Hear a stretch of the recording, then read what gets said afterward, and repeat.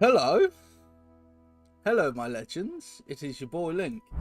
We're gonna start on this screen, see if it works. My camera's kind of good. A little bit yellow today. Don't know why. Oh, the music's playing again. We don't want that. Welcome to the stream, everybody. It is your boy Link, and it's another Sunday stream. It's the penultimate Ultimate Team stream for FC24 because next week FC25 comes out, so we'll be doing a midnight launch for FC25. In the chat we have Charlie, says how you doing, Link? I'm pretty good, to be honest. Scouts and Proud, yo, good evening. I hope you're well, man. Pack 99, Mohamed Salah today. I'm happy for you. I'm not jealous. I'm just happy for you. I'm not feeling like massive jealousy. Charlie says thoughts on Town 1, Fulham 1. I thought it was a brilliant performance. Town were probably marginally the better side of the two, which I think is something we could be like super proud of as a team. The fact that we competed like that. Oh, it was at 85/10, rinse and repeat. Loved that. But yeah, I thought Ipswich were really good. I thought they were solid. They were the better team slightly of the two. It's one of them games where you don't feel robbed with a draw. Like a draw is okay, but if anyone was going to win, it should be Ipswich, I think. So it was slightly Ipswich's favour, but I was happy with it. It's the international break right now, which just sucks. Watching England last night, I was so bored. All I was basically doing was waiting for Trent to hit a 60-yard pass, like, to feel something. Do you know what I mean? Some people have other vices, you know. Some people drink to forget their worries. Some people take drugs. I don't. I watched Trent Alexander-Arnold play a ball with the outside of his foot 60 yards. Shall we play some FIFA? I suppose we shall. Hopefully that button works. Look at me. I'm a pro. Oh. I just nearly knocked over my lightsaber. This is a spoiler for the Disney vlogs, guys. So if you don't want to see it, look away for like 30 seconds now. But they have a thing, you can build your own lightsaber. So I built this very nice Sith-inspired lightsaber. And it lights up red.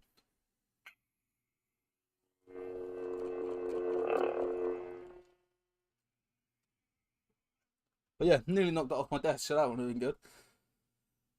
Charlie says, Leicester not getting a points deduction is a disgrace. Yeah. They'll let City off as well. None of them are going to get in trouble. I've got so many packs, guys, including an 85/10, also known as the Mo Salah pack. According to Scouts and Proud. So let's open some packs before we play Weekend League, guys. Like I say, next week will be the last Weekend League stream. Then the week after, we'll probably do a midnight launch for EAFC25. So we'll probably do a midnight launch on the Thursday. So we'll stream at midnight Friday morning. If anyone's awake, come hang out. Kleinhern. This is tradable, but it's sort of got quick sell written on. I might keep the contracts. I've run out of contracts a couple of times the last week. Don't know how. But yeah, the Leicester situation is a joke. It's an absolute joke. How they can't be punished, I'll never know. Honestly, I'm speechless about it.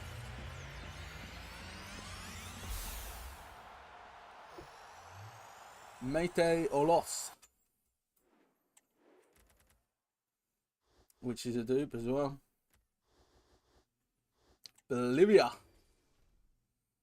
National anthem. I don't know what their national anthem is, but I imagine it's like some sort of epic orchestral piece. English centre back, we don't care about that, do we? It's Eric Dyer. So yeah, so far these packs have been awful. They're not good packs, particularly. Charlie's got Liam Delap up to 85 today. I've been doing Andy Carroll. I'm trying to do like the one where you can turn a silver into like a 90 or 80 striker. I'm trying to get Big Andy up. Lad. What a lad. Norway kit's not exciting for anyone. Unless you're Erling Haaland or John Arne Riise, I suppose. I can't think of anyone Norwegian who isn't a footballer. Do they have any other famous celebrities?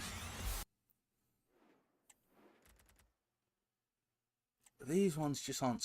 Nothing's selling on the transfer market. The game is dead because there's like 2 weeks left, obviously.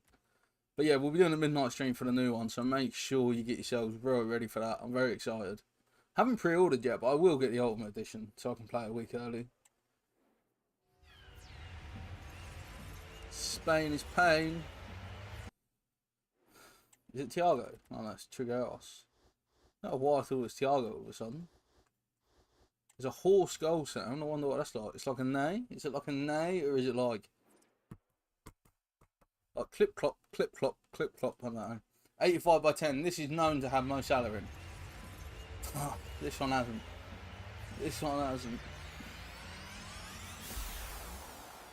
Williams and we don't like that. No. We got Casillas is a dude. I don't use any of those. I'm just discarding 90 rated cards because I don't care anymore. Walls is apparently 76 in FC25. Are the town ratings out?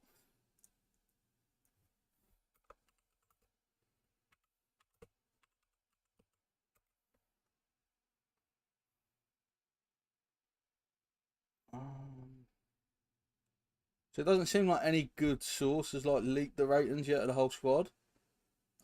Morsey being a 76 surprises me. I thought he was going to be 74. Study what you're saying. He says, evening. Welcome to the stream, bro. Hope you're good. Oh, also, before we open any more packs, something I forgot to do, which is always very exciting. So you can become a member of the channel for £4.99 a month. It helps support me to buy like lights and microphones and all the different stuff we need for streaming. But every month I can give away 10 for free. So here we go. We're going to give away 5 memberships. I don't get to pick them. It's done at random. Scouts and Proud got one. Ethan got one. Wayne got one again. Wayne Deacon always seems to get one. Joseph Paul got one. And Jake Bauer, who's a Leicester fan. So that's kind of interesting. The bottom of the screen's going to go mental for a minute. Well, there's no sound. There should be sound. Where's my sounds?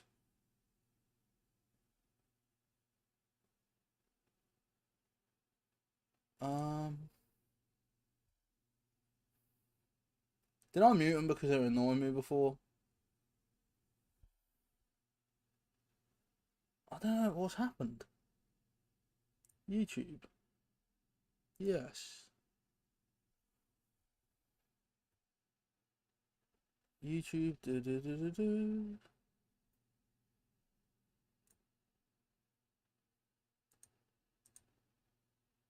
There should be sound for the members, but it doesn't seem like there is. Why? Can I just not hear it? Could you guys hear like a... Yo, Charlie bought a membership for Real Road Boss. Love that.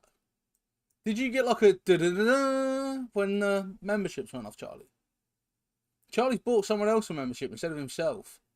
I don't know if he meant that, but I appreciate it, bro.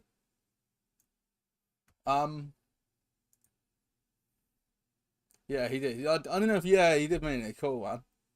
Right, let's get... Didn't know if you did it by accident and you wanted like the emojis yourself or something. I didn't want to... We've got 5 more to give away. Let's give these away. Let's see if that gets... Charlie might get lucky now and get one for free. That would be... Super Cardiff City fan. Stuart Howe. Martin Hudspeth, my old buddy. GT and Dylan McAllister. So is that now making a noise for you guys? Like, dun. Wait, I've got the stream previewed here. Can I just... Wait, I've got the stream previewed here. Can I just... Yeah, it should make a sound when that goes off. Yeah, it should make a sound when that goes off. Like now. Right now, it should be making a sound. Don't know why it's not working, but you can see the notifications at least. If I miss any notifications in that case, if the sound's broken for some reason, do let me know. What could it be causing it?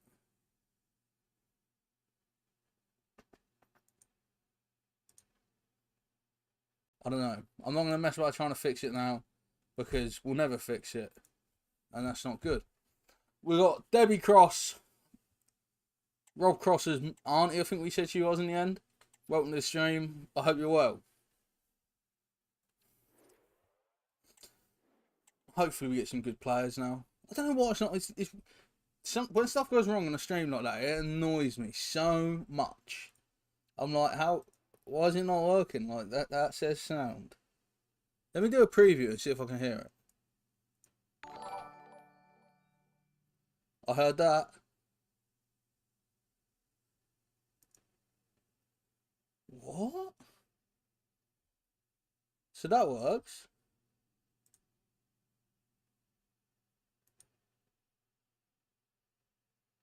How weird. Can you hear that, Dylan?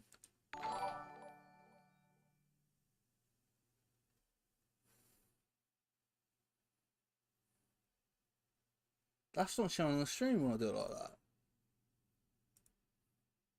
What is happening on this thing today? Is the cloud bot muted? I don't know. I'm going to ignore it. If I miss any notifications, shout at me in the chat, alright? We got Klaus. That name always makes you think of Klaus Jan Hunter. Like, what a baller he was. Charlie's got Amari up to a 92. I'm hoping there's some like Ipswich players in like the... Because they're in the Premier League next year. I can't see what sort of packs these are. It's got 5 cards in, but it's not... haven't got names. That one has. That one hasn't.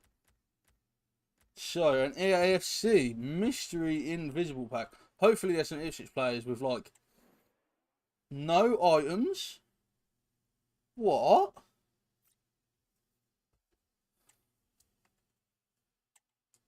What is that about? Exit, sort items later. Enter store. What is that about? Just an empty pack. I've never seen that before in many years of playing this game.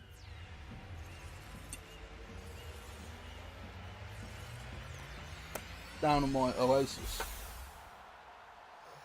Shugita. Is it Shugita or Sugata? Don't know.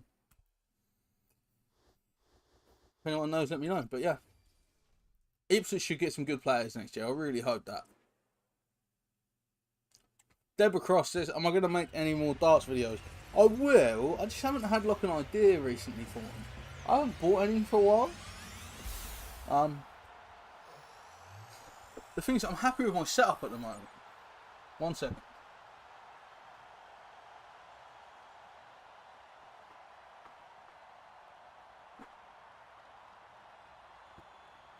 So where is the big camera?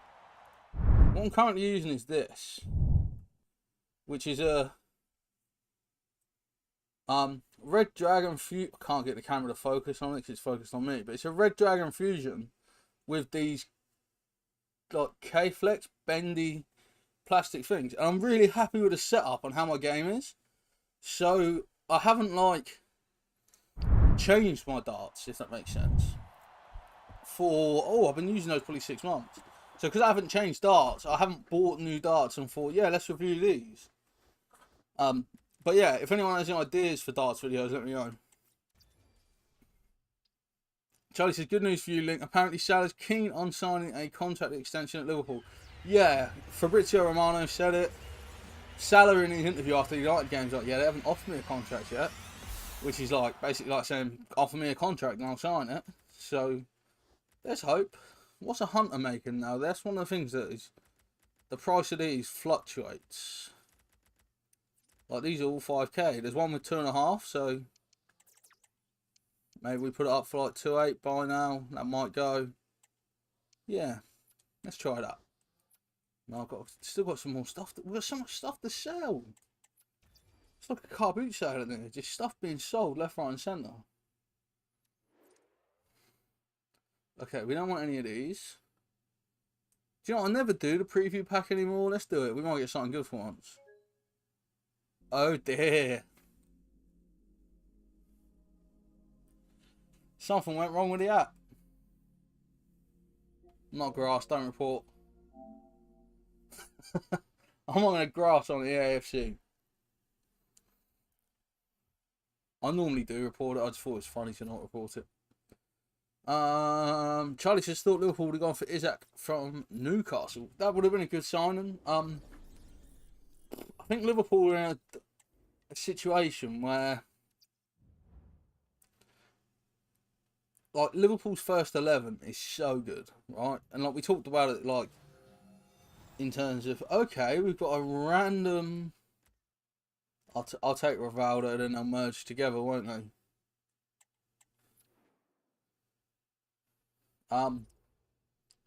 We're in a weird situation where Liverpool got such a good first 11 that it kind of makes you think, do you need to buy anyone? But the problem is,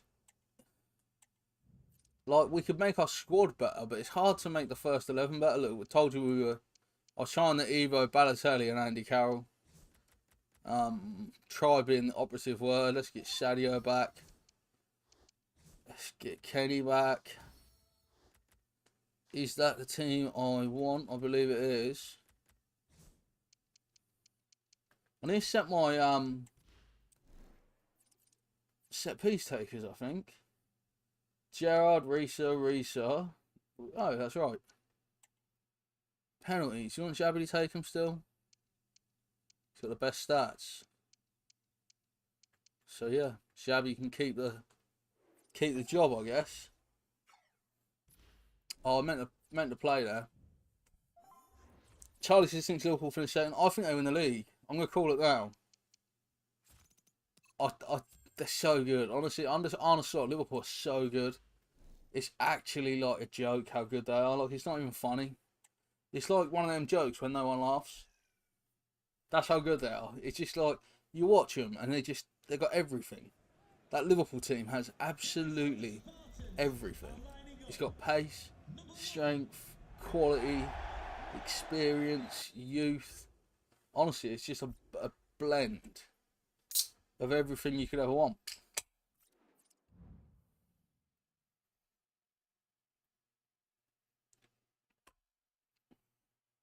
Deborah says, my team is good. Thank you. I think my team's good. It's very Liverpool. We have got Amari Hutchinson and Leif Davis in the squad. But yeah. I've got a football under my desk and it keeps like making like a squeaky noise. I don't know what. I've always liked to have a football under my desk to put my feet on. I don't know if anyone else, I've got a proper footrest.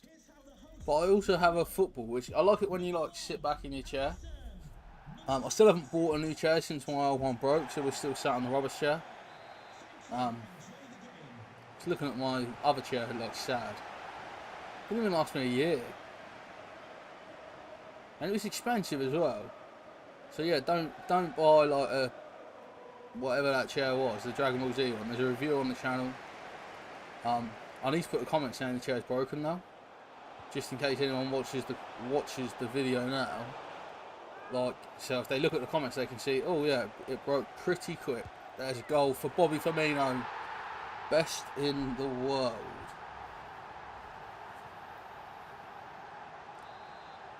Just realised I couldn't hear my game. So obviously had it like the telly muted. Oh, is that telly muted? No, it's not. I was trying to work out why that sound thing wasn't working, but I still don't know. Probably never will know. Nice goal, thank you. We're doing great. We're going to win 20 out of 20. And then I'm going to change my team name to FC20. Great joke. I hope someone appreciated that joke. It's weird as well because we're not at Portman Road for a little while, are we? Never seen a defence set open as United's last week. Ipswich did better against Liverpool than United did. The thing is as well, and I think I said it on the stream, I wasn't worried about the United game because we played them in pre-season. And although a lot of players were at the Euros for both teams and Copa America, Liverpool were missing more first team players than United were. And Liverpool beat them like 4-1 in pre-season.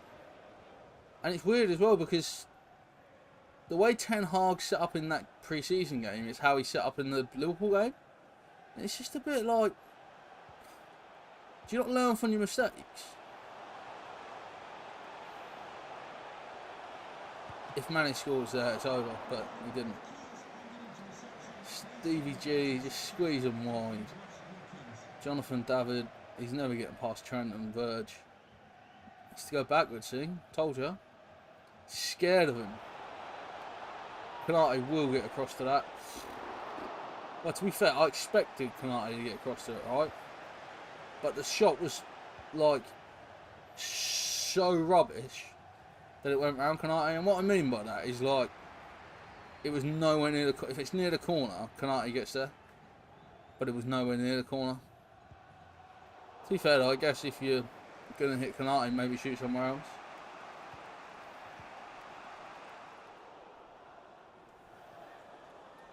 I don't even know who Town play next. It's an away game, isn't it? Is it Brighton? I'm sure Charlie will probably know for me in the chat. But I don't think Brighton's the hardest game. It's Brighton away, so it's not like a guaranteed 3 points or anything like that. Yeah, Brighton away. It's winnable though, and I really believe that. It's not going to be easy game to win, but it's one we can definitely be competitive in. And I think the quicker Ipswich do get that first win, the better. When do we play United? That's when it will come.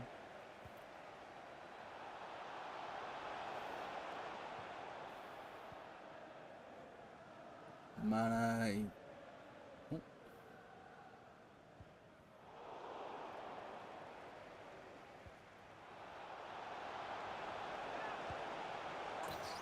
What a goal. Take a bow, Julian Alvarez, Man City card. Won't be seeing that next year. I think we might see him more in Ultimate Team next year though, because he's probably going to have a better card. Like he's gone to Athleticum for a lot of money, and FIFA seems to boost players who have had big money moves. Right, then it's Southampton at home and then Villa away. So when's Villa? Villa's October, if I'm right? Or is it the last weekend of September? Because I'm actually at Anfield before I'm at Portman Road next. Which is mad exciting. Don't get me wrong. I like Portman Road, don't get me wrong. Am I going to make any more Pokemon videos? Yeah, again. I just haven't had like a Pokemon video idea. Like I still love Pokemon. I've been buying the Pokemon Mega Constructs recently. But I haven't made any videos about it. But yeah, like I think I'll go through like phases of videos. The next like few videos will be vlogs. There's gonna be 4 Disney vlogs, and then there'll be Liverpool matchday vlog against somebody, maybe Bournemouth. Is it Bournemouth? I'm not sure. Can't even remember. I've got Liverpool tickets. I can't remember who they're playing. But yeah, we're going to be going to a Liverpool game in a couple of weeks as well. So there'll be a vlog of that. So there's a lot of obviously match day vlogs for Ipswich, but also we've got a couple of Liverpool games coming up where we've got tickets. And then hopefully we'll be lucky in the second half of the season ballot as well. Because that would be nice.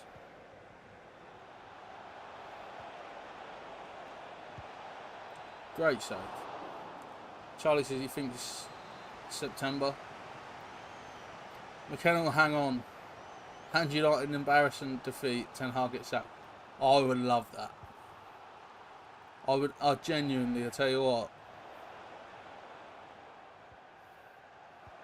Be like when Anakin kills Darth Sidious, although Ten Hag is nowhere near Darth Sidious. Be more like when Anakin kills a stormtrooper who disobeys him or something. But yeah, it would be great, wouldn't it? It would be so good. So good.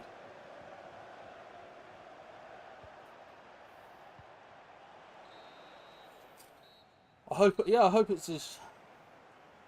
I hope United are as bad as they are today when we play them.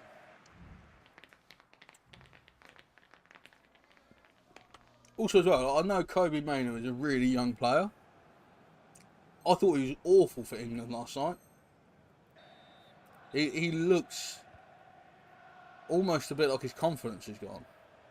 I don't know if that one Liverpool game could do it to him.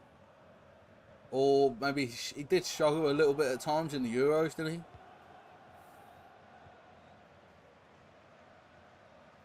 Charlie thinks United finished 10th. I wouldn't be surprised if they finished 10th. I really wouldn't.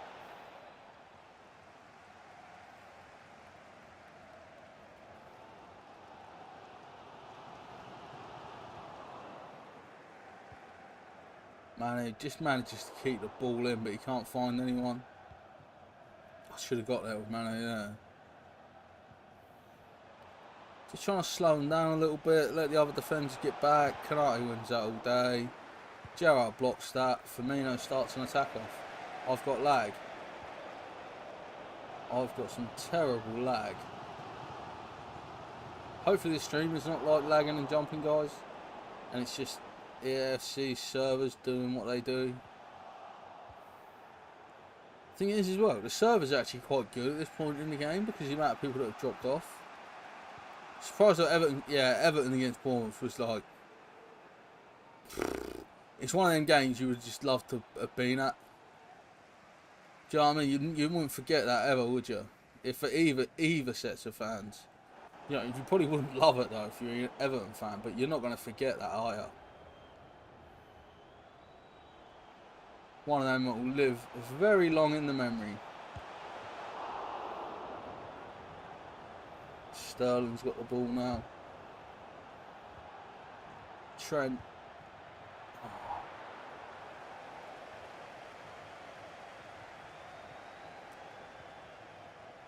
Van Dijk. Gerrard couldn't get there.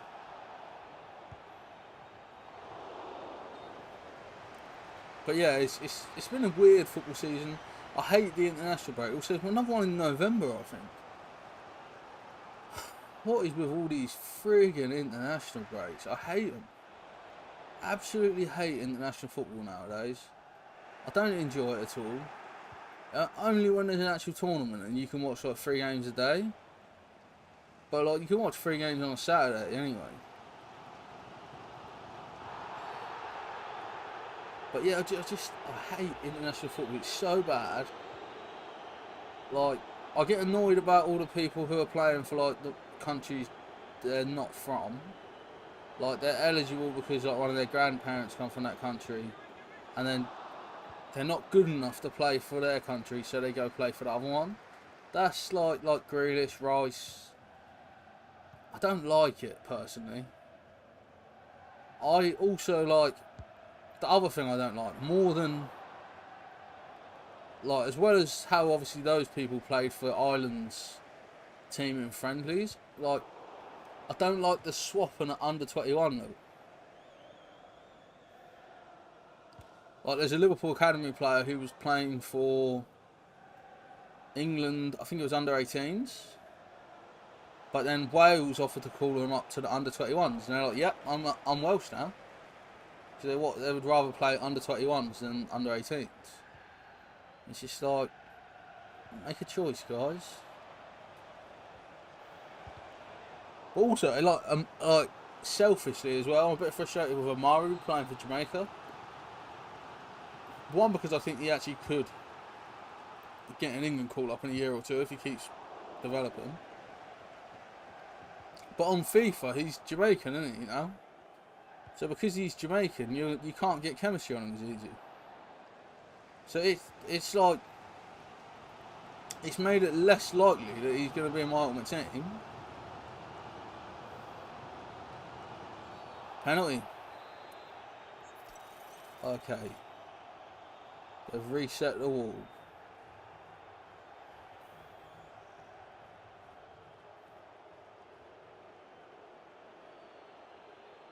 John Arisa. I just tried to thump it past him. It wasn't the best effort, to be fair.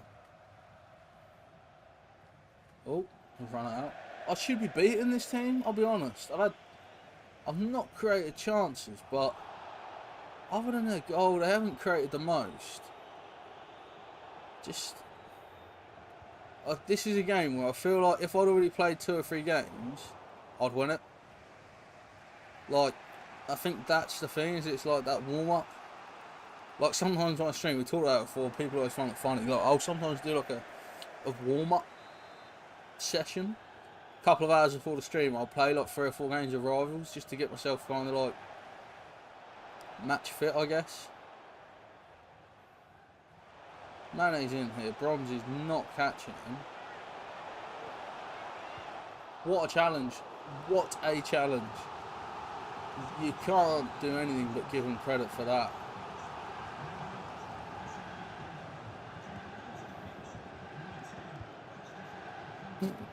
Headed off a line there.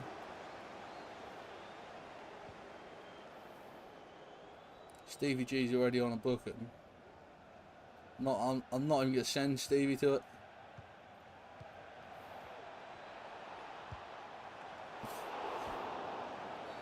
No!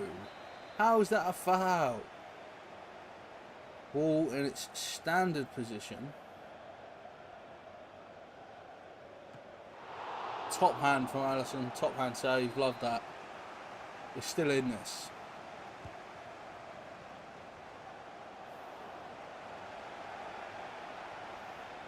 I think Southampton are down already. I think the thing is as well is like it's early, but Southampton don't look good, do they?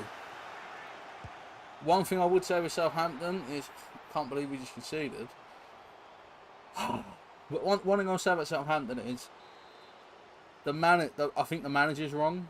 I think he's stubborn in his style of play. He's not adaptable. Like even with Ipswich, you'll notice little differences in the ways they've played against City and Liverpool, and also Fulham. Whereas like Southampton, it's just like this is the way to play. I can't believe I've not scored. I cannot believe King Kenny's missed that.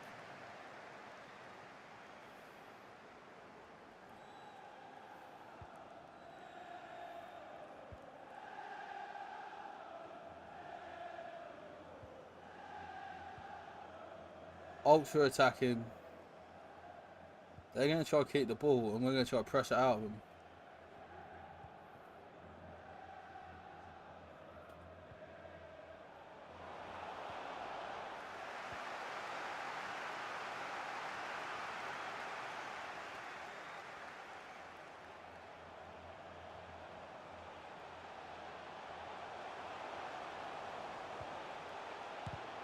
Oh, I can't believe I've saved that. It's Russell Martin there, manager, yeah. He's so set in his ways, isn't he? Oh. Passing the ball sideways, hoping they score. I know. And this, I love teams that play out from the back, and when they play like one-touch football, I love watching it, but sometimes you just got to be a bit smarter, haven't you? You know, you got to know when to go long, and I think that's what, like, I really like Muric in goal, and his passing's quality, but sometimes he just needs to know it's time to stick his laces for it a little bit more. But yeah, Russell Martin's, he's like, this is the way to play.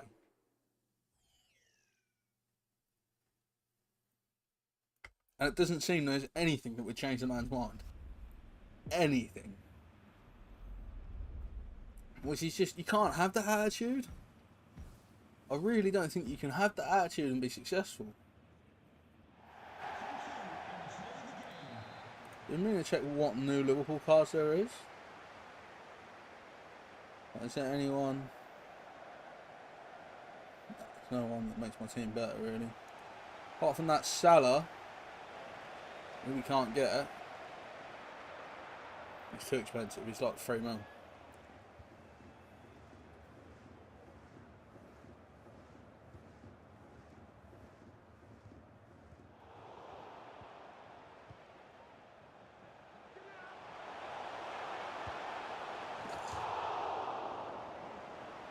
Charles Pitman, Wolves 18, Everton 19, Southampton 20.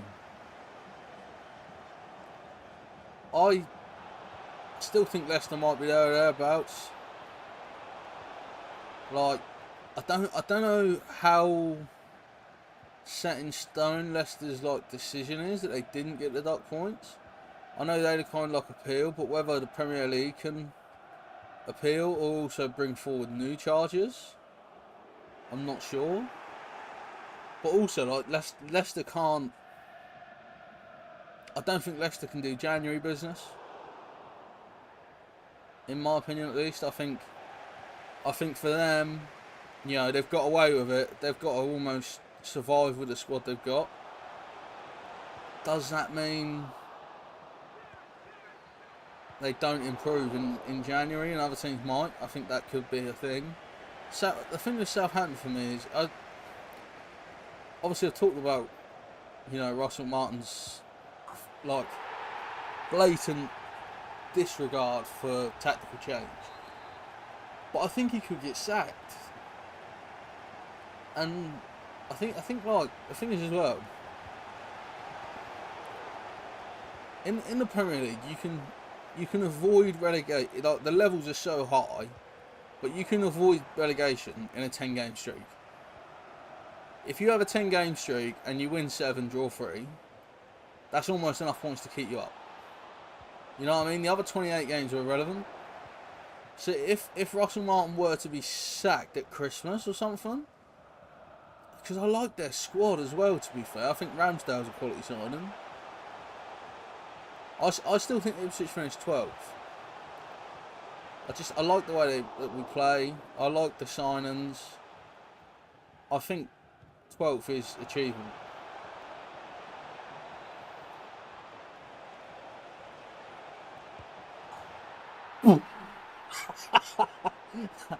Penny, that was the most disgusting way I've ever seen anyone go around a keeper in all my years of watching football and playing FIFA, and I've never seen anything like that.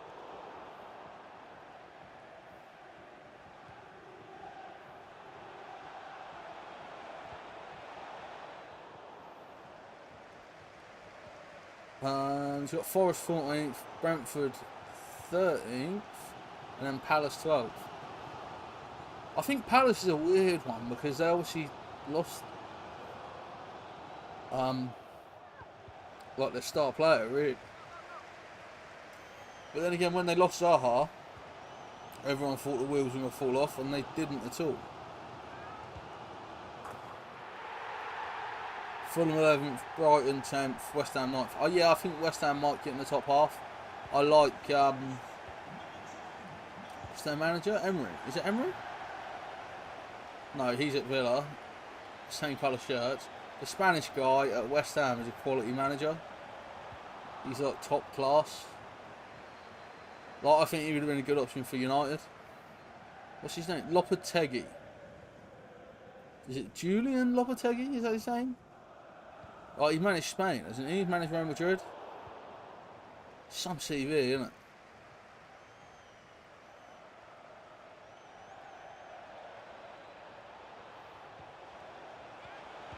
Oh, we're back in this after some impeccable football. He's gone for United 8th.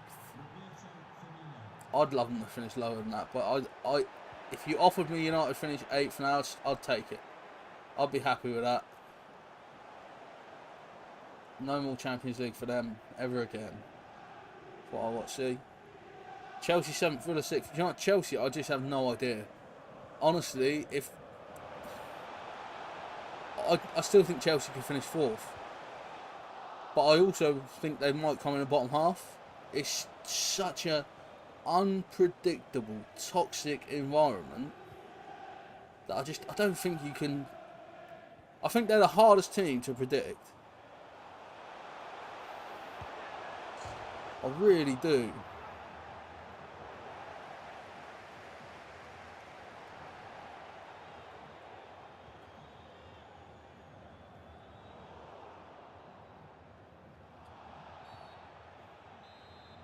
Got Newcastle 5th. Good job Martin's not in the chat tonight. Spurs 4th. Arsenal 3rd. Liverpool 2nd. City top. Hope not. Hope not. I like that. Hope not. on the end. I don't think City win the league. I think it will be derailed.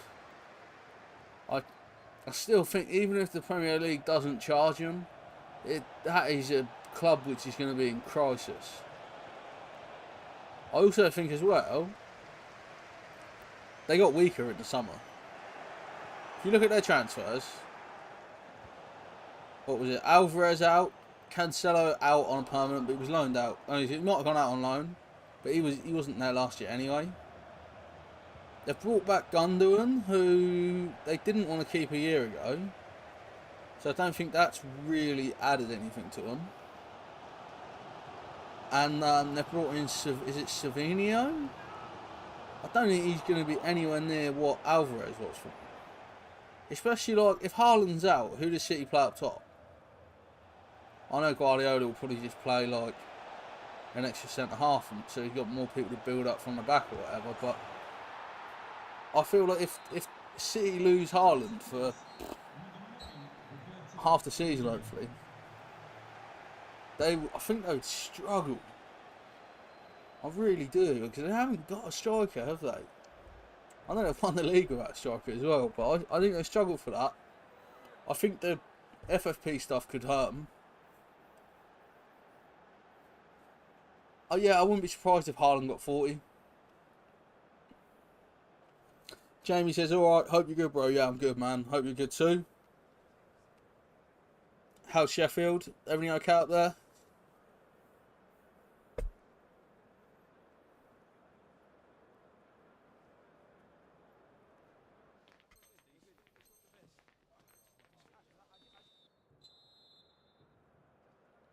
How's Sheffield start the season been, alright?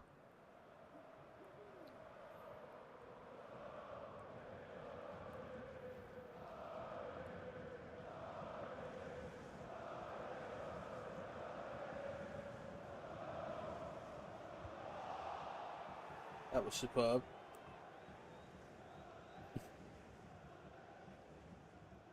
It's good, it's just shit weather, fog and rain.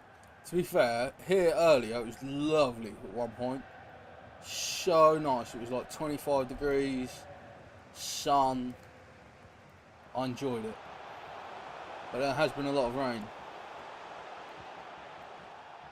Like, the weather's getting like a little bit like winter, you know. I was reading an article about Skegness today. Where they were basically saying it's one of the worst summers ever for business.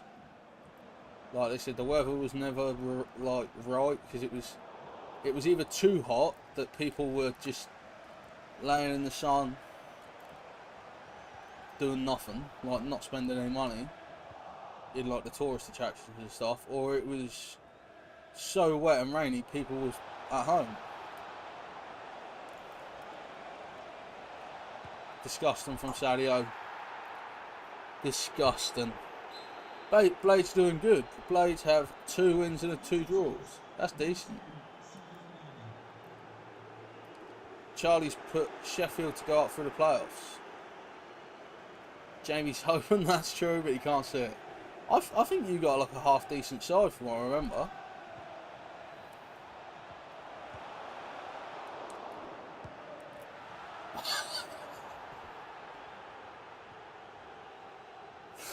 Oh dear. I've just literally hit the ball over the bar. And I did smash it because I knew the keeper's that side. I wanted to go over him.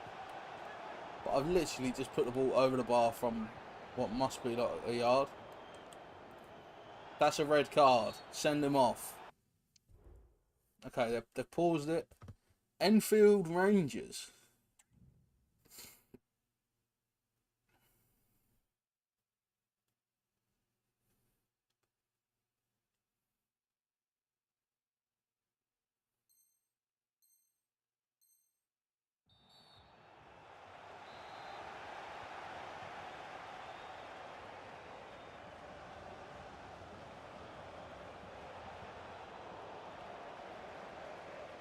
Got a great team, but you don't think the team's ready to go back up. That's fair enough. It's a hard league to get out of, isn't it? It's a really horrible league to get out of because you've like You know, I feel like every stream we just moan about football finance, but when you look at the money that these teams have got to spend, you know, your teams that have gone down. So I think Luton might collapse. I don't think they'll collapse. I think they'll come back up, maybe. I don't think they lost too many in the summer, did they? I think Luton did their transfer business a bit like Ipswich, where it's like, we're gonna make sure we don't go down again. Kenny nearly. Jamie would love to have a better goalkeeper. Who is your keeper now? I was going to say Dean Henderson. It's not been Dean Henderson for years, has it? Or maybe even ever. Was Dean Henderson at Sheffield? Who's Sheffield United's goal? Honestly, I can't pull that out of my head. Is someone fairly decent, I thought.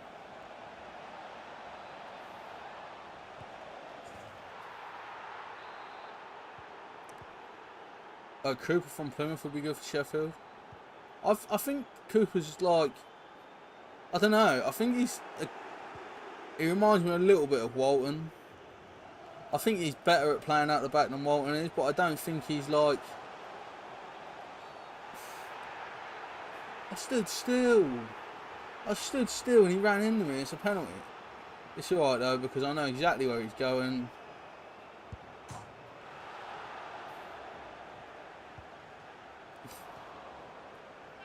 Told you wouldn't score. I didn't expect them to miss, let's put it that way, but.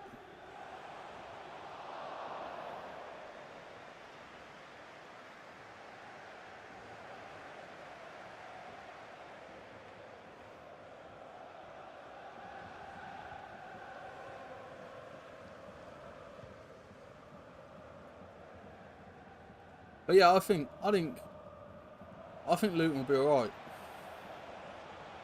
It's definitely hard though, that drop. And the thing is as well, you've almost got to come back. Like, if you don't come back the next season, I think it's really difficult with a financial drop off. I think if you can bounce back the first season when you go down the Championship, it ain't too bad. But once you get like past that and the parachute payments start getting smaller, and then you struggle to go up, and then the parachute payments run out, and the Premier League players have all ended up slowly going back to the Premier League in that time as well, it can be really tough.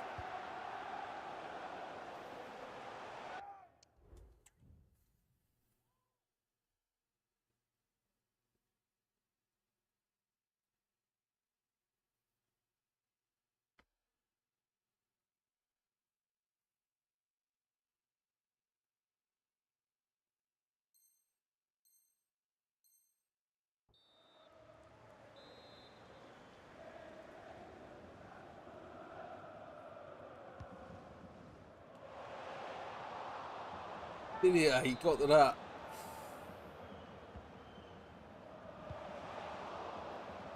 Jamie's never been a fan of Cooper.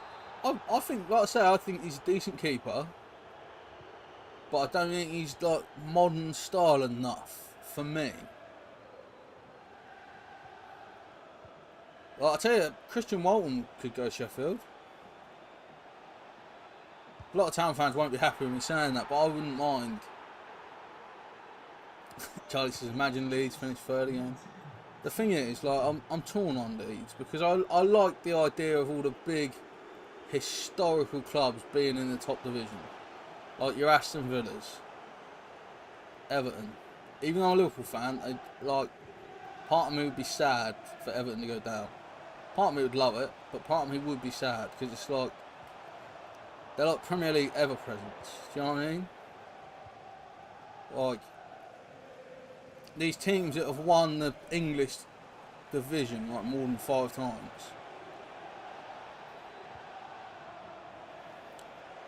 Should all be in the top division.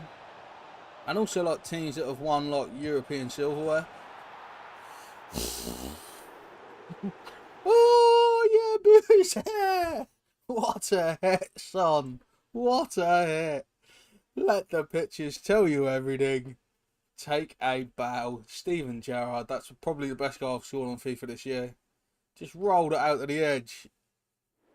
Just rolled it out to the edge and just power shot. Top corner screamer.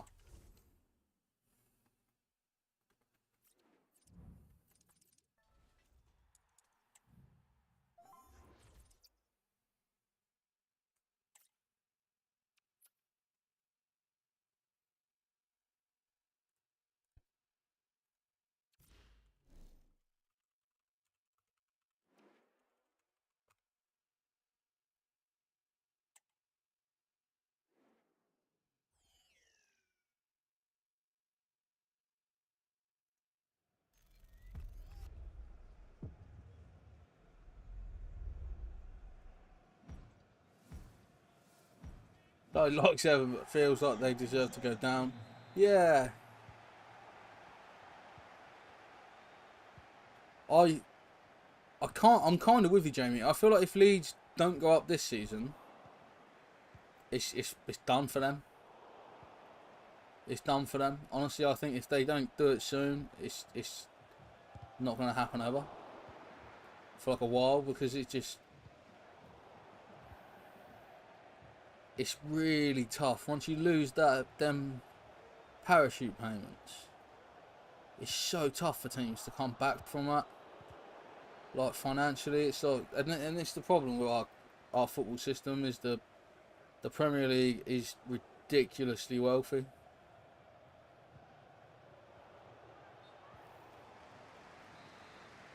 If Leeds don't go up, we stay up. You'd sign Nonto. So would I. I love Nonto. I just started a new football manager game this week, like a new save, and I thought I'd do something different, right? Because I managed Liverpool twice, managed Ipswich twice. I could never get Ipswich to win the Champions League. I did manage to get them to win the Premier League after like 10 years, but I thought I want to do something different. So I've been managing AC Milan, and I needed to sign an Italian player for my squad, because you have to have 8 Italian players in your Serie A squad. So I needed to sign another one because I didn't have enough Italian players. So I bought in Willie Nonto, and he's been an absolute baller in Serie A on Football Manager.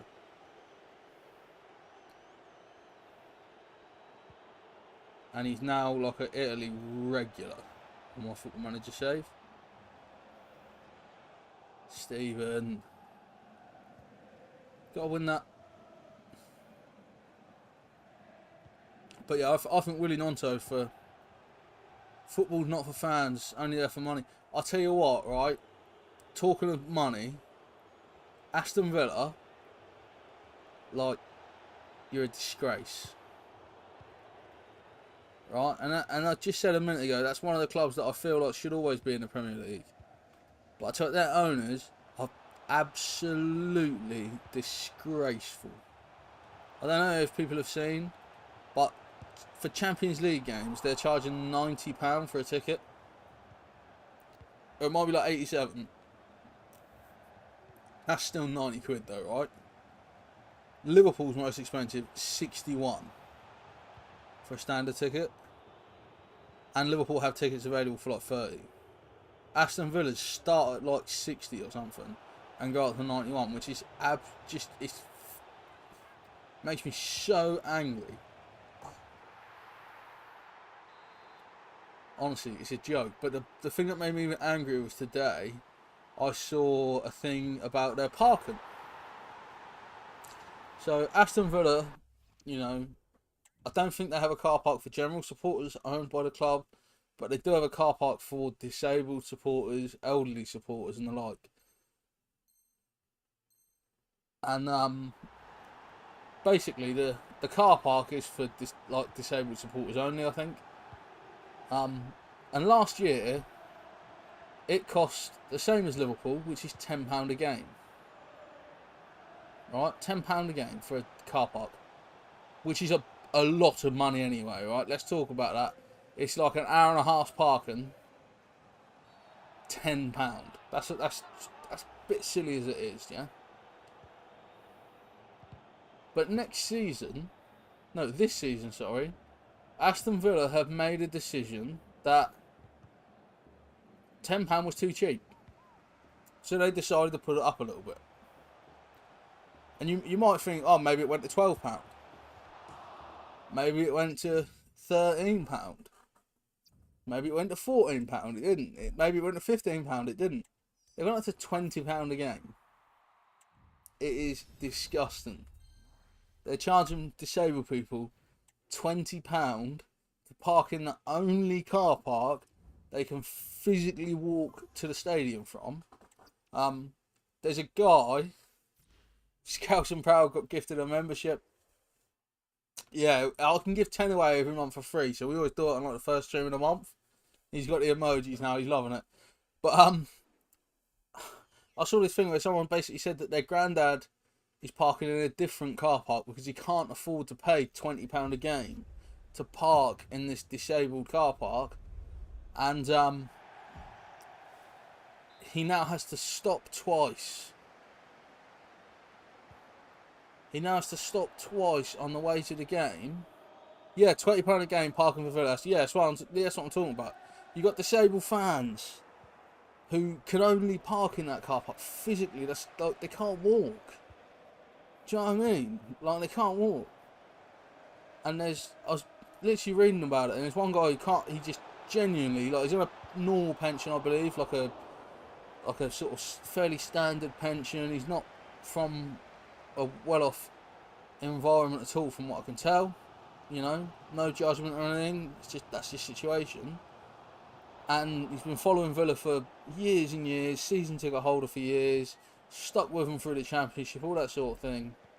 But he can't afford, with the inflated ticket prices as well, I must add, he can't afford to pay £20 a game for parking. So he's having to park, like, away from the ground, and he's having to stop once or twice and sit on a bench on the way because he physically can't walk from this other car park to the stadium in one go. Like, I've heard people saying that they have reversed it, or they might reverse it for disabled supporters only. But man, it just made me feel ill. And also Ipswich Town, let's talk about Ipswich Town. £15 now to park your car at Portman Road. Come on.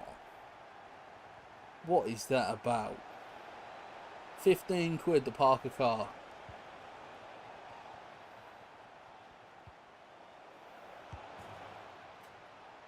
It's just a joke, isn't it? What is football coming to? That is exactly right, Jamie.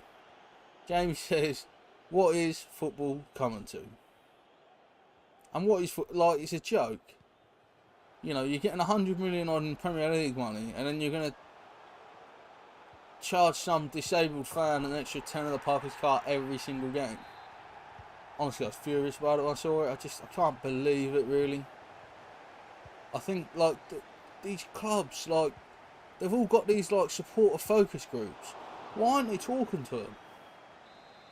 Like, if you sat down, like, if anyone sat in a focus group and they were like, yeah, I think we should charge disabled people £20 to be able to park at the game, when we're also putting our tickets up to £90 for a game as well, it's a disgrace. It's genuinely a disgrace.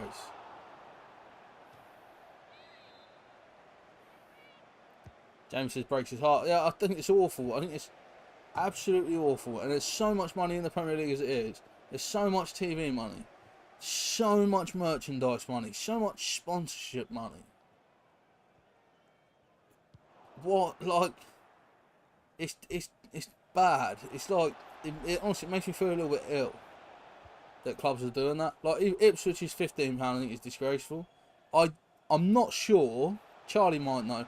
I think Ipswich does have a cheaper rate, though, for disabled fans as well, which makes it a bit fairer. Is there a cheaper rate? I'm sure Ipswich has like a cheaper rate for disabled supporters.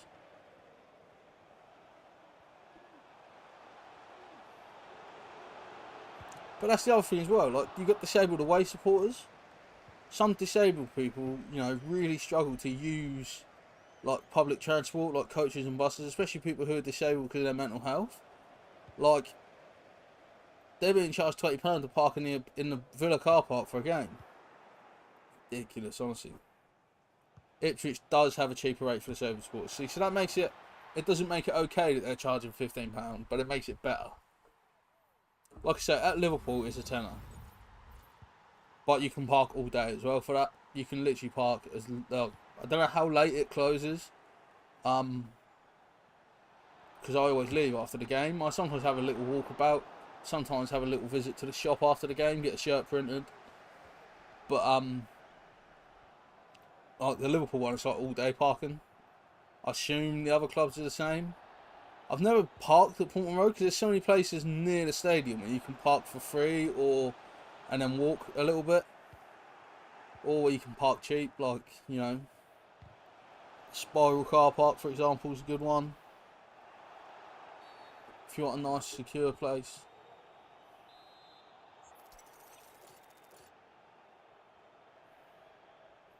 What's parking? Sheffield United £6 for games at the Lane. See, that's the £6 is okay. Do you know what I mean? Like £6 is okay. Like it's not great. It's still not great. Like I hate parking charges in general. But like that's like I mean about the tenner at Liverpool. Like for me, a tenner is the absolute most it should be. Park down Riverside Road, exactly, yeah. Park down Riverside Road. You're what, less than 10 minutes walk to the game? Something like that. Or you can, like for nighttime games, you can park in Cardinal Park for £1. Well, you used to be able to, I don't know if you still can, but you used to be able to park in Cardinal Park for £1. And then just walk through the alley. Yeah, £6 is much better than 20. But I think, like I said, I think Villa have done a statement that they're looking at the disabled charges. But I think they are going to charge £20 for anyone who's not disabled. Still, I think they're going to reverse the decision on the disabled ones. But I think they're not going to reverse it for anyone who's not disabled, which is just, it's a scandal. The thing is as well, though, like you say about like Sheffield United, yeah? Say it's £6. If parking's £6, add a, you know, £5 or a tenner on for fuel or whatever, it's still cheaper than everyone getting a bus if you got a car full. Or cheaper than, do you know what I mean? But when it's £20 to park, you might as well get a taxi, but there and back is probably cheaper. So yeah, Villa are the villain of the week. Honestly, I was fuming. I was so angry.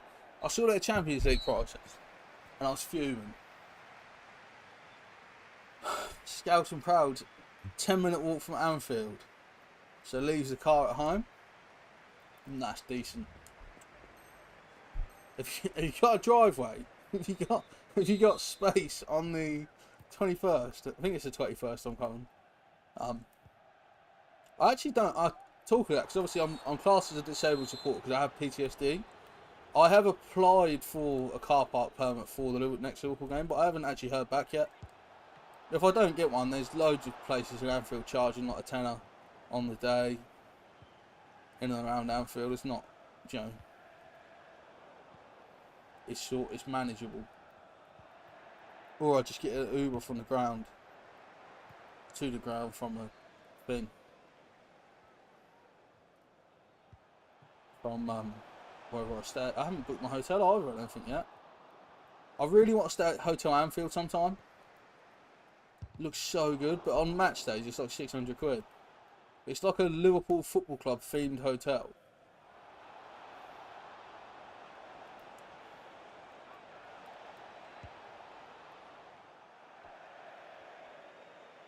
Craig says there's a care home down the road from Anfield that charges £3. Bro, is that easy to find if I Google it? If I can't find it, because I don't know if I've been accepted for parking or not, because they don't tell you till like a few days before. If I haven't been accepted for parking, oh, so you can go to Hotel Anfield and have a drink before games. I didn't know that. I didn't know you could just go in and go to the bar. Like, that's quite good to know. So I guess you can just go in and have a look around. Like on a non-match day, can you? Like go to the bar. So I want to go there and have a look around, because it looks wicked. Looks awesome. I always say I'll stay there if I can come and not for a game. But their match day prices, just it doesn't make sense for me personally to pay that.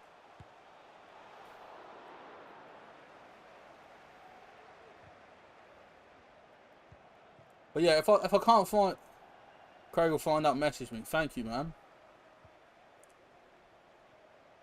Or go to the Titanic Hotel, get on the bus with the players. That'll work. Get on with Trent and that.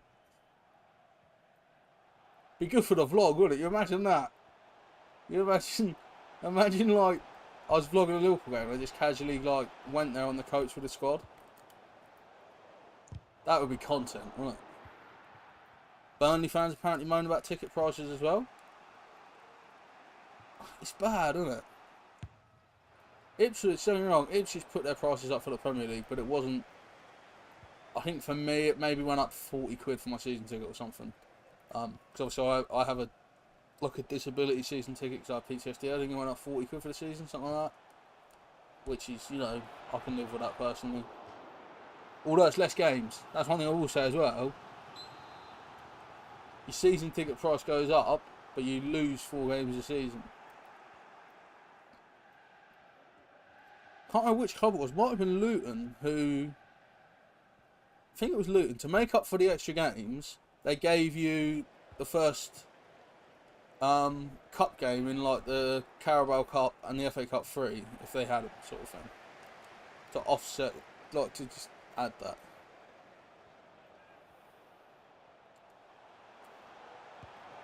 So Scouts and Crowd says, Hotel Anfield has a massive bar at the back with live music on match days. Class. I might have to check it out sometime.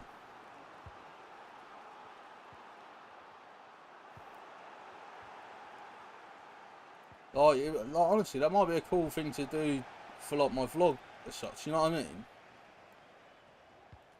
I guess it's like Jamie Webster types, but not Jamie Webster. Is that the vibe? Like the Ragamuffins or something. Is it the Ragamuffins? It is the Ragamuffins, isn't it? I'm doubting myself. I know it's the Ragamuffins.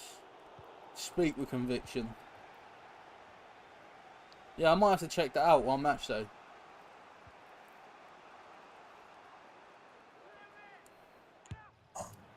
Thing is, I like to be at the game early. I'm one of them that likes to be like in Anfield like 45 minutes before kick-off at least. And also, like, I had a disaster at one of the Legends games I went to recently, where they just messed up my ticket basically. Because it was my first time at Anfield sitting in a what's classed as like a disabled seat. So it's classed as like an ambulant disabled seat. So ambulant disabled is people who can walk around, right?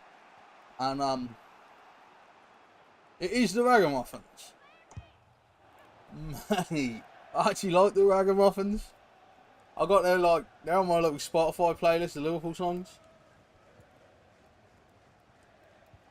I bet they don't sing the Thiago song anymore though. God, I'm gonna miss that guy. That is actually sick. Yeah, thanks for the heads up about that, man. It's definitely... Like, I've seen little clips of music there and stuff, and I've seen people post pictures of them at that bar and that sort of thing on social media, but I didn't realise it's like every match day. It's not just like big games. Every match day they have people there, bit of live music. And it's also like non-hotel. Do you have to pay to get in or anything? Is it one of these like 3 quid on entry, 5 quid on entry type jobs? Or do you just turn up?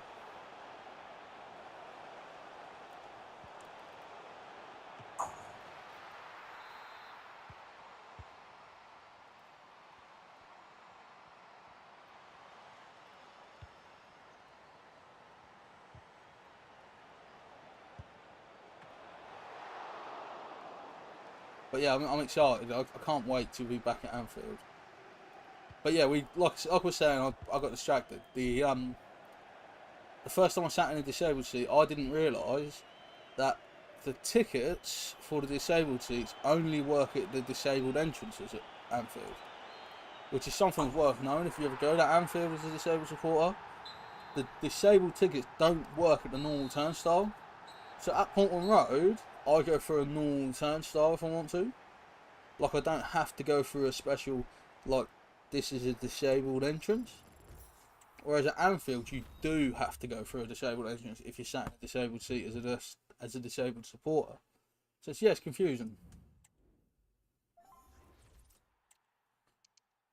But yeah, I'm super excited.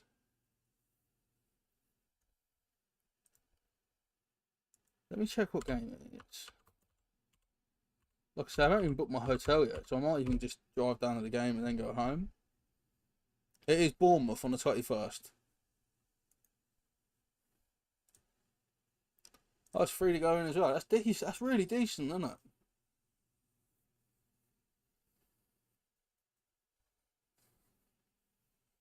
Yeah, I think I'd enjoy that. So yeah, any of you, you go to the games with your dad is in a wheelchair, so you know how those tickets work. Yeah, it's you have to go through like the disabled entrance. Obviously with a wheelchair, I assume you'd have to go through the disabled entrance. But yeah, I was trying to get into Anfield. I scanned my ticket and it doesn't work.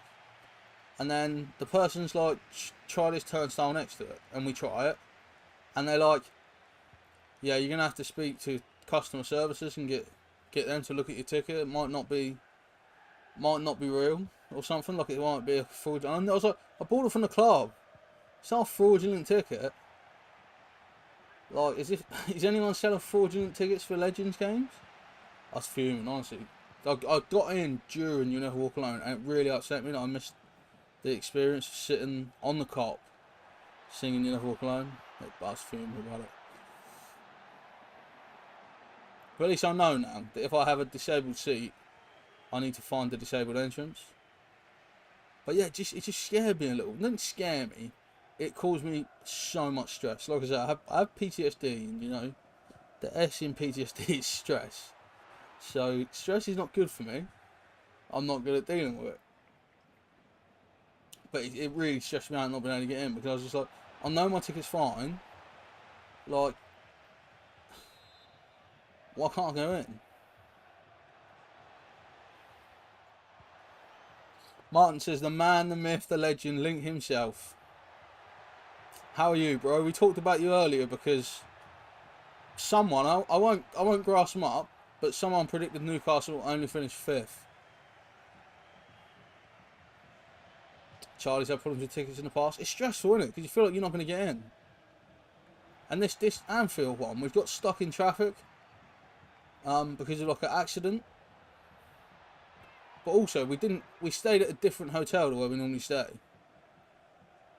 So we normally stay at like North Liverpool area, but this time we stayed in, I can't remember, it's in the vlog. It's like near, it's not Chester, but it's near Chester. Wherever I stayed we looked at the timings and stuff, but just the timings got so much worse on the match there, and also there was an accident as well. So yeah, I was very late to the game. Even though I was there 15 minutes, 20 minutes before kickoff, I couldn't get in, which was killer. But to be fair, I've never had a problem at Portman Road. To be honest, I've never really like struggled at Portman Road with getting in. I think once you got a season ticket as well, like your turnstile operator 90% of the time is the same person. Especially if you're like me, right? Because 23 is my lucky number. There's a few things to blame for that. My birthday is the 2nd of March, so 2-3. Michael Jordan, Jamie Carragher was my favourite player when I was a kid. Still probably my favourite player. So yeah, 23 is my lucky number. So at Ipswich, we always go through turnstile 23. The Liverpool game is the only one they've ever lost, I think, when we went through 23. 9's Martin's for obvious reasons. Yeah, Obafemi Martin wore 9, didn't he? Did he? Oh, I tell you what, I laugh, but I actually loved it. Was Obafemi Martin number 9, or was he like 10 or 11? I loved Obafemi Martin, one of my favourite players.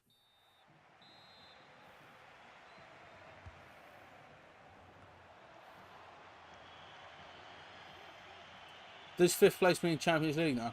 So it's down to the coefficients. So, based on how English teams do in Europe this season, will determine if 5th place becomes Champions League. Martin's was 9. I loved it. Honestly, tell you what, he was a FIFA demon, wasn't he? He had so much pace, that bloke.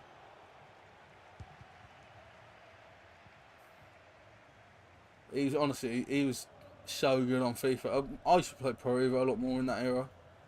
I wish Pro Evo was still good. Like part of me wants to just stop playing FIFA and start playing Pro Evo. Like, I'm sure you'd all watch still, wouldn't you guys? Shall we make Pro Evo great? It's not called Pro Evo, that's the problem as well. It's now called like Konami Special Soccer or something stupid. So yeah, the way the Champions League works is there's coefficient points, and the top 2 get 5 places. So I believe the top 2 this season were Italy and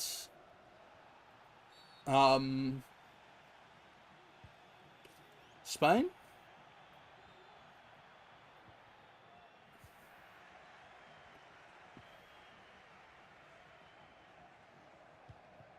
Papi Cisse.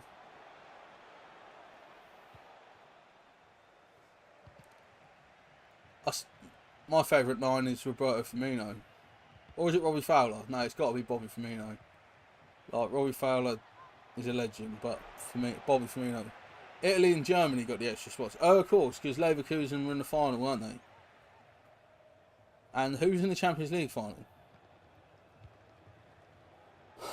Not Munich. Dortmund, wasn't it?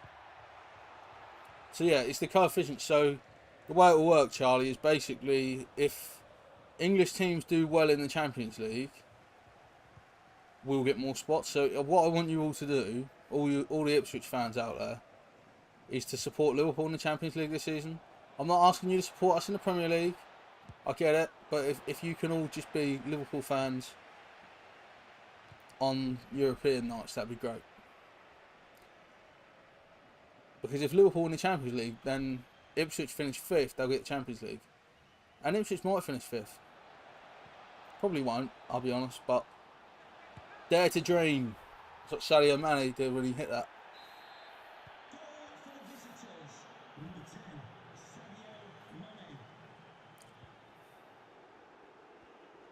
I know Martin doesn't drive to games, but we were having a chat earlier about car park charges, Martin.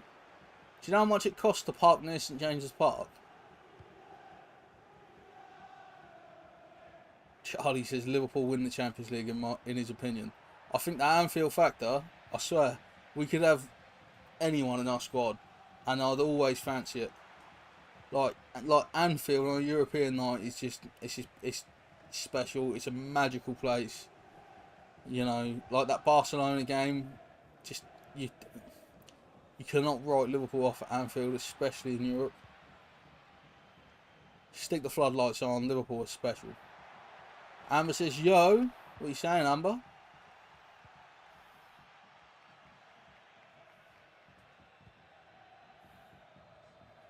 Are you playing Disney Dreamlight Valley again? I still need to actually try it. Like, I played it on PC, but I didn't really play it that much. I never really got into it, so part of me wants to try it. Like Amber's painting Pennywise. Sick.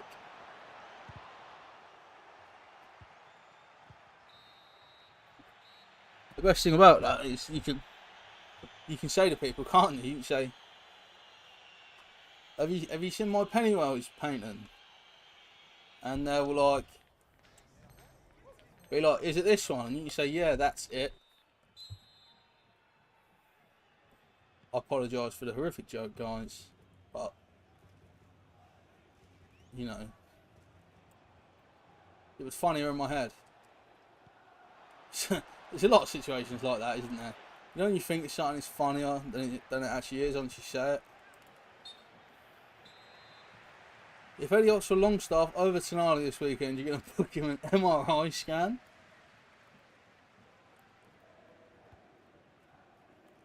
I reckon you'll have to get out. What's the blotch test? Is it raw shank or something? What's the blotch? Like me and Martin both did psychology at university, so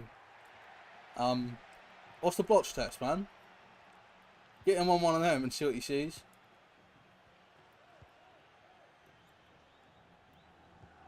You think it is? I think it is raw shank. Is it raw? Yeah, that sounds right to me. The problem with raw shank is it just makes me think of Redemption. You know, like the Shawshank Redemption, which is a brilliant film, by the way. Anyone that's not seen it, like, I reckon at least 5% of people think it's the best film ever made. I'm not in that 5% because the best film ever made is Muppets Christmas Carol. Charlie says, am I going to do an update on my fish tank animals? Yeah. Have I told you what happened to the fish tank on a stream? I don't know if I have. Like,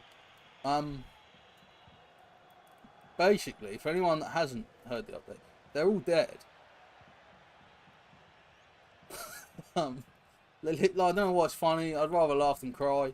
They're basically all dead. All the fish died. The corals didn't die. The snails didn't die, and the crabs didn't die. But all of the actual fish died in the heat wave. The tank got up to like 32, 33 degrees. It should be about 24, 25 really for them to be happy. And I think what happened is, as water gets hotter, it holds less oxygen. I don't know why that is, because I'm not a scientist. But yeah, all my fish were killed by it. It's very sad. The crabs have tails? No. Oh, I hit the post. I thought I scored, so I left it. No, crabs don't have tails. These ones are hermit crabs, so they pick up shells. So when a snail dies, the crab goes inside the snail's shell. I guess crabs, like hermit crabs, might have like a little bumpy bit on their end, but it's not really a tail. Hot air rises, yeah, that could be it, man. But yeah, when it's warmer, water holds less oxygen.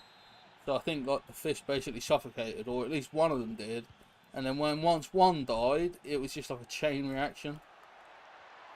And like, my fish tank's downstairs. I hadn't been downstairs since the evening before, so I don't even know when it really happened. Well, if you've got a squishmallow and you think if it's a crab and it's got a tail, it's probably a lobster. Isn't it? Lobsters have tails.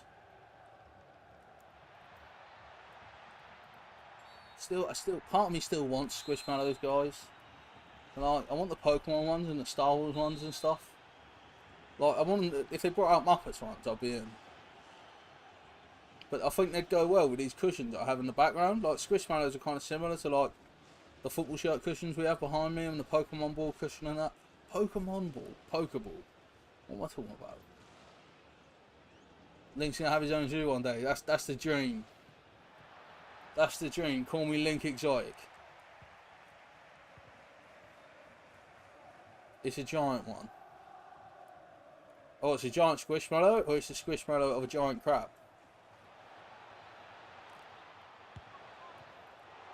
Like, you don't want to go around telling people you've got giant crabs. Not a good look.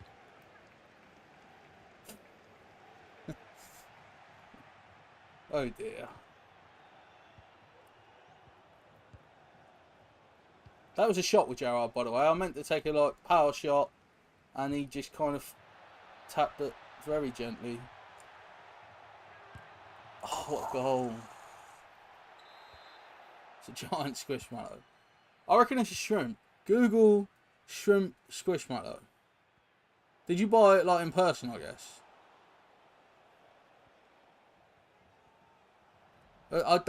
Didn't mean shrimp, I meant lobster. Might be a shrimp, but it's probably a lobster. If he's got a tail, it has to be a lobster, because crabs don't have tails. Although I feel like a crab is a better shape for a squishmallow, because crabs are like round anyway.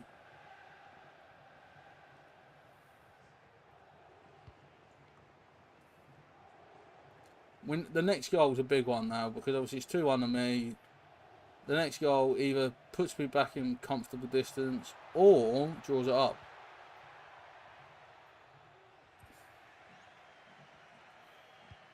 And the next goal was Kenny's. Oh, I thought it was a foul that.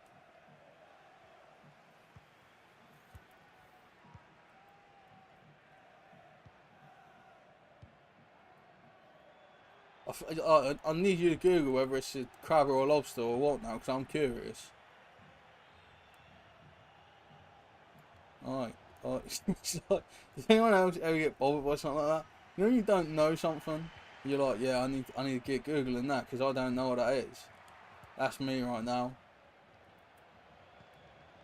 King Kenny. Oh. We're doing well though. Risa! It's a scorpion. Well, that makes a lot of sense. Because scorpions do have claws. And they do have tails. So, I don't know why you thought it was a crab. Because it had claws, I guess. Scorpion's cool. I didn't know there's a scorpion squishmallow. I've never thought about buying any squishmallows that aren't like the licensed ones, like the Pokemon and the Star Wars ones and stuff. Like I said, I don't have any. It's something I've looked at.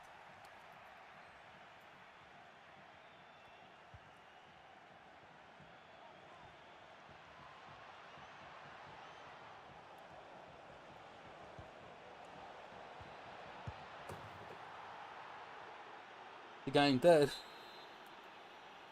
From Raheem Sterling. I feel like I need to bring out a picture of the Scorpion Squishmallow now, so we can all look and see what did we think it was.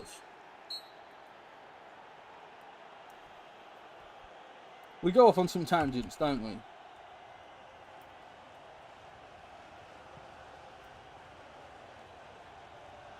Oh, it's pink.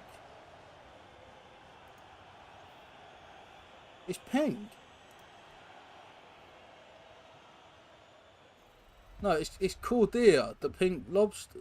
Oh, I need to change my screen sheet. Is it this one? That's a lobster. Right, it's not. It's blue. It's blue. But it doesn't have a tail.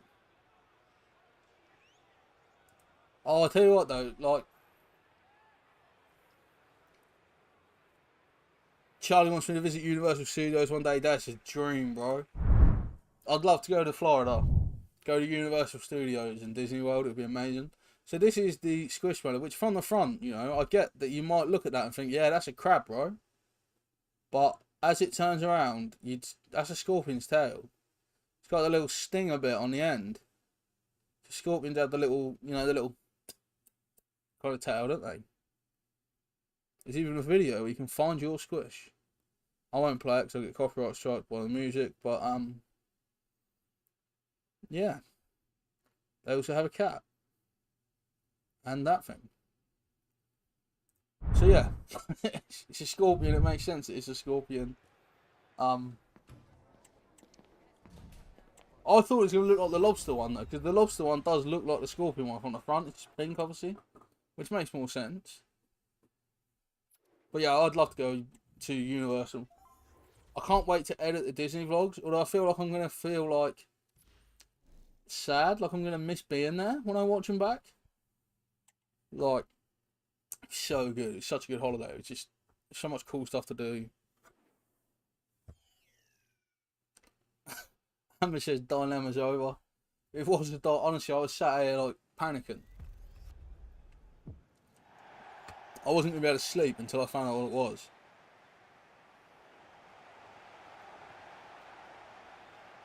I'm surprised. So they don't say on the label what they even are. Do they not have names, Squishmallows?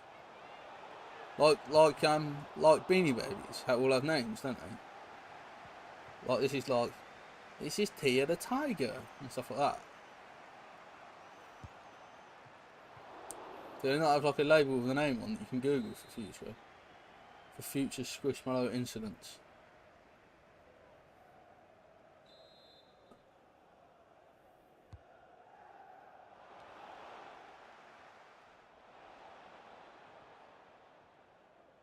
Oh, they do have names, just not their animal name. Oh, mayonnaise filth. Martin's up to date on the old Squishmallows. Love that. Do you have Squishmallows, Martin? Are you a squishy aficionado? What do you call a Squishmallow collector? It sounds like the start of a joke, but I don't actually like. It's not a joke. Like, is there like a name for like a Squishmallow collector? Do you know what I mean?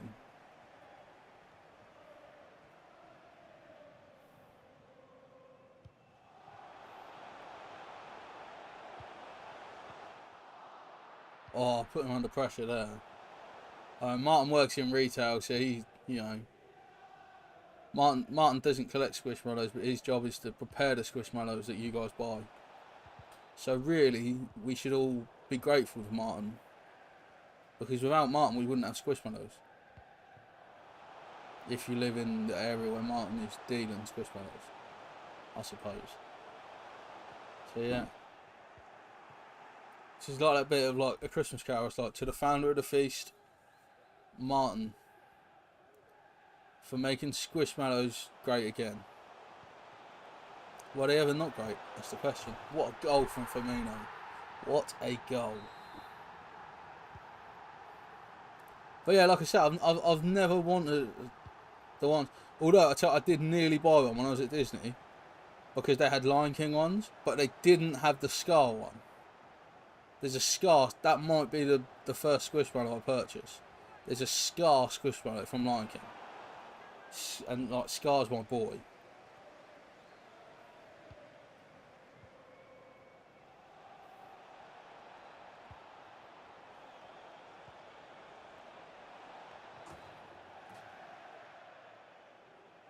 Martin says I've got to have the Scar one.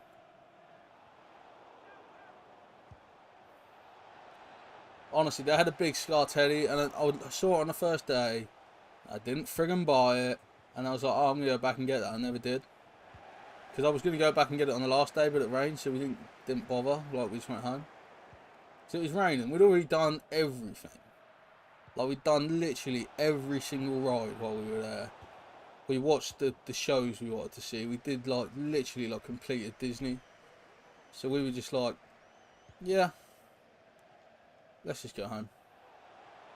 Because it was, and when I say it was raining, I don't mean it was like raining a little bit. There's like thunder and lightning going off, and like some of the rides were closed because of how bad the thunder and lightning was. Which makes sense, to be fair. Do you know what I mean? Like going on like a big, massive roller coaster made out of metal during a lightning storm is probably not the best thing to do.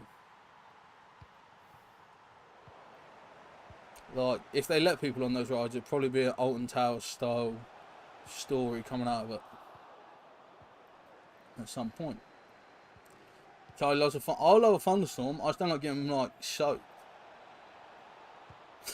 Like, the thing is as well, is it's not like if it rained on one of the days we were there all day, it's not too bad, because at the end of the day, you know, you go back to the hotel, you get dry, put some fresh clothes on, have a shower, freshen up sort of thing.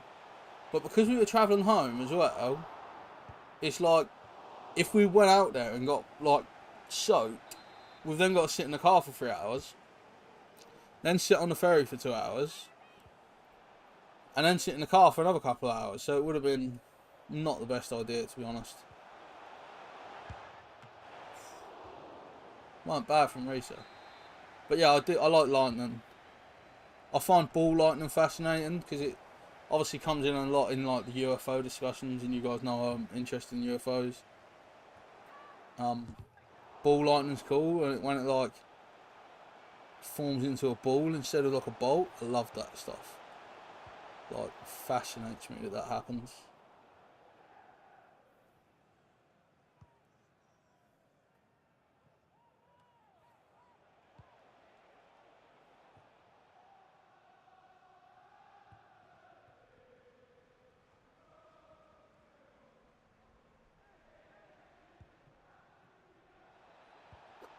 Have I seen any more UFO sightings? No. No, I had a little look out the window just in case. But I have been UFO free for almost a month now, which is good. Like, I don't have to be scared. I still think it was the moon. I'm leaning towards it was the moon now. Like, I would now say I'm 60% sure it was the moon. Maybe even 70% sure it's the moon.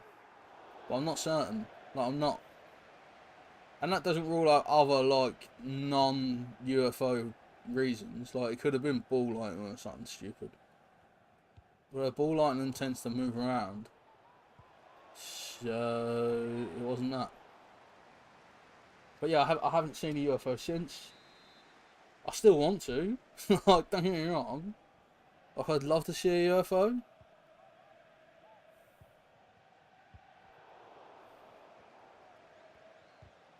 I just watched this weekend the latest series of American Horror Stories.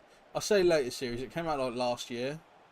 But I only just got around to watching the latest series, and it didn't have any UFOs in them, so I was disappointed with that, because I like UFOs. Mind you, the UFO series of American Horror Stories isn't the best one, to be fair. But yeah, the new series of American Horror Stories, when I watched it, was really good. Like, there's Kim Kardashian in, and I tell you what, she actually was, like, decent in it. Like, I wasn't sure what to expect, and I saw some people being like, oh yeah, Kim Kardashian's the best. And some people like, Kim Kardashian's awful. Can't they hire real actors? But yeah, honestly, I thought her character was interesting, and I thought her acting was like believable. Like, it's like, you don't have to be the best actor; it just has to be enough that I'm not looking at it thinking, oh, that's not the. Do you know what I mean? Like, it's not like so fake. But then I guess as well, like, not to spoil the show, but her character had some stuff that overlaps with her actual personality, and I think that helps. A little bit like wrestling, when like a lot of the best wrestlers, their character has overlap with their personality. If that makes sense. So like the Undertaker was really good at the Undertaker because he was actually an Undertaker, and he was actually dead. That came out a lot. No, that's not true. But like, for example, The Rock is The Rock. Like, his real personality, he's like The Rock, and like The Miz's real personality is The Miz, and Stone Cold Steve Austin's real personality is Stone Cold Steve Austin. Hulk Hogan's real personality is the same dickhead that you see shouting about Hulkamania. Hulk Hogan, it's just so weird because I don't like Hulk Hogan, but I can't stop watching it. You know what I mean? And he'll probably be happy with that because he's over as a heel or whatever you call it, but I don't like him. I don't like the guy.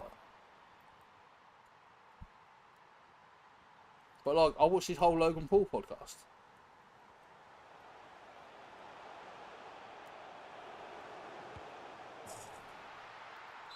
But yeah, I think with an actor, if they play someone who resembles them in real life, it's a lot easier.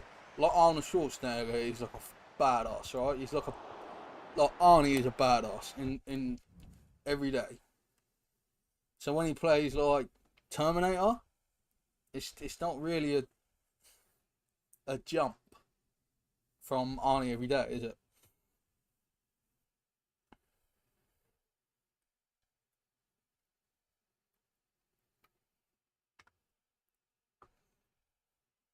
Which is why Tom Holland's such a good Peter Parker as well, because Tom Holland is like a little bit of a geek. Peter Parker, a little bit of a geek.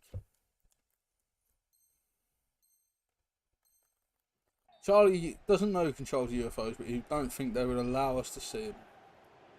Yeah, I think as well. They've got to be a lot more intelligent than us if they can visit. Like, I would say UFOs 100% exist. Like alien aircraft, I personally would say they definitely exist. But I wouldn't say they've definitely visited Earth. Do you know what I mean? Like, the universe is so big, there's definitely another species out there that's been to their moon or something like we have. Do you know what I mean? Whether they can come to Earth and then go and stuff, I don't know. I'm not sure. But there's definitely an alien in, like, when you think of how big the universe is, there's one out there somewhere, isn't there? been around the block.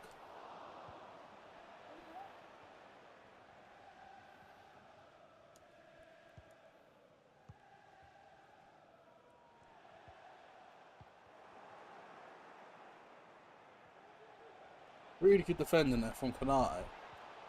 Because I closed the space, which is what you got to do. You got to close the space so they got nowhere to go. Firmino, make a run. Oh, I just want Firmino to run wide there, and I can just dink it up the channel. He didn't want to go wide. He's sort of staying stationary, central. If he ran wide, he has the whole channel to run into because the fullback's out of position. Why would they come to Earth? What do we have as useful for? I think we're entertaining. Like, I can only assume if they do come to Earth, they're just doing it for a laugh, and do you know what I mean? Like, for the crack. They're not coming here for anything serious. Because if they were, again, I think we'd know about it. Do you know what I mean? Like, if they were coming to us, like, some people are like, oh yeah, aliens are trying to breed with us and stuff like that, aren't they? But like, if they were doing that, you'd know about it. Like, do you know what I mean? If there was a mass alien invasion where they were trying to copulate and reproduce with humans, like, you'd have found out by now. There'd be a lot more witnesses than there is.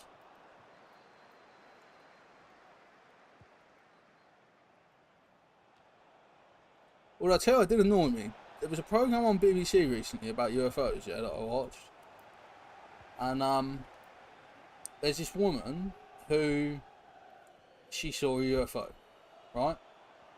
She saw what she believed was an alien spacecraft, and she claims it beamed her up, and then she woke up looking in her bed, and so she was literally claiming she was abducted, yeah? But on her head, she claims, she had like a, I'd say like a penny, as in like a coin, not the person from Big Bang Theory. She had like a penny sized bald patch on her head. And she's claiming that they put a microchip or something in her. And the presenter's like, have you ever had it x-rayed? And she's like, no, I'd love to. Make it 6-1, 20 quid is mine.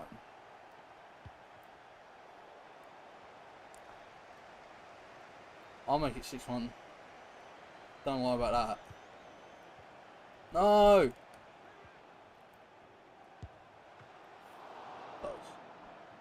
But yeah, she's got this penny-sized ball patch on her head where she claims she's implanted, and she's like, the presenter's like, well, have you ever had an x-ray to check what it is? And the woman's like, no, they won't do it on the NHS because it's not, like, for health reasons. And I'm just like, why don't BBC pay for her x-ray?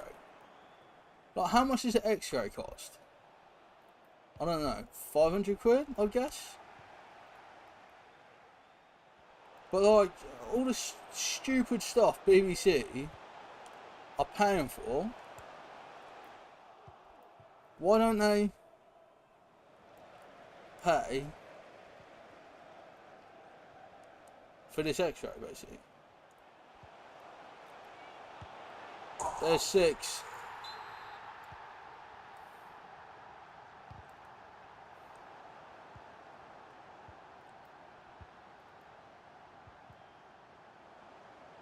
But yeah, I don't get it personally. I really don't. Like, BBC literally have this person who thinks she has a freaking alien chip in her head, and she's like, oh, I can't afford to have an x-ray, but I'd love to. Yeah, Amber says that as the whistle blows.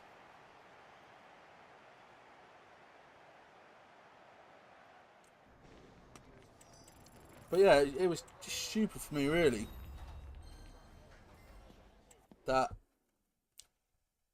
they didn't x-ray her. But how much is it x-ray? I need to know now. It's only a head x-ray, so it's not like a big x-ray, is it? Head. I guess it's skull x-ray, not head x-ray, right? Skull x-ray cost.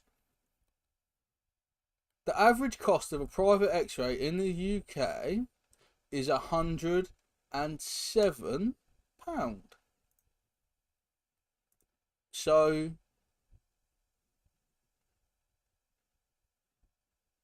like,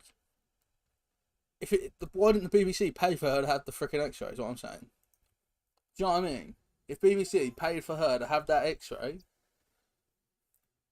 we'd know. But she did have the bald patch, and whether she just shaved it the morning of the interview and said that for attention, I don't know. But when the X-ray is only £107, like, surely, like, part of me wants to pay for her to have the X-ray. Mark says, so it was on a BBC documentary about UFOs in Wales.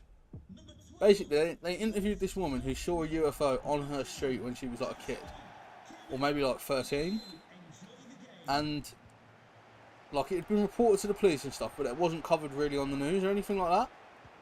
And she basically went up the street, knocking on everyone's doors, asking if they lived there in like the 90s or the 80s.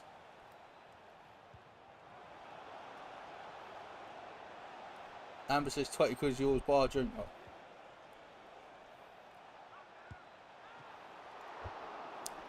Did you put it in my bank, or did you do stream? Like, you sent me money, Amber? Thank you, but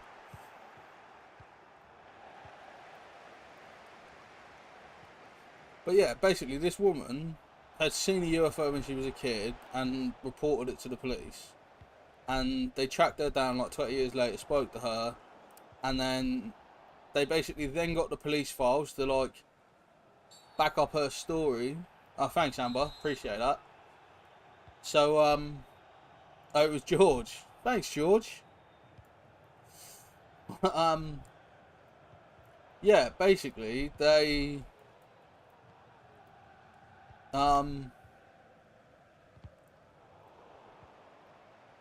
they found this woman, they listened to her story, they got the like archived police files to check her story against what the police had been told at the time. It matched up. You know, they went and knocked on like other houses, and they met this guy who's like, yeah, I remember that. Yeah, it was, and he described it, and he described the same thing. No, do you know what? Rendlesham Forest UFO encounter is going to be a YouTube video. I've been meaning to film it for, I reckon, about 2 years now. Rendlesham Forest UFO like trail is something I definitely mean to do.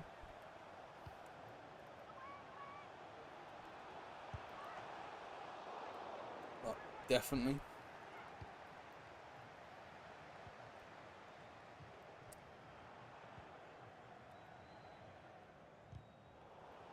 Have you done it, Charlie? The funny thing, like, I've watched like shows about Rendlesham Forest, and I watched this show called Ancient Aliens, which is, don't get me wrong, it is a bit ridiculous, most of it, but some of it is interesting. It's all entertaining, which is why I watch it. Like, entertainment is what it's about, isn't it? But they had a bit about Rendlesham Forest on Ancient Aliens. I was just like, whoa, that's near where I live. I lived in Ipswich at the time.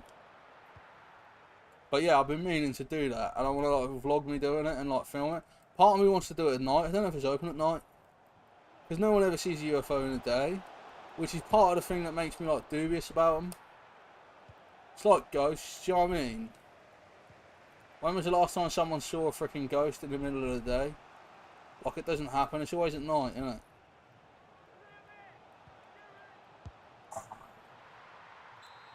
It's always at night, and it's always in a friggin' basement or somewhere.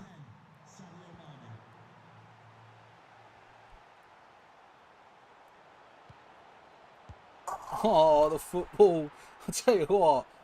Charlie says the encounter's brilliant. I'll have to do it. Is it open at night? 'Cause it's just a thing you walk, like a trail you walk along, yeah? You don't have to get like a ticket or like a tour guide or anything, do you? Or...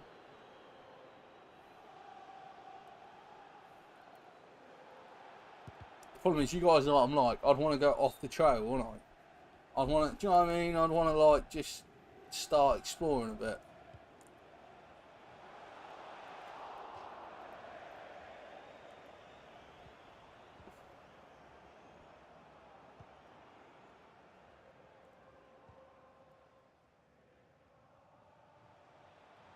It might have changed. Charlie did it 10 years ago. I don't know why I've never been. I've been to Rendlesham Forest as well. I just haven't been to do that particular trail.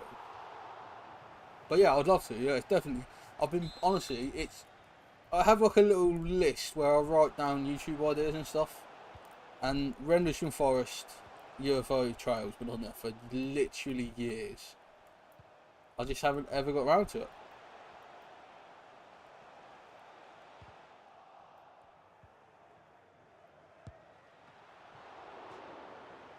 Like I've got a professional YouTube camera I got sent to review, which I haven't reviewed yet. Like I've got so much stuff to film. But also I've got so much stuff to edit. Like I've got like hours and hours of footage of me at Disneyland that needs to be edited.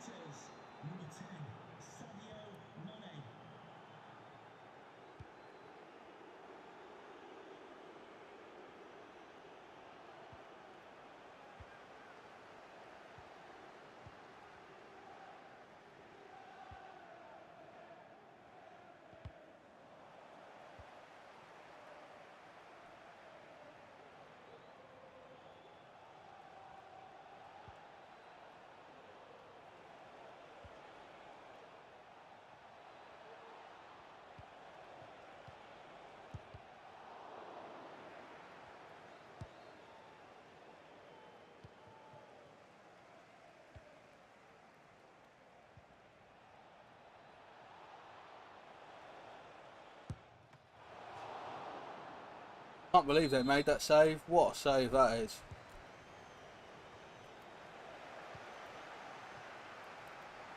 Oh, Canate. I want to switch to Canate and then it switched back. Trent's got it though. Oh, it's Mane, not Canate. Because it was like centre back, I thought it was Canate. Mane being a team player, I love that.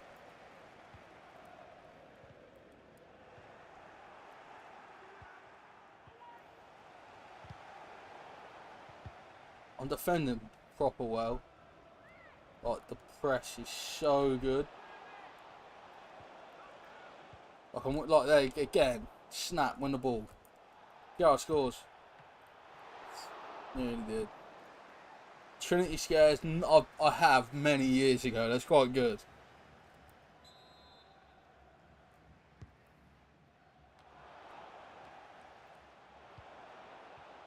But I don't particularly like them Halloween things with the actors in. Because I don't like people touching me. Like, I hate it. Like, people I don't know, like, don't touch me. And a lot of them, like, scare actors are a bit weird like that, aren't they? Like, I got in trouble at Fort Park once because one of them scare actors kept touching me and I told him to stop, basically. And it ended in what I would describe as a scuffle. That's what I describe it as. Which I'm not proud of, but I'd had enough. You know?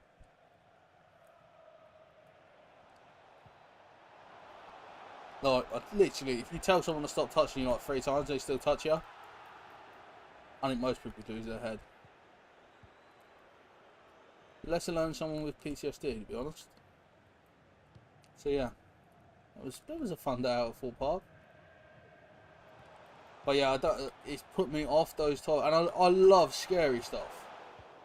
Like, absolutely love scary stuff. Like I said, I was watching American Horror Stories this weekend. Like, one of my favourite bits of Disney was Tower of Terror, which is like, basically it's like you go in an elevator inside a like haunted hotel, and like it basically just, the elevator just goes up and down. Although there was one point where I thought I'd actually died, right? Because the person next to me, like one side of me was my niece, the other side of me was like some woman, and they were both scared, and my niece was on the end, so she didn't have like a handle to hold on to. and this other woman had already asked me before I realised if Brooke didn't have a handle, if she could have the handle. So I was like, yeah, you can have the handle, no problem, I'll be alright. Because I didn't have the handle, like, I literally got lifted out of the seat, and I mean that, like, not in like a metaphorical sense, like I was flying, because the thing drops down like that, and you don't have like a shoulder harness on, you just have like a lap belt, and I just went like the elevator started going down, I just stayed where I was, because like the belt pulled me down, but it kind of like extended a little bit, and I was literally like flying in the air, like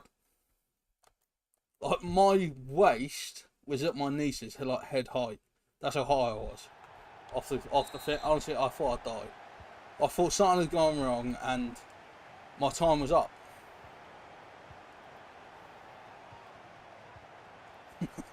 Honestly, I thought it was over. But I liked that ride. It was really good. I went on it a couple of times, but it did make me believe I died at one point. So yeah, I love scary stuff. I just don't like them people. I don't mind actors. Like, also I don't mind it. Like if they tell you they're gonna touch you. Like I went to London Dungeons years ago, and like this woman put me in like a thing they cut your head off or something, or like, do you know what I mean? Or some like torture device.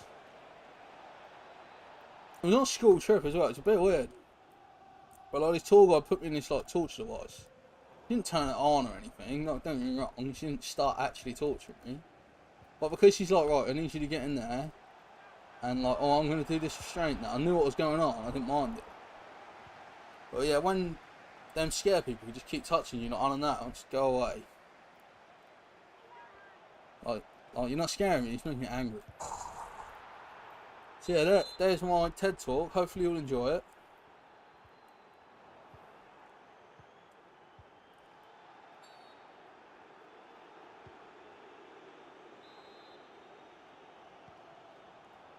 This is quite a casual little win. Look. What's that 6-0 that beating me on? Is it corners? I haven't had 6 corners, so I score every time I shoot.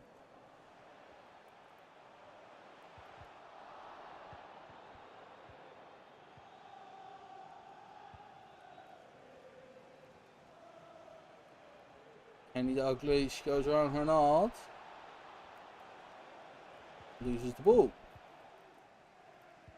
But yeah, I'm surprised this person hasn't quit, because it's like, I'm clearly going to win. Oh.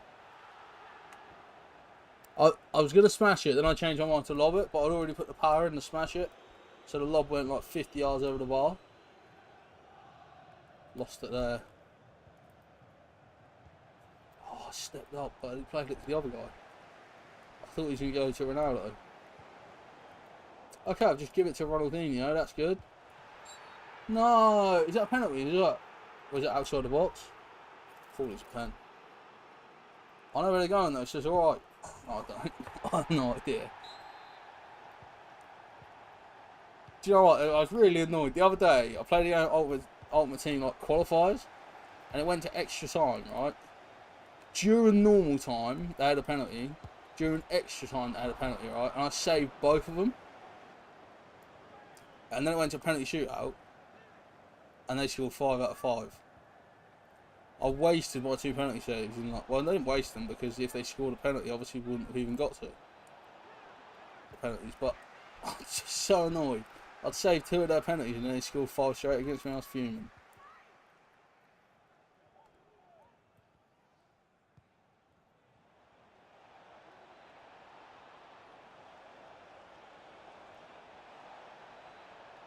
Charlie's favourite part was when he went on the teacups, got spun around, and they played creepy music. I don't mind getting spun around, I like that. I like the teacups. I'm a teacups kind of. I went on the teacups at Disney.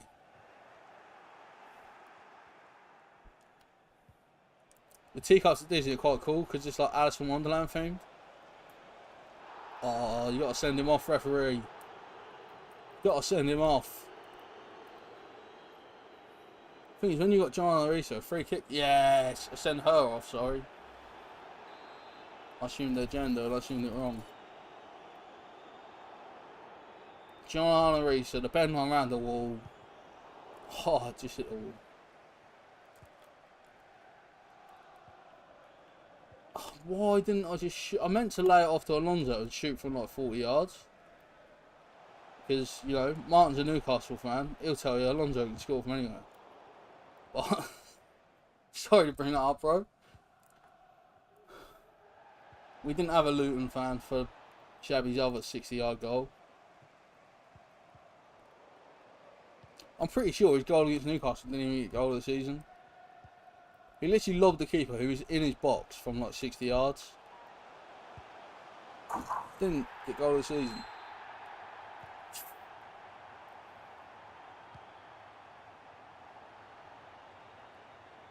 They think I'm just going to run the clock down, but now it's at Reese, we're going.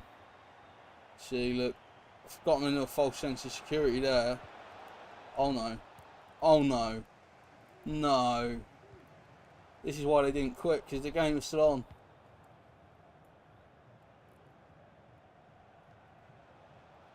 Got to stay in the corner, or do we try to score?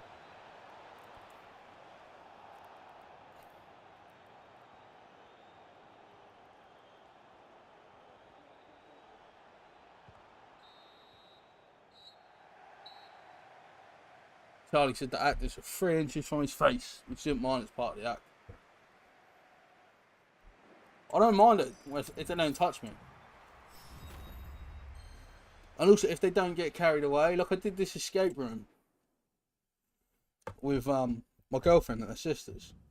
And like, I didn't know there was going to be like an actor in there, right? I say actor, I think it was just the geezer that ran the escape room.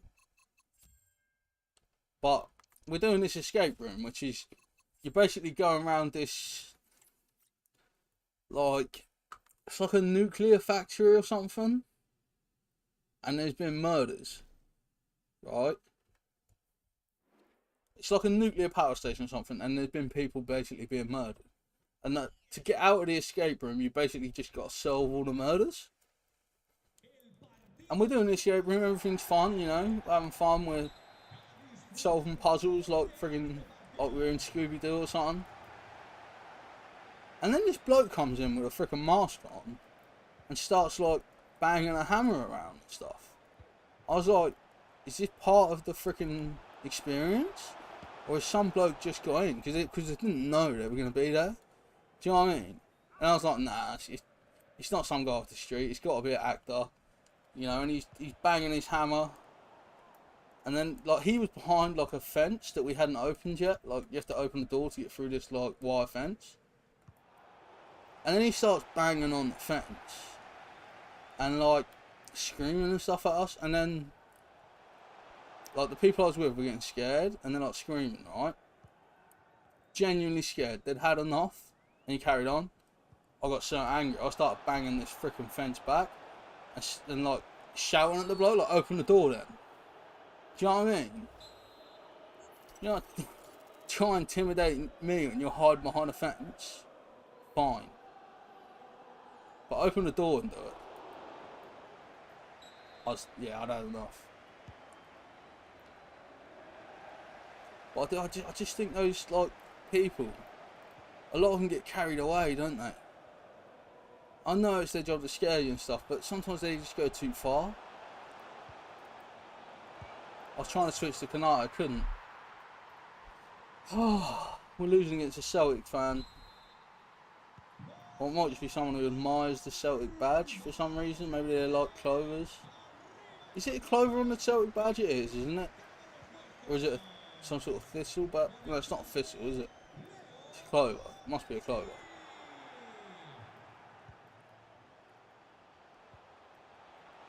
It's weird because you associate clovers with the Irish, don't you? But obviously Celtic is Celtic, which is like Scotland and Ireland together, isn't it?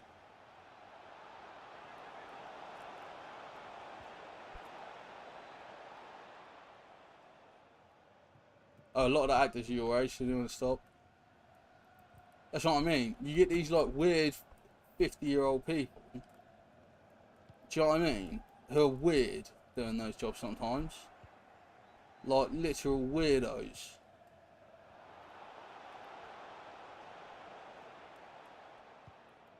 Worrying, something honestly, like I couldn't do it. I'd be too nice. I wouldn't be able to sit there and scare people all day. It's not. I don't have it in me. I don't even really like pranking people that much. I'm too nice. It's my problem.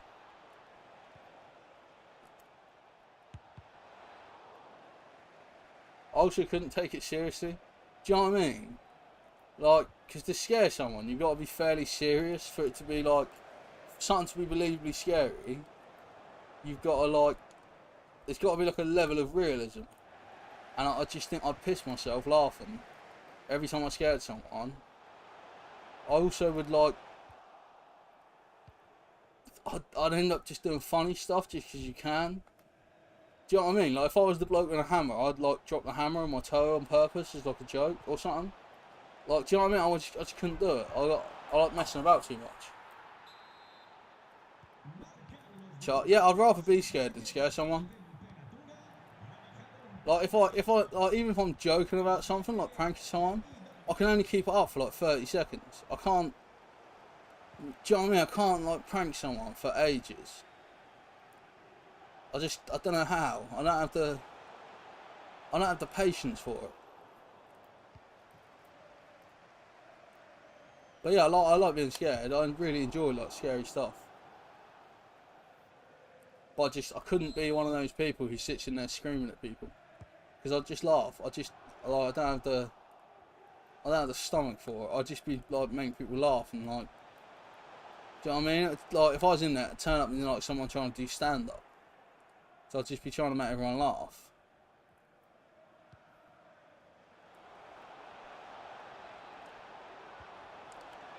Kenny can bury the game. Well, not bury the game, but Martin could do it for free. Couldn't do it, bro. The older actors are brilliant as well. Yeah, I think Trinity Scares is quite well regulated as well. Like, my understanding of the one at Fort Park is that, like, I did it like when it hadn't been open very long, and my understanding of it was they had like staff who hadn't been hired as actors. My understanding is that like regular staff were asked to like dress up and scare people and stuff.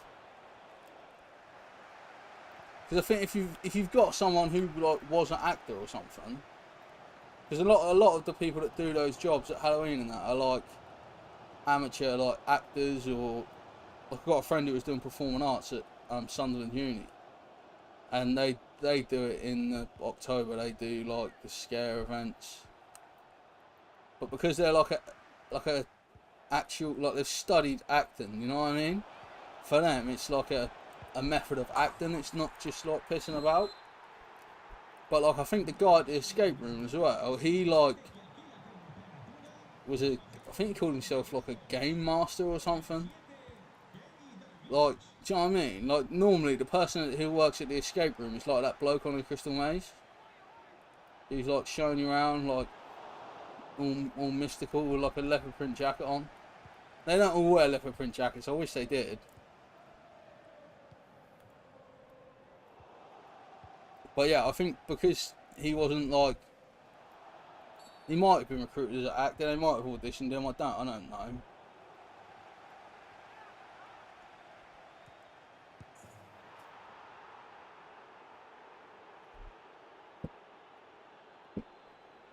But yeah, it was you know, decent experience, other than when they go too far.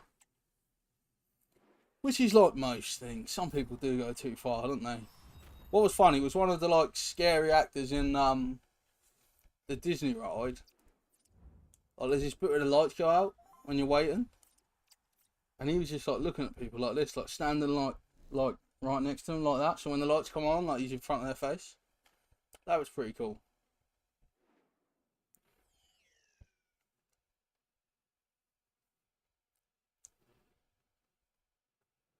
A lot of the actors are younger recruits. Yeah, I assume a lot of them are like drama students and people that study drama trying to get work experience, you know what I mean?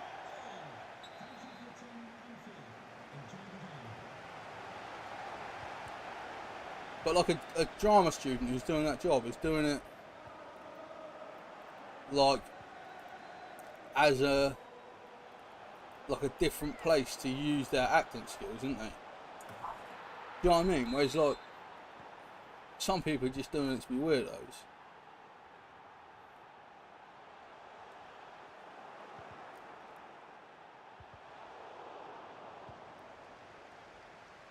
Steven Gerrard filling in at right back.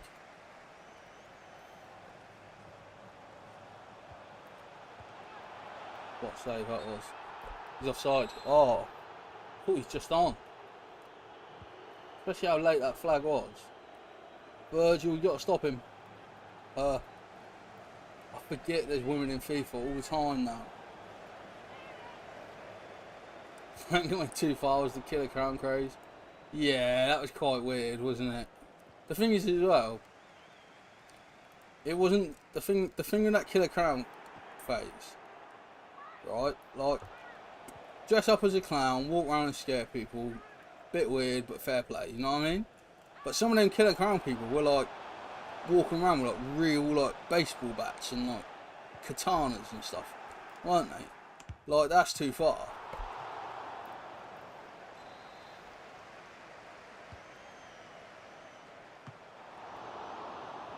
Just couldn't get there.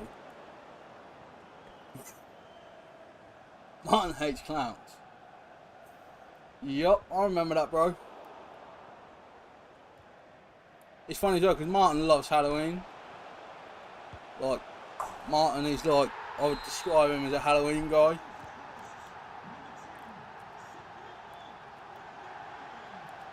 But I do remember every Halloween Martin's being like, look, if we see a clown. And also Martin being like, please don't dress up as a clown, Reese. You know, don't dress up as a clown. I actually like clowns. I've never understood the why clowns are scary. Like, they're just funny people, like squirting water out of a flower. Do you know what I mean? But I think that's like all fit. I'm scared of frogs. Do you know what I mean? Why am I scared of frogs? It's stupid. That person got sent off last time we played against him as well. I don't like where Reese is positioned because I can't see the line. Sorry, John. But if I can't see the line, Trent will have to take it instead. Oh, it's close.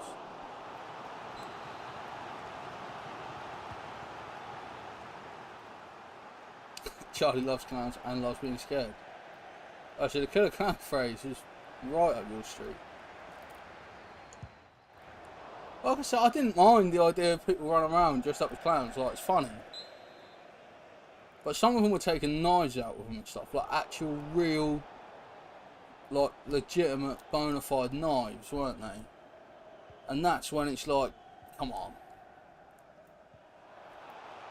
What are you doing with your life? Alisson Becker's ball.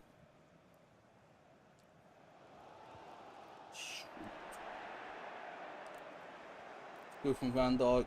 Pushed them right up the line. No! Charlie loves Halloween as well. I enjoy it. Like, you know, we did some Halloween videos on the channel. If you go back into like the early Lincoln archive, I did these like, I don't know, kind of like skits, I guess you call them maybe, where like I pretended I was getting visited by Satan, and he was bringing me these like world's hottest chilies to eat.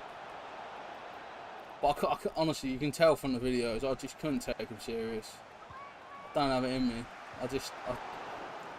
I like messing about too much to be scary. I can't do it. I like laughter too much.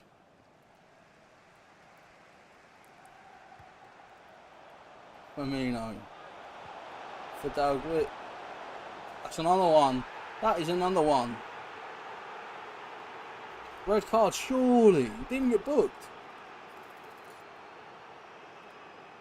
This is where I've been taking all my penalties recently and they've all gone in, so.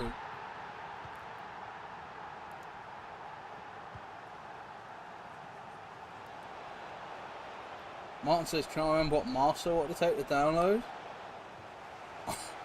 I don't remember, but it probably was funny.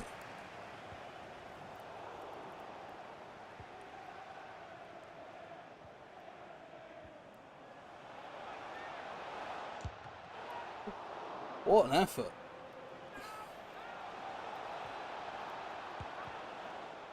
I've got to defend better. Like they've got 10 men, so we can win. Because there's this gap at the back, look, from where they've had a defender sent off.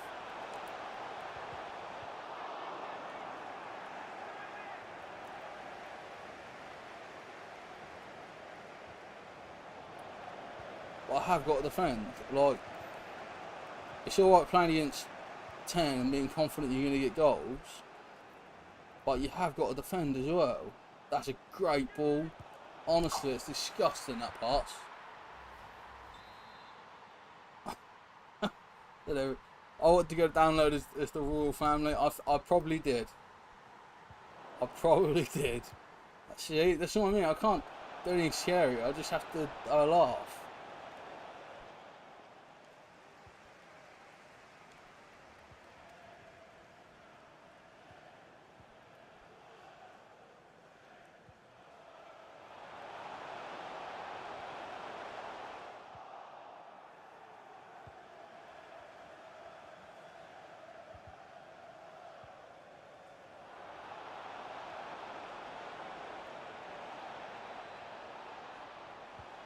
I'm just trying to make the chance a small chance. If they get a chance there,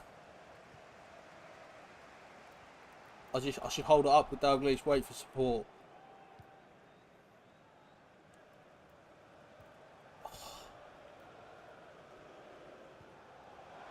Charlie, that's a long message, so I'll wait for the ball to go out a little bit. Charlie pranked their mate, who was once terrified of killer crowns, went to his front door, notified his parents that this prank was going to happen, which makes it much better. Knocked on the door, he answered, got scared, chased him in his house. Fair play.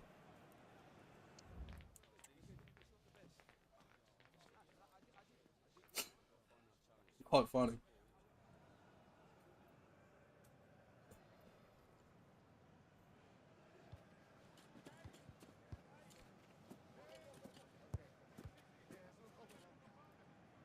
I've just realised at this point in the stream, I haven't told you all to like the video yet, but we have 9 likes. So thank you to all of you wonderful legends out there who have liked the video. And if there's anyone out there who has not liked the video, do it now. As Arnold Schwarzenegger once said.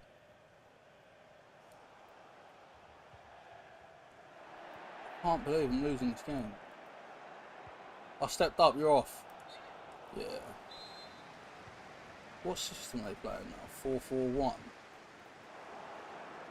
I think they're playing 4-4-1 and I know they're still going to get chances because of how bad my defending's been. No! Take a bow, daughter. That was a sick goal.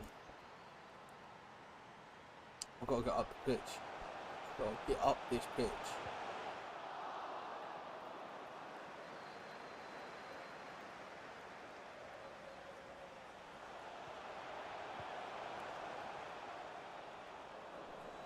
I can't believe we're not winning. Especially with them down to 10. Oh, if I lose this one's going to be one of the games where you know, games you lose in the season, and at the end of the season, if you don't achieve what you wanted, you think back. As a Liverpool fan, it's normally involving Crystal Palace. That was outside the box, so it's a red card, surely. Is it not? How is that not a red card? Can't, oh, it's a penalty, that's why it's not a red card. Same again. So yeah, the reason it's not a red card is because there's a rule in football which is called the double jeopardy rule, which basically means if you get a penalty, the odds of a red card are reduced because there's like a list of things which excuse them from it being a penalty.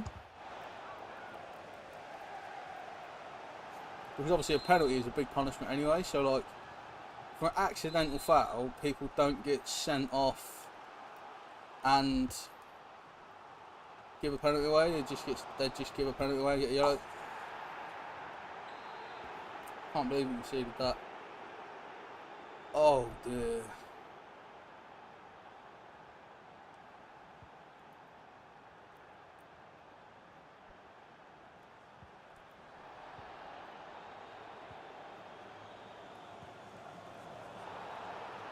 Pass the ball! How's that a foul?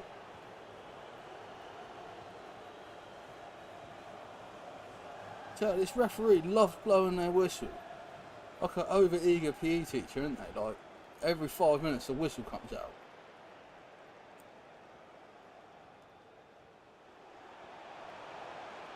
Mane to the byline. Gerrard. Alonso! Come on, we're back in this. There's only one goal.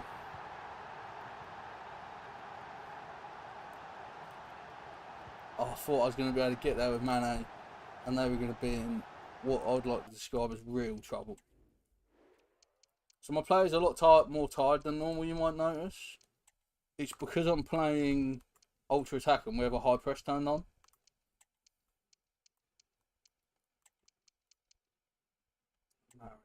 Is Firmino got more energy than Alonso? Not quite.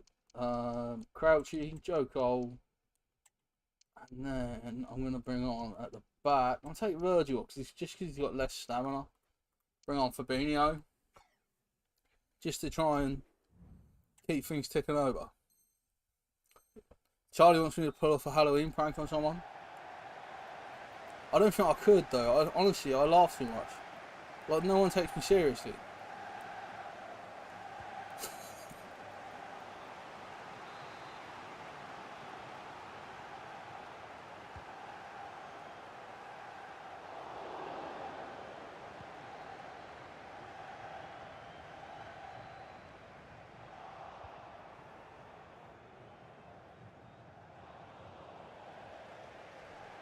I've got to try and get forward quick.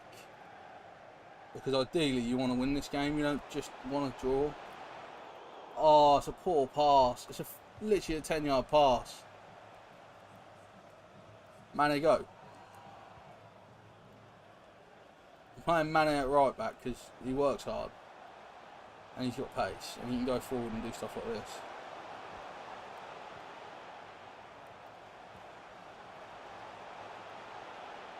Oh, sat the defender down, but it still hit him. What can Fabinho do? Oh, it's great. Oh, I've given him the ball again. I swear, we've not had much luck in this game with stuff like that. Like their goal, which just the ball's bouncing around the box. Peter! He went for an overhead kick and I bottled it. I pulled out and changed my mind. I don't know if you could see it. He literally shapes up for overhead kick and I bottled it and pressed X. I was like, nah, stupid idea that. 2 metre Peter running down the wing. Oh, I've hit the post! Unbelievable! That would have been the scrappiest goal of the season. Take a picture yourself, print it off, fill a jar with it, put it in a jar, and yeah, people like that.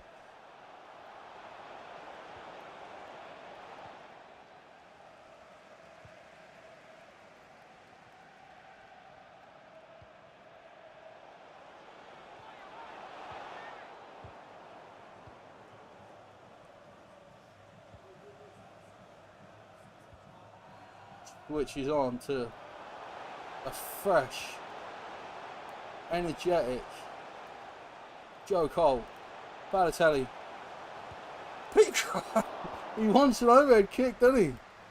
He's gone for it again. Right, we turn all the attacking stuff on. Let's overload the box, get our fullbacks forward. They could kill me here. They still could. No, how's that a foul? They haven't hurt us with free kicks so far, though, to be fair, so don't panic about this. This is going wide.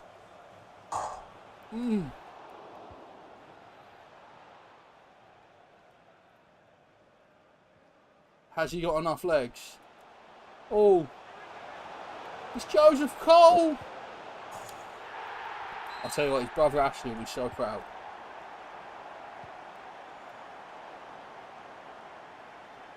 Is Ashley Cole England's assistant manager at the moment as well? Is that a thing? Darwin for Gerrard. It's too many of Peter. Oh. Shoot.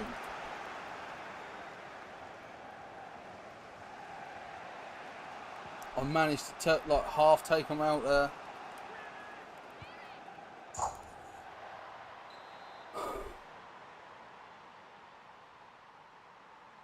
Charlie says, I mean you, as in you, anybody, not necessarily me because I'm scary. I appreciate the clarification, bro, but I tell you what would be funny would be like to do it to someone, but like put a picture of like their kid or something. Is that bad? Is that too far? Probably is, isn't it? I'll just say you can put a picture of their kid inside the jar. That's not funny, then, is it? Ah, I'm annoyed we lost that. I really am. Really, really am. How long have we been streaming? 2.5 hours. 1 win needed. Oh, why am I playing rivals? When do we... Guys, when did we start playing rivals instead of champs by accident? We just wasted ages of streaming.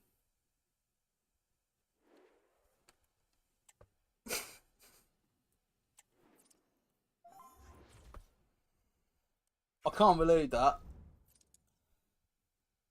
We still have 18 matches left because I've been playing rivals by accident. And I haven't even realised. I don't think I can get through 18 games. Oh dear. But at least we've been having fun. That's what matters, isn't it, guys, eh? How did I not notice the little foot champs thing and the word champions at the top? Not being there for games and games and games. Poor.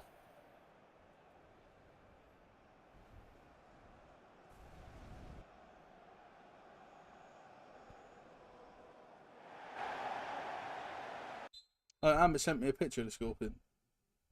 I've only just seen that.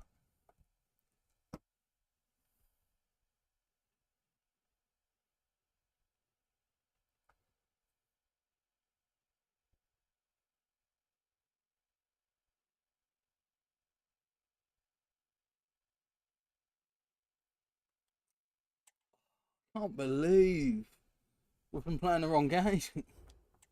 Oh dear. It's unbelievable that. Also, like, I hate it when someone quits a game and then you lose a contract. It's a joke. Like, someone quits a game before it starts. So you don't get any points, you don't get any fun. But you lose a contract and your players are one who right up. I wish they would just get rid of contracts in FC. Just literally get rid of contracts. They don't make any difference. Really, do they?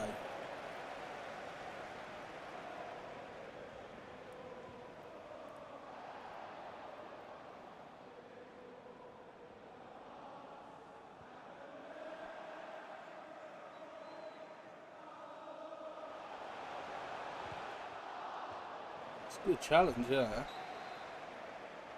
Reese goes to the back post where Dalglish is waiting. It's awful, that header. I think my mind is gone because of where, you know, like, we're playing the wrong game mode. Like my head's gone.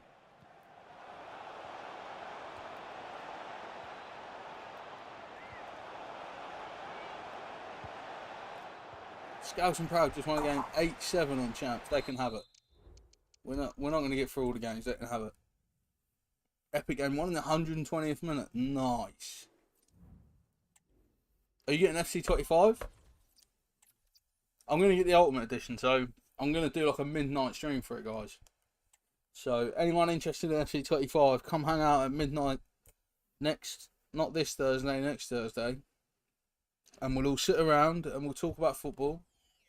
You pre-ordered the Ultimate Edition. Okay, so you'll probably be up at midnight unless you've got work. But yeah, anyone who's awake, come hang out.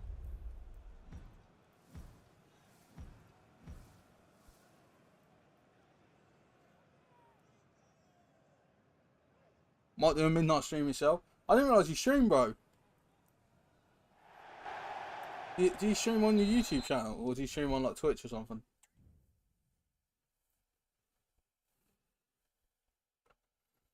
If you do, like, send it to me on.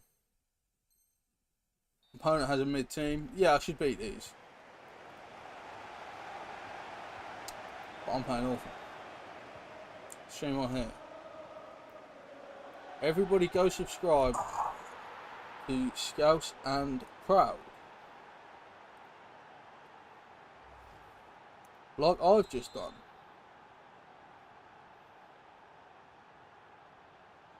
Okay? Everybody go do it.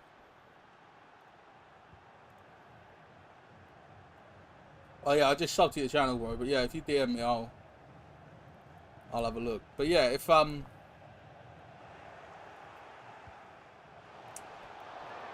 wasted.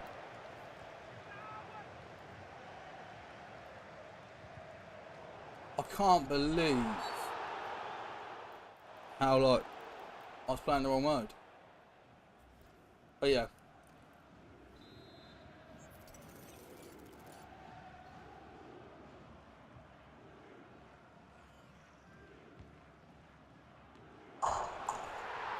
Kenneth scores, they've got 10 men.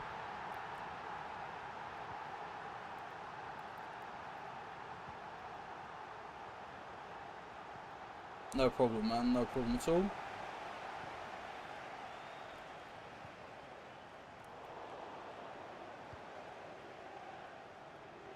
But yeah, anyone who's not streaming FC35 at midnight, if you're up, make sure you come hang out. Or even if you aren't getting FC35 because you're waiting for the standard edition, why don't you hang out, have a little head start? Does anyone know when the web app launches for FC35? It's normally like a couple of weeks before, isn't it? That's got to be soon, surely.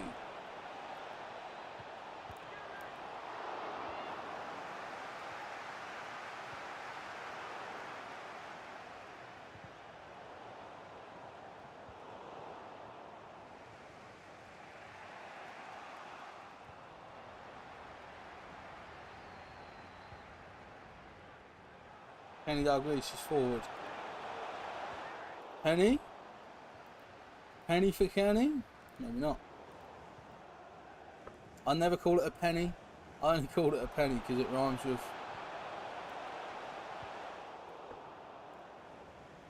Ah, nice. What console are you on? Are you PS5?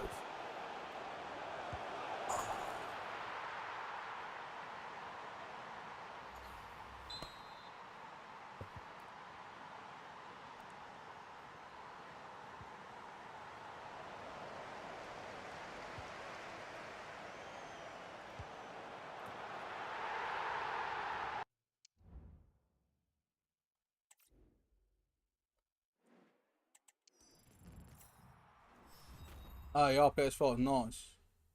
Yes, you are, my friends. Yeah.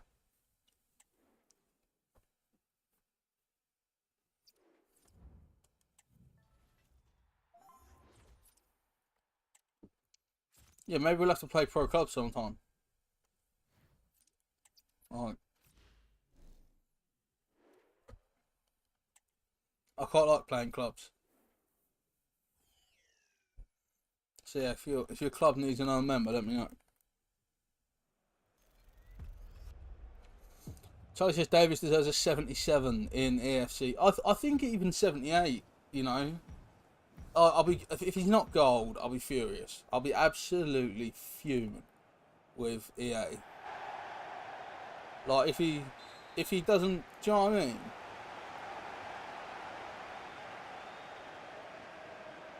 Like, if he doesn't...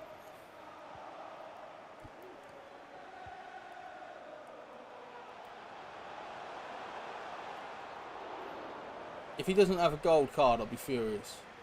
What was he this year? 72?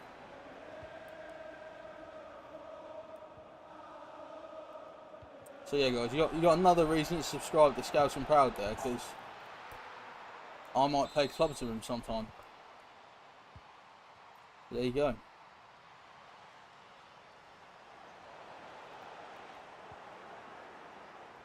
$74, yeah, he's got to be gold then. Surely. What's Morsey? 72? And he's going up to 76, so Davis might even be 80. Well, that's probably ambitious to ask for 80, isn't it? Not a goal, take the bow, take the points. You know, at club on 25 as well. Nice. Morsey 74, so yeah, he's got +2, so Davis must get +2 at least. I'm just wondering what we should do here, because there's a lot of games. To get the 24, if we throw 15 away, we would get there, which is not good rewards. Let's play another couple of games and just see. How many wins is this one? I've got the maths now. 6, isn't it? Is it 6?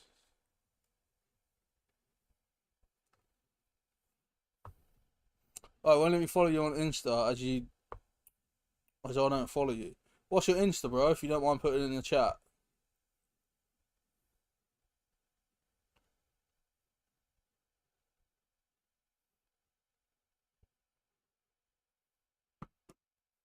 Is your... On clubs, I normally play up top, but I mainly play clubs just with my mate Chris, to be fair. I don't normally play clubs with that many people because most of my friends have Xbox or PS4 still. So I don't really play clubs that much.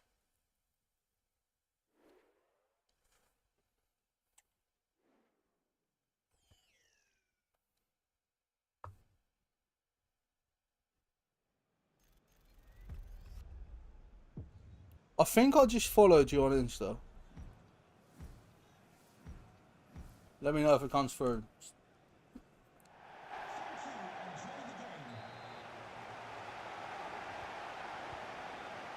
Oh yeah, you can join our club, bro, for sure. Yeah, I'll message you on Insta and we'll work it out.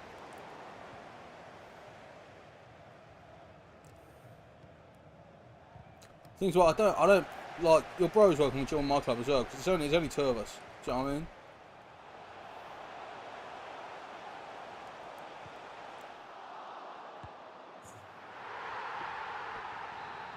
But yeah, if your mate only plays at the weekend, like you could both join mine. You're welcome to.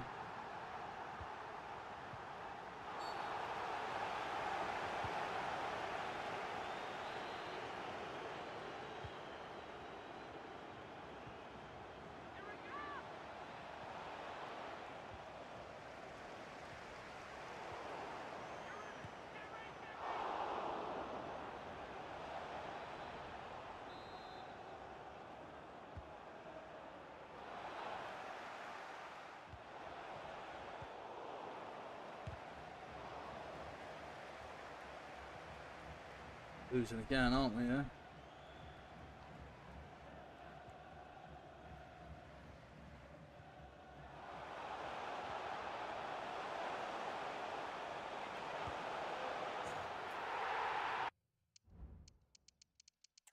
Run away. They can have the win.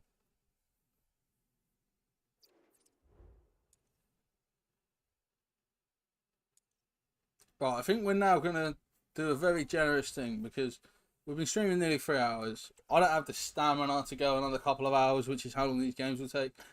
So we're gonna give away the wins in the rest of the games, I think. Unless they're a Man U fan. That's the right thing to do, yeah? Like,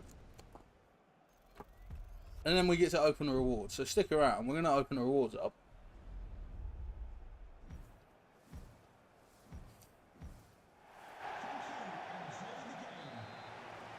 But yeah, I don't know why so many people switch to Xbox this generation. I think it's because they did the cheaper one.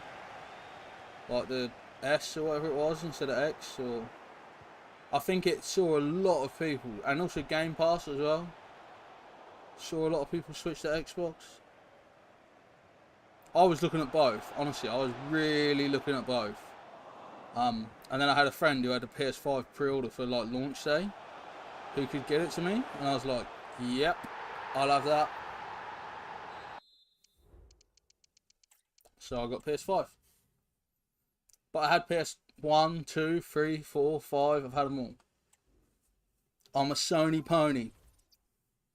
Even my camera's Sony.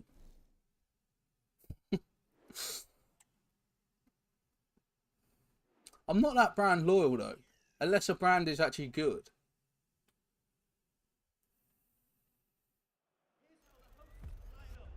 Charlie's on Xbox, but that's what they've used for 10 years. Yeah, some like when I was at school, I preferred Xbox. Like I had the original Xbox, I had a 360. I used to prefer Xbox, but my mates all had PlayStation when I was at school. And like going into college, all of my mates had PlayStation. So I kind of let them pollute me, and I got a PlayStation. So that is. Hi Jensen, how are you?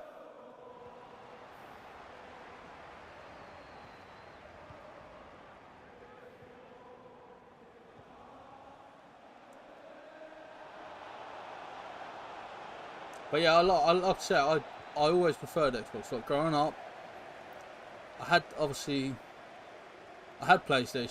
and I had Xbox as well. But I'm actually a Nintendo guy. You might not know, guys. Yeah, I'm a Nintendo guy. Like if I could only have one console, I would have the Nintendo Switch. It's definitely the console I play with the most.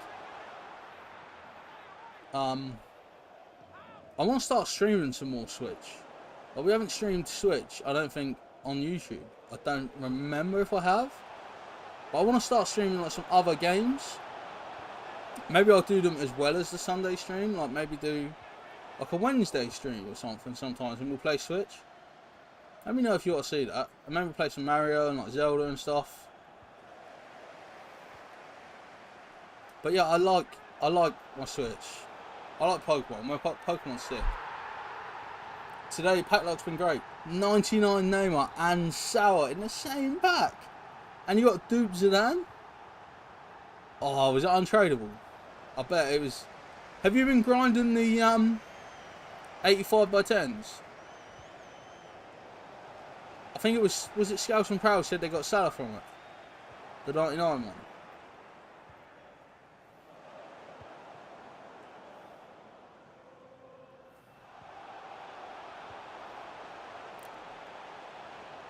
Yeah, grinding the 85. I might have to do something.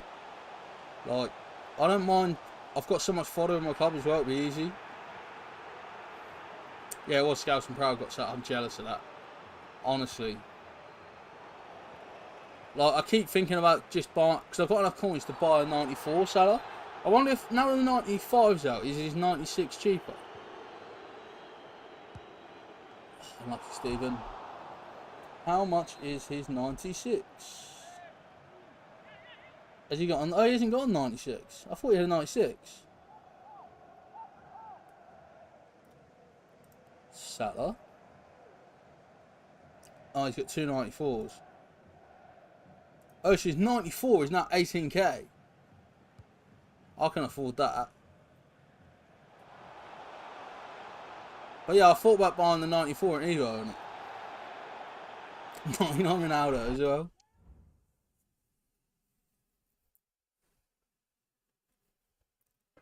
Xbox controller is so much nicer. Although, I think the PS5 controller is maybe better. just because of all the different stuff it does.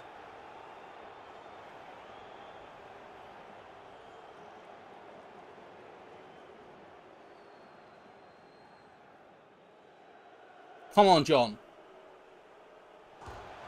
Oh, I thought I scored. I thought it was posted in, but it wasn't.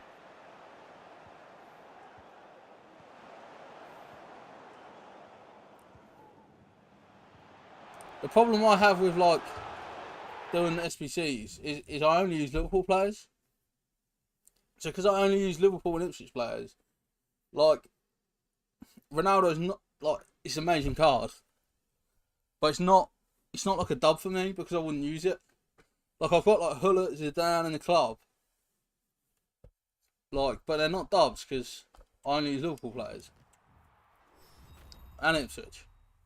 Jensen supports Liverpool as well. I love it. You came to the right place. You got the Liverpool flag there. It says "Ale." We won that game, although we were actually trying to lose. I kind of forgot we were supposed to be losing our games, guys. So stick around. We might actually have a go at this. We're only 3 wins. If I can win the next 3, that's what we always say, though, isn't it? You know what I mean? You always tell yourself it's easier than it is, don't you? But we are at that point where I think 3 wins are going to be there. Martin's surrounded by Scousers, and he loves it.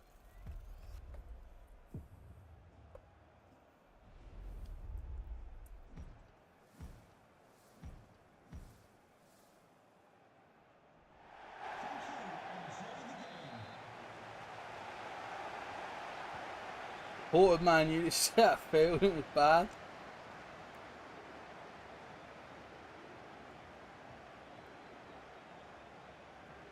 Liverpool fans definitely are the best fan base. I would never have. It's not just because I support them, like they are. If you think anything different, you're wrong. We have a penalty to go 1-0 up here. Martin's a Newcastle got good fans, but Liverpool fans are the best. Like, I'd say Ipswich fans are quite good, but there's a lot of whiny ones. Do you know what I mean? Like the ones who whine that they can't get a ticket when they, you know, had attendances of 12,000 in League One. And then they're like, oh, I can't get a ticket in the Premier League. And then the Fulham game doesn't even sell out. It's 500 empty seats at Ipswich Fulham. But everyone's like, oh, I can't get a ticket, it's too hard. But then no one goes to the Fulham game because they don't want to see Fulham. Like, yeah, Sterling played for Liverpool in like 2013-14 season. That's why he's on my wing. Everyone I have played for Liverpool at some point. Or Ipswich. They either played for Liverpool or Ipswich. I just find it makes it more fun.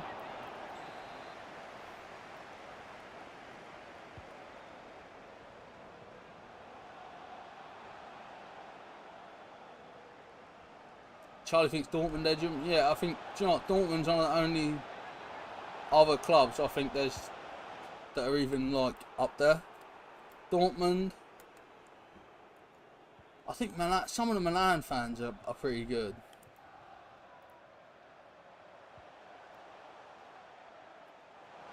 I think a few of the Portuguese clubs have got good fans. Like I played football with a Benfica fan. I think Benfica's got a fairly good following.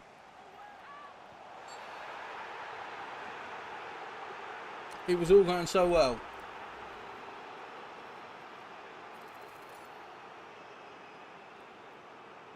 I hate Neymar's penalties because of the stupid run-up.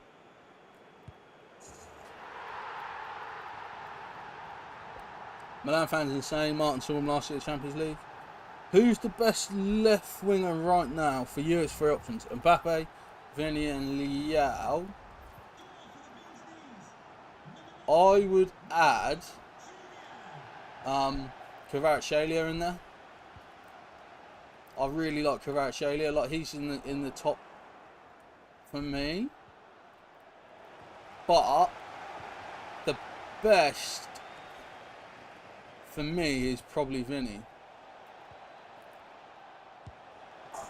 I think the thing with Mbappe is I like Mbappe as a striker. I know he plays left wing a lot, but I feel like he's a striker who can play left wing rather than an out and out left winger. Like at Real Madrid, people are like, oh, how are they going to play both of them? And I think they're just going to play Mbappe out top. Martin Leao, I think Leao would be probably fourth for me. I'd probably put Kvaratskhelia above Leao. I love Kvaratskhelia. Like, Kvaratskhelia is like a baller.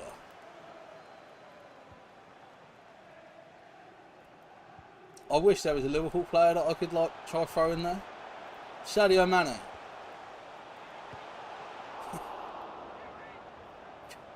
Maybe not now, but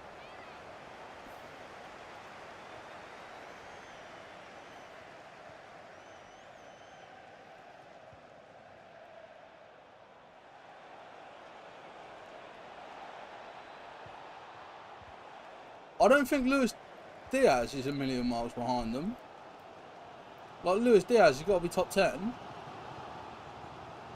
I think as well, you can maybe even put a case for Phil Foden being in and around the conversation. Perhaps.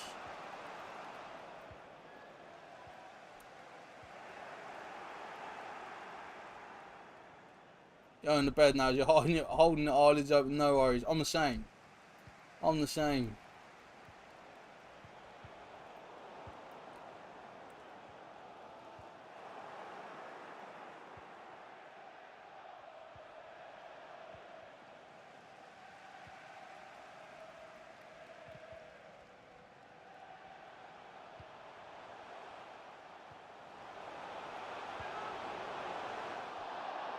Might have put Gordon in the top 20. He definitely has the potential to be up there, but I think like Diaz is better. I'd probably still rather have Jack Grealish than Gordon. Just about.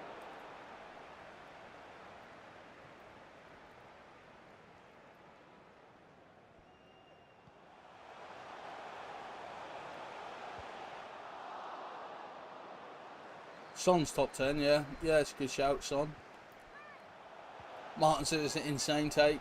I just think Grealish is better. I don't think he will have like a better career because Gordon's obviously a fair bit younger, isn't he? But like I know they both started for England last night. I just like, but then for me, you know, Grealish played as a 10 last night, didn't he? And I think Grealish is quality as a 10. I think 10 is maybe Grealish's position.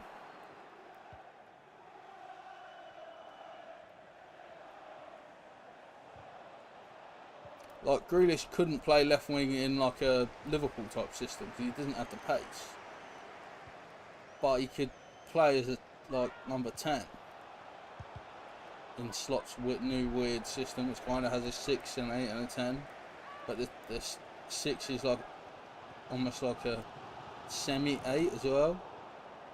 And the 8 is like semi 6 at times. It's a weird system. It's good though.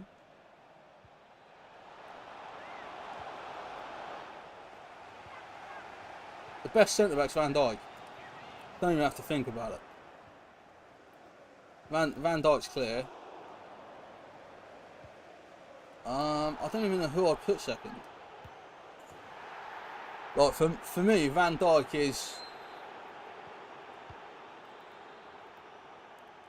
like Van Dijk's just, yeah, he's in his own level, isn't he?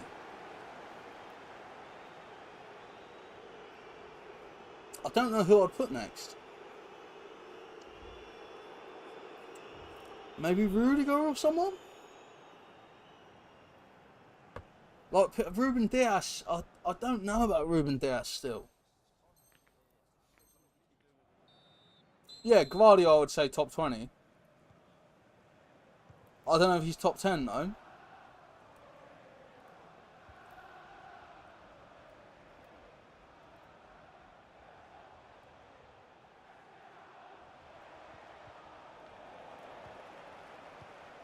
Yeah, Diaz has a bad game in him, doesn't he, and a mistake.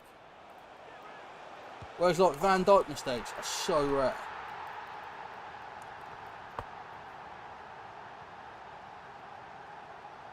I like Botman from Newcastle. I think he might even scrape the top 20.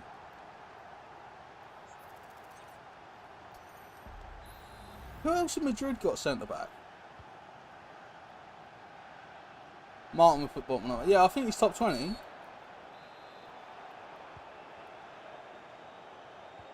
I like the Portuguese one, Inacio. I think he's good. I enjoy watching him. He can play football as well. But yeah, I think Van Dijk's clear. I think Saliba's top 20. I don't think Saliba's like top 5 though. People like, I don't know. Some people think he's better than Van Dijk, which I just think is stupid. Kwanzaa. I really like Kwanzaa. I've been sad that he's not playing that much. Like he's you know, I get why Konate came in that game, but and I do. I guess it's Konate's shirt to lose. Centre back's one of them horrible positions where you don't really rotate, isn't it? Like it's a bit like it's not as much as goalkeeper, but it's a bit like goalkeeper where, you know, if you're fit and you've got the shirt and you're playing well, a lot of managers just don't change it.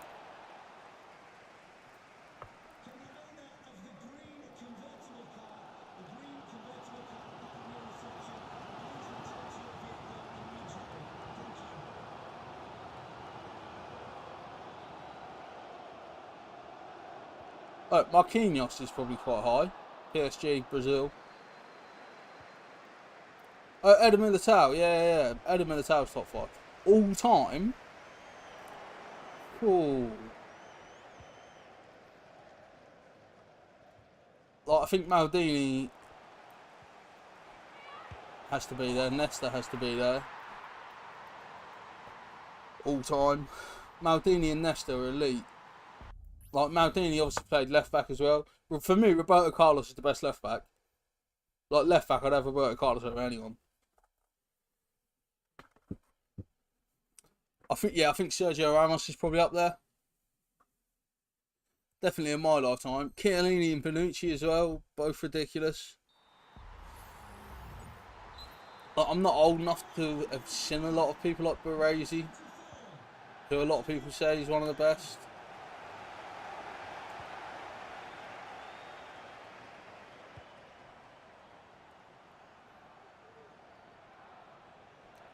I think one of the most underrated is Sami Hyypiä. Sami Hyypiä was so good. So, honestly, if he was like Brazilian or English, he'd be lauded. To be fair, Rio Ferdinand as well, actually. Rio Ferdinand, as much as I hate to say it, probably up there. I don't like saying it. Vidic is nowhere near. People talk about Vidic, but you just watch any game where he played against Fernando Torres.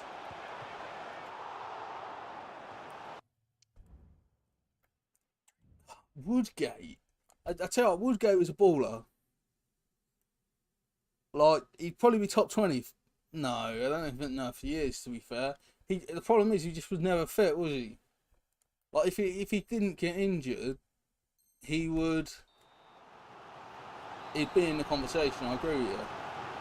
But it's not even just like, the thing with Woodgate as well is it's not even like,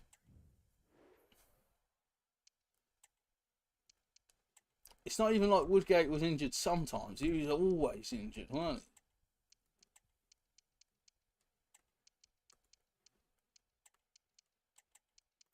Right, bringing on all the fresh legs. Try to freshen things up.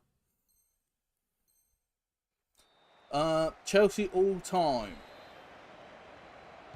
Kante is really good. Gianfranco Zola probably. He's in there for me. I love Didier Drogba. He's got to be up there. Like Didier Drogba, just... The thing I love about Didier Drogba is like big games. Do you know what I mean? You put Didier in a big game and he does jobs.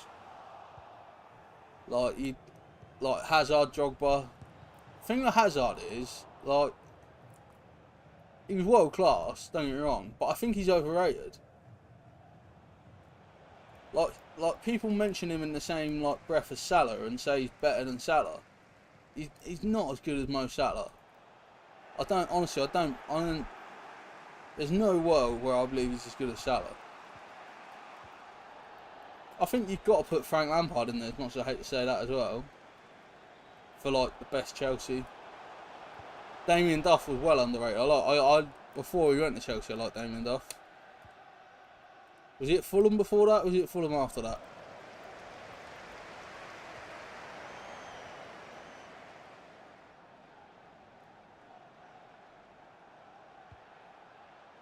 The thing is as well, I think Damien Duff was like born at the wrong time. Imagine if Damien Duff played now, he'd be a baller.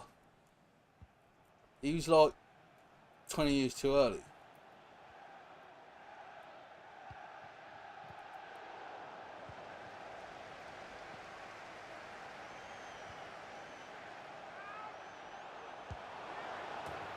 Couldn't stop him. Chelsea, Newcastle, Fulham, yeah, he's a good player. Best strikers of all time. Obviously Ronaldo, Cristiano. Obviously R9. Robbie Fowler. Like, I know people won't have Robbie Fowler in there, but for me, Robbie Fowler is the best finisher I've ever seen.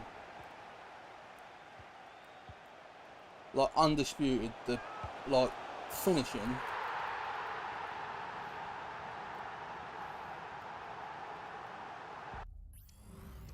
Like, Robbie Fowler's finishing was a joke.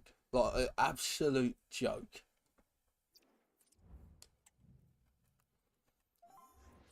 Like, I think the best false nine is Firmino. Like, Firmino, like, was so good as a false nine. But you probably wouldn't put him in the top strikers all the time. But a false nine, he's up there. I think Luis Suarez, you know, he's obviously polarising, but he's so good. Like, honestly, Luis Suarez is a joke.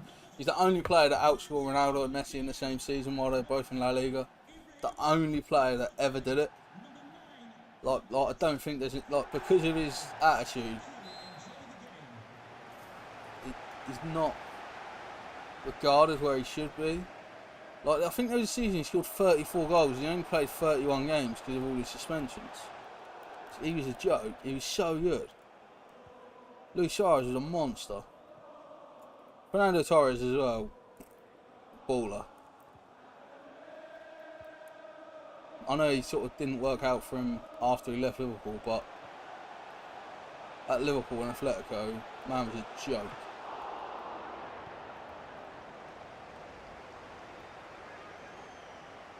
To be fair, I hate to say it, maybe even Michael Owen. Although I think Rooney is better than Michael Owen all round. That's the thing, Suarez is filthy. Got sent off.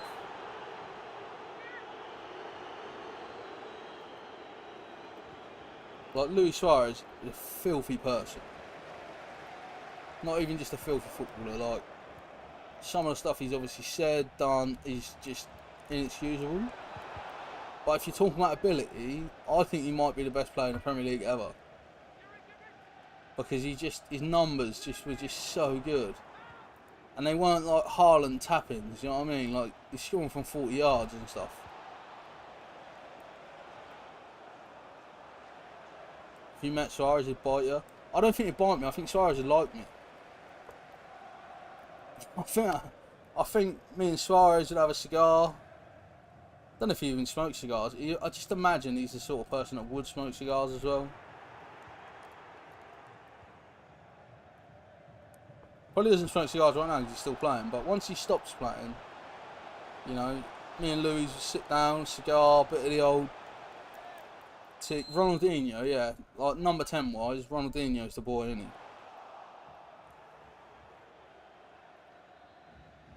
Like, Ronaldinho is just absolutely ridiculous. So good. The thing with Ronaldinho as well, though, is his football ability was just so high. And I think like, it's forgotten a bit nowadays. In terms of, I should put the Trent in the Evo. Yeah, I didn't know there was an Evo. It's only just come out. I played against someone who had an Evo Trent, and I looked at it and thought, oh, is that my Trent?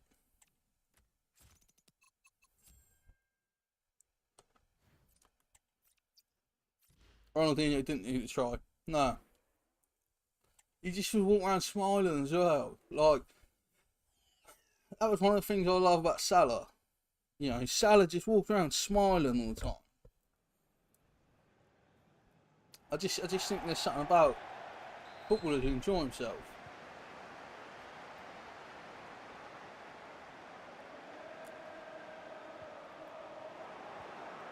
Oh, this guy's got Ronaldinho, talk of the devil, as they say. Talk of the devil, he shall appear.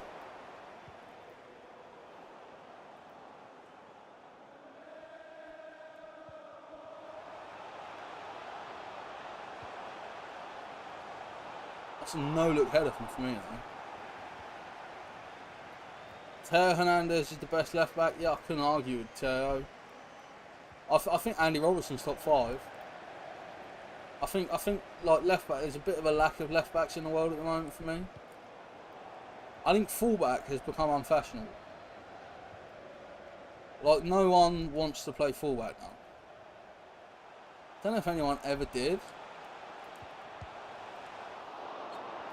But like most full-backs are like failed wingers, or they're failed centre-backs. Do you know what I mean? Like Jamie Carragher said, no one wants to be a Gary Neville. They're all either people that weren't good enough to play centre-back, or they weren't good enough to be a winger.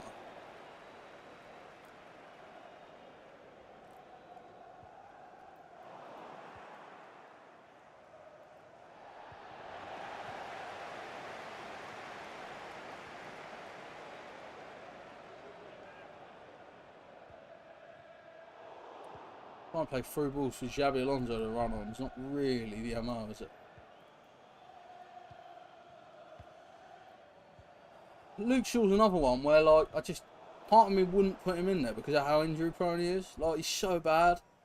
He's injured all the time. Literally all the time. Like, he's injured more often than he's fit. And has been for what, like 3 years, 4 years?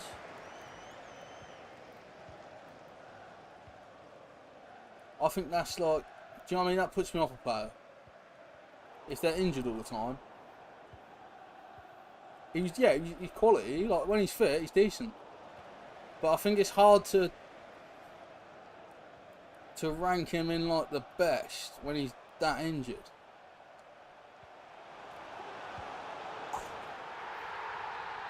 Because he's not playing 40 games, 50 games a year to be rated on. He's playing like 12.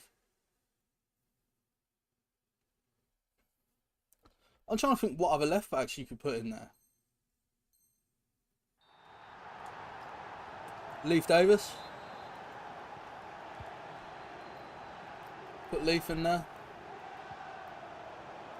The thing as well, there's a lot of clubs where they've got like left backs who are right backs because there's like a lack of them.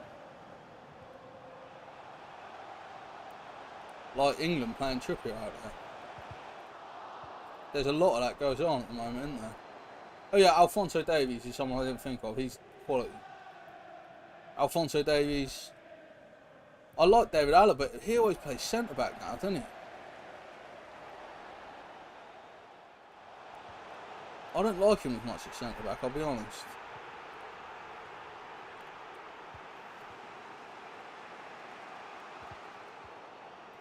But yeah, I think left back's a bit of a weak position. Like Gvardiol probably makes the top 20 left backs as well as centre backs, maybe.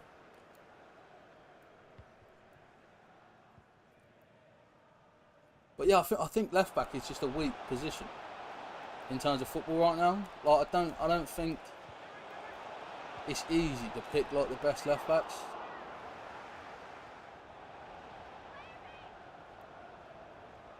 Because you have so many teams where they play a right back, left back. Like Cancelo is another one. Like Cancelo at left back is better than like most left backs.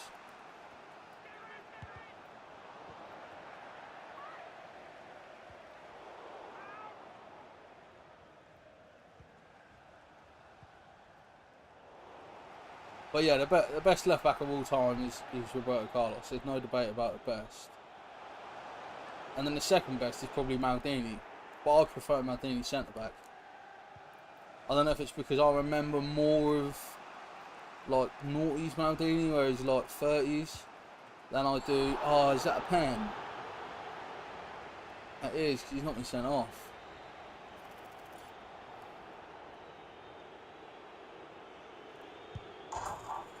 It's at the post and gone in. Would these transfers happen?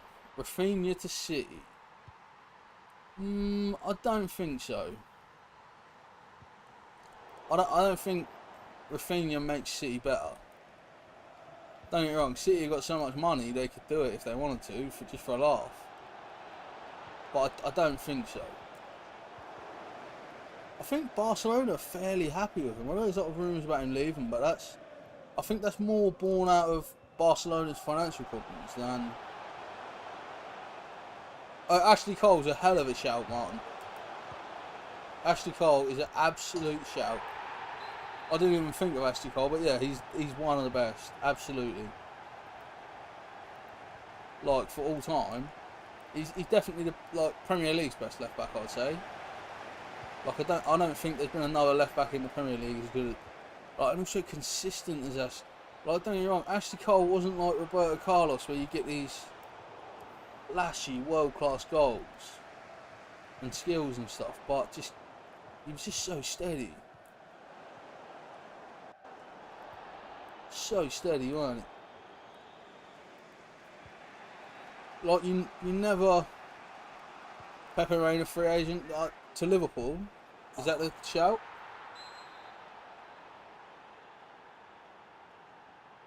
I would have Pepe Reina at Liverpool as like a third choice.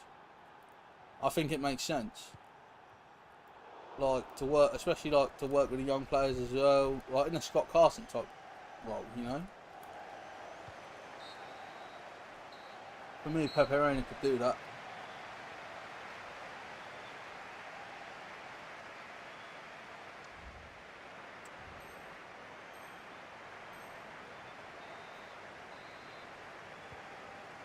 Like the best right back of all time is easy as Cafu.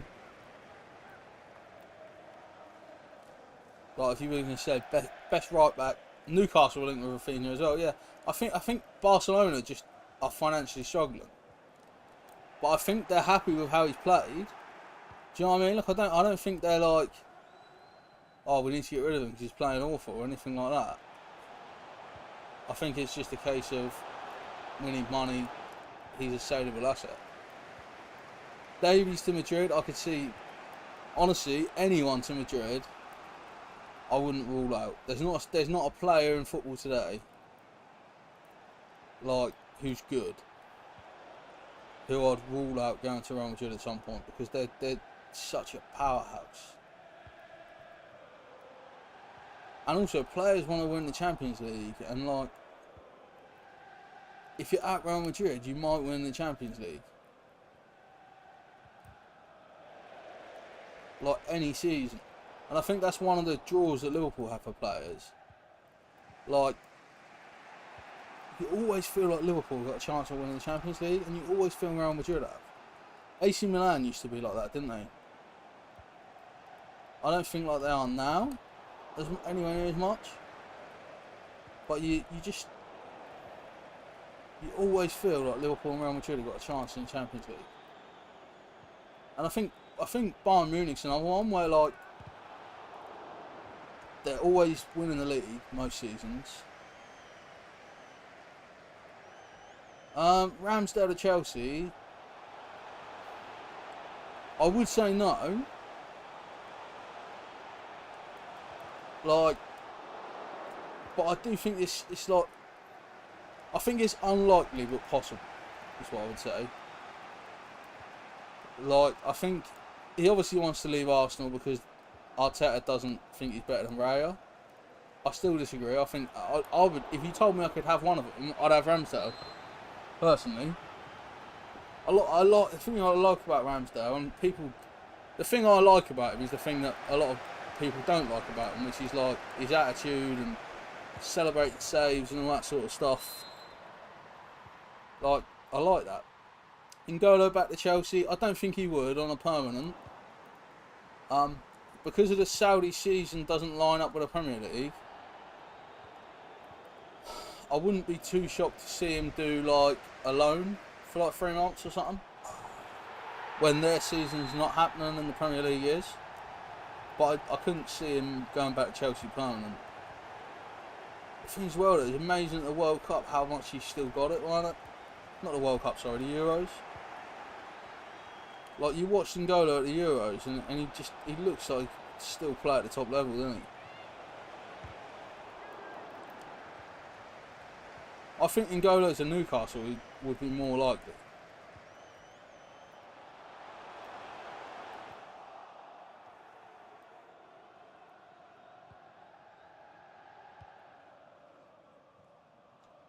Thomas Muller the PSG, yeah, that could be a like payday situation, couldn't it?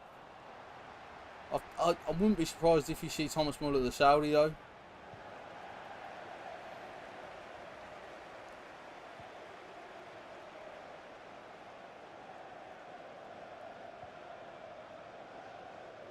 Oh, what, Jamal Lewis gone to Sao Paulo? That's pretty wild, to be fair.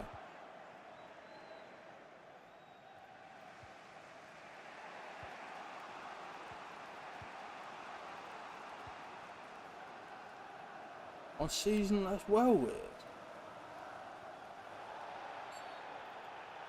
I like it though. Oh, his contract's up next year as well, and he's gone online. I've never been a fan of clubs doing that. When someone's got a year left of their contract and they loan them out, like just sell them or let them leave for free. Like, do you know what I mean? Why are you loaning people out who've got no contract left? Like, you wouldn't do that on Football Manager because it doesn't make financial sense, does it?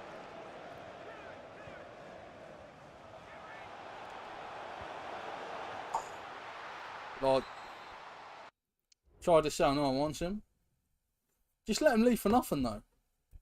The only thing I can think, the only time it might make sense maybe, is if you're paying the person like silly wages. Let's say you're paying like more than what a person's worth. You might have to loan him off and get someone to pay half his wages.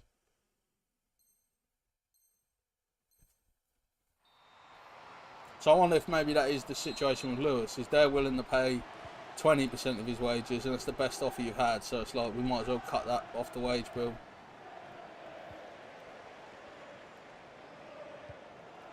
Thing is, well, he's not that young either, and is he? He's like 27, 28? So it's not like, do you know what I mean? It's not like a developmental loan, is it? It's like we don't want to pay your wages, like. But it's also, it's not like a loan where it's like, oh, we're going to loan him to them, and if they like him, they're going to buy him. Because he's a free agent. So obviously, I think it's a good move for him.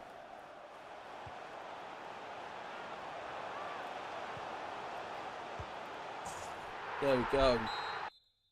Games won.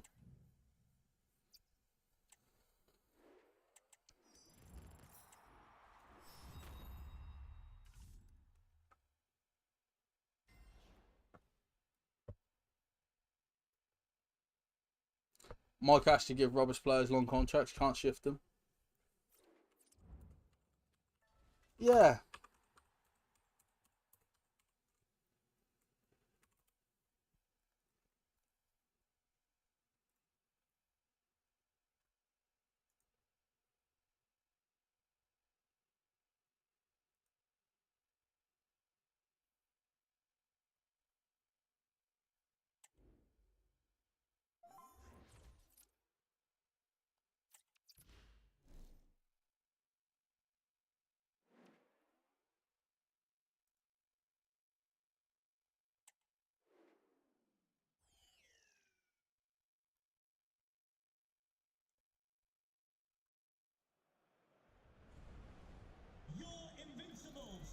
Oh, he just packed the Brazil centre back. You thought you got Lucio?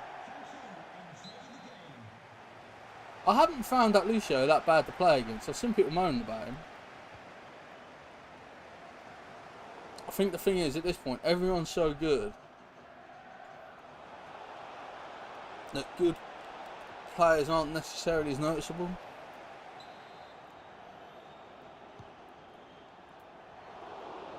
Got Emi Martinez in goal.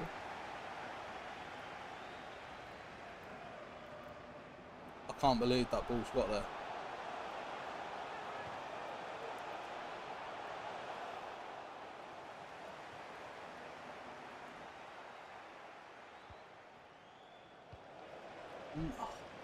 Poor from me there. This person's actually good. I'll tell you that now. For free. You always tell when you play against someone and they're good. You feel it, can't you? You can just, from the way they move the ball and that and their decision making, you can just...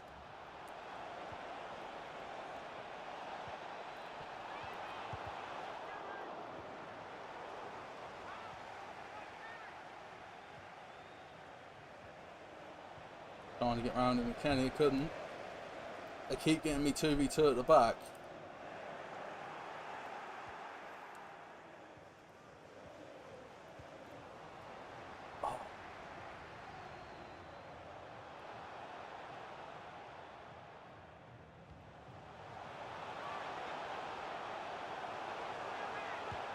Couldn't get Van Dijk to slide.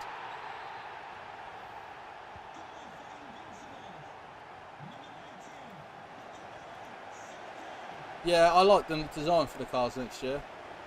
I like how they're moving the like scores apparently. If you don't pack a goalkeeper, you just put Camavinga there, that'll do. But does anyone know when the web app launches for next year? It's got to be soon, right?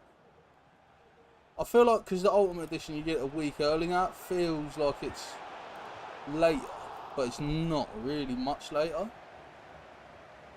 For being, you know, for John boy.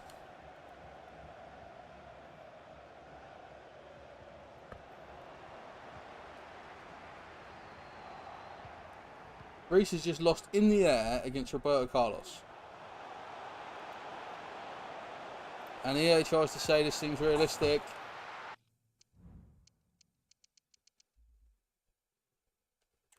Fair play. Fair play. Oh, we just need 2 wins. Come on.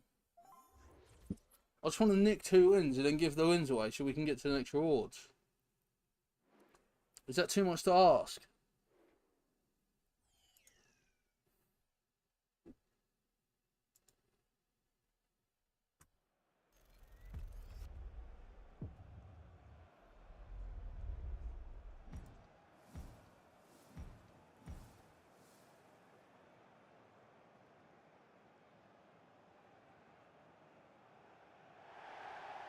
Come on.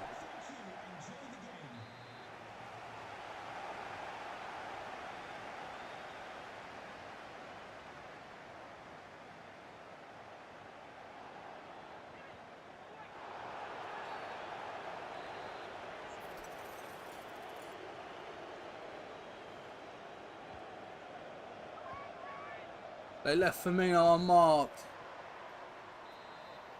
Mistake that.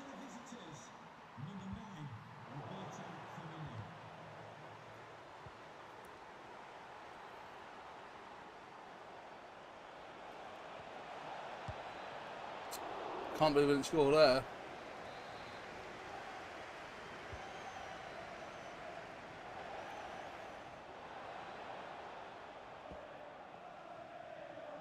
Oh, Shabby, come on. I don't really know what they're going to try to do. Oh, they've gone very wide, which is giving me a lot of time to get people back. But they come right out, like... What was that?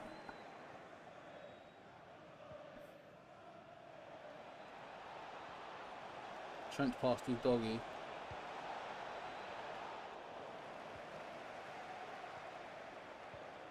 They've now got me 3v3. The ball's just dribbled through Trent's legs there. That's not good enough.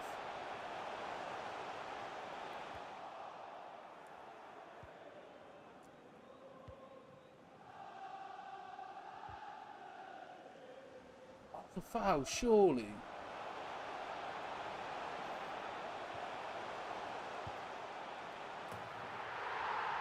What a finish. Is that Rashford? You got a new card?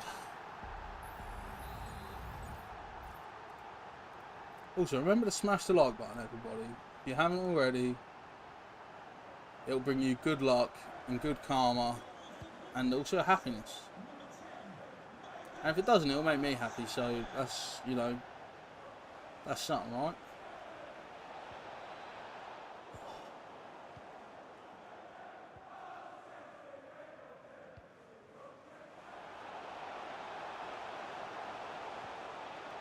Sent them wide.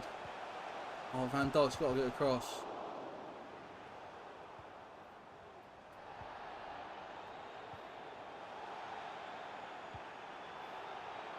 Come on, Kenny.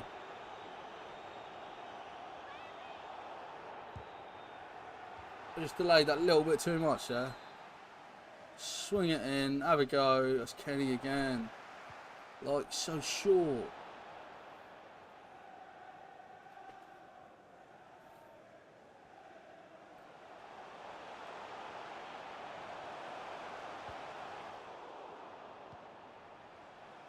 They've got their fullbacks staying back,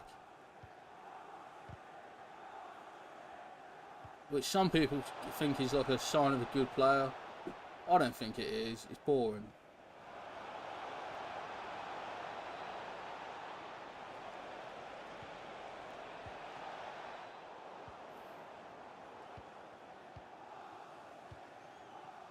Personally, he's seeming quite good though. Although my high press is widening the ball a lot.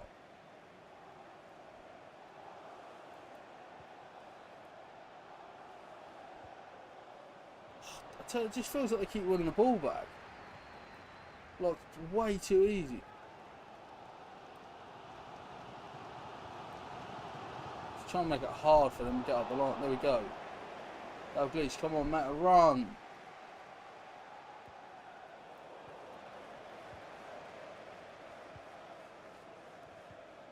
When did I start streaming? Oh, a few years ago. I've been making YouTube videos for like years now.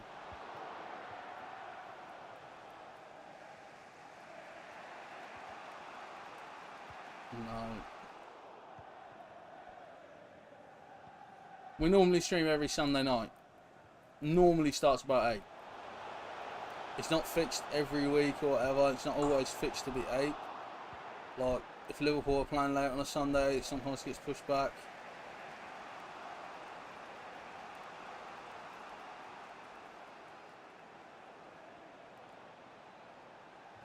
Yeah, Martin says just since uni. When was that, like 4 years ago? Like COVID times? 4 or 5 years ago?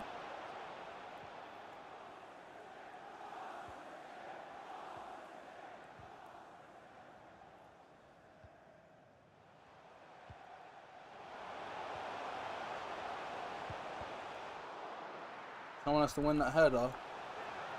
So I mean, I've lost another header, which is like against Messi. Is it Messi or George Best, I think? But how do I keep losing these? If I lose that header, I'll be fuming. But how am I losing all of the headers?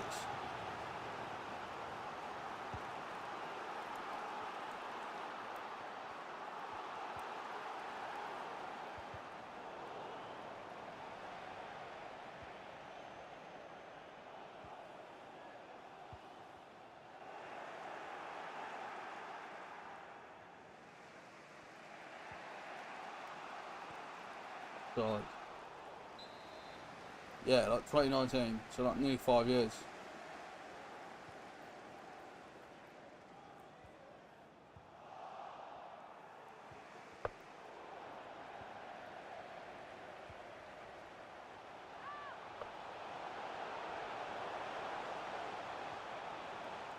And there's now over 1,800 lovely people that have subscribed to the channel. And this is the moment in the stream where I say, if you're not subscribed, firstly, why aren't you? Tell me now. And if you're not, just do it. It's worth it. It's free.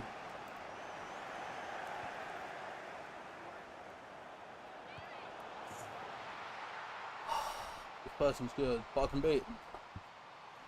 Just like, do you quit and hope you play someone who's worse? Or do you stick at it and try beat him?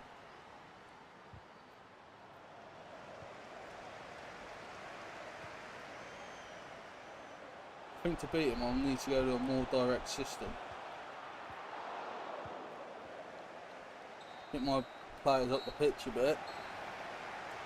If I can get 60 minutes drawing or 1 goal down, I think I'll win. Depends how good their subs are as well.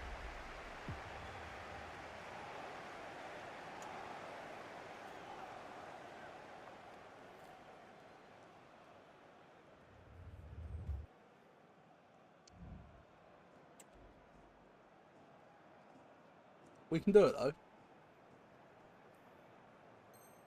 Look how grainy and pixelated that is.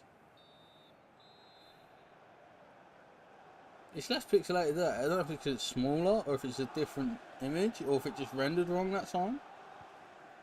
I'm not sure. Van Dijk.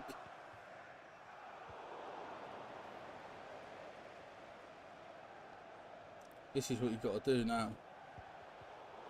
Oh, it's just that we're just lacking that little bit of finesse in the final third. That could kill us. John Racer doesn't let it.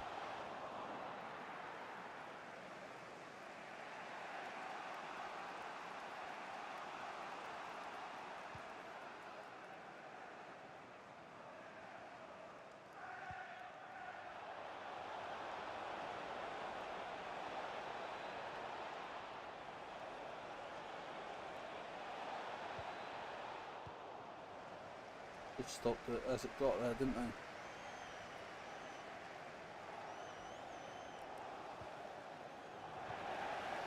I'm now a centre back down for that marauding run for Fabinho, which I don't regret.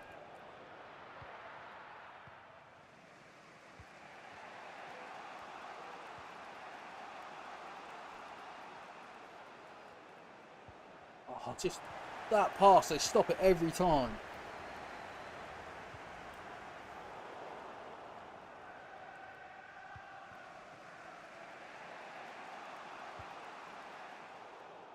I get the ball forward, I get it wide, and then I just can't find my player, ever.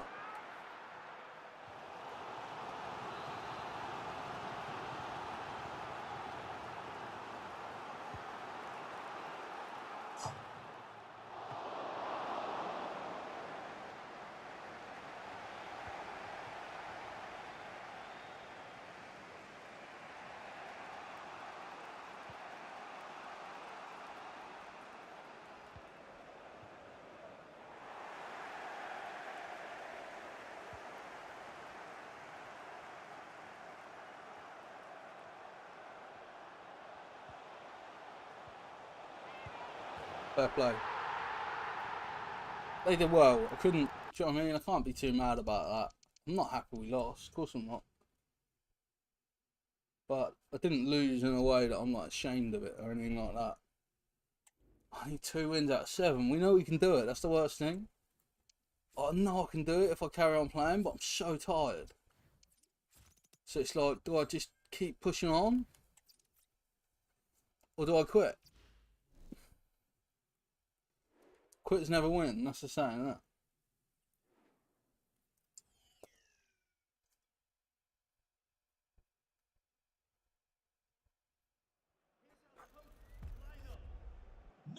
Quitters never win. What out of 3 wouldn't be good at it.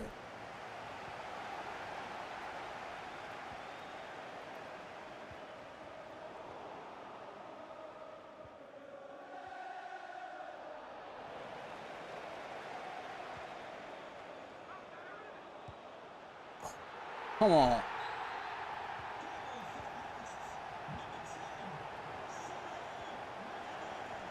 I'd love to put this game away quickly. Sometimes you can lose a game doing that, can't you? You know what I mean? You think, right, I'm just going to make this person, I'm going to hammer them, and then they're going to quit. They don't quit, do they? And then they hammer you. Because you overcommit. That should have been a simple one to Stephen. I made the wrong decision.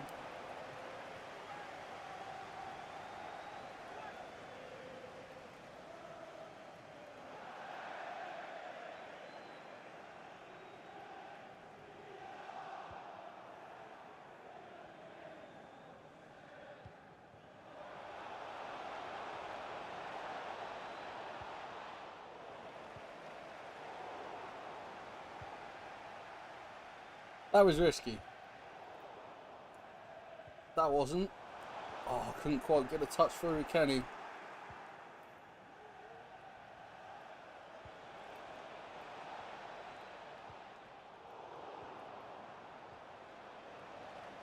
person's weaknesses, they love passing the ball to Ruud Gullit. Like, they must just believe he's their best player, and that's why they're passing to him more than you normally I guess would.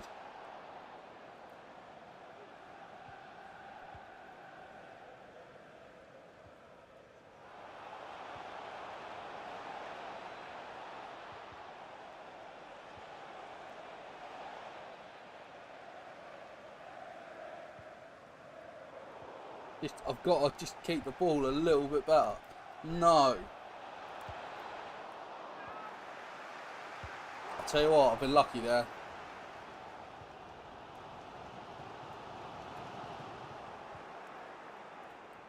Kenny.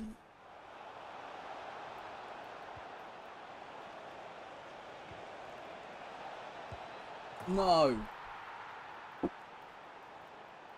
Oh, they're an Everton fan as well. I've only just noticed that.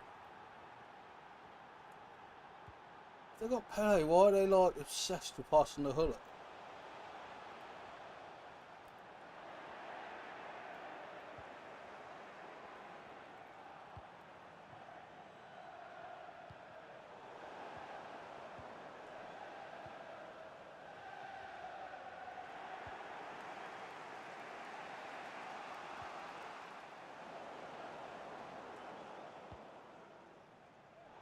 I need to just slow things down a little bit, keep the ball. Oh, what a press.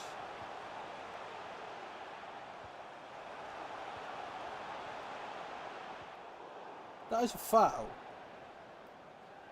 Surely.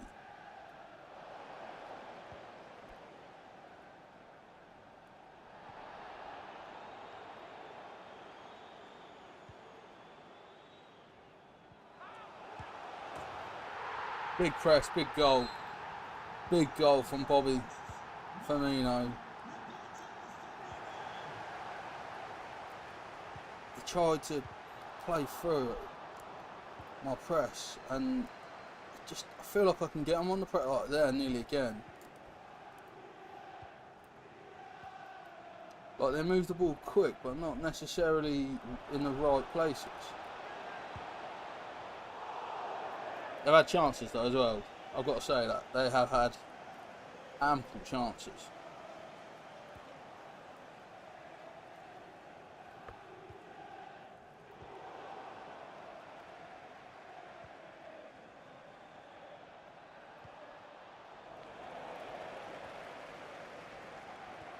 I just feel like if I keep the ball a little better, I've got them.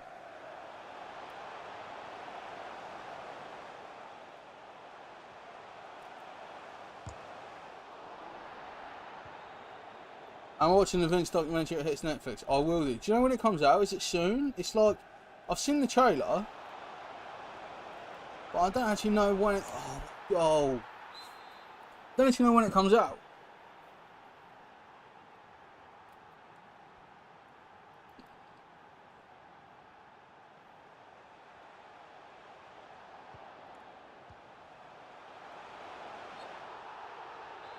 Do you want to get the foul?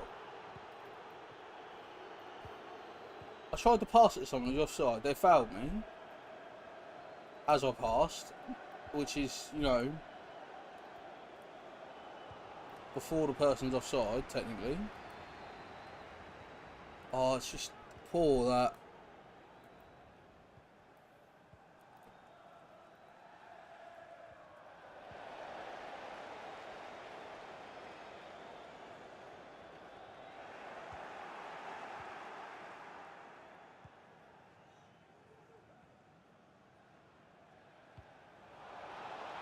Oh, no, no, no.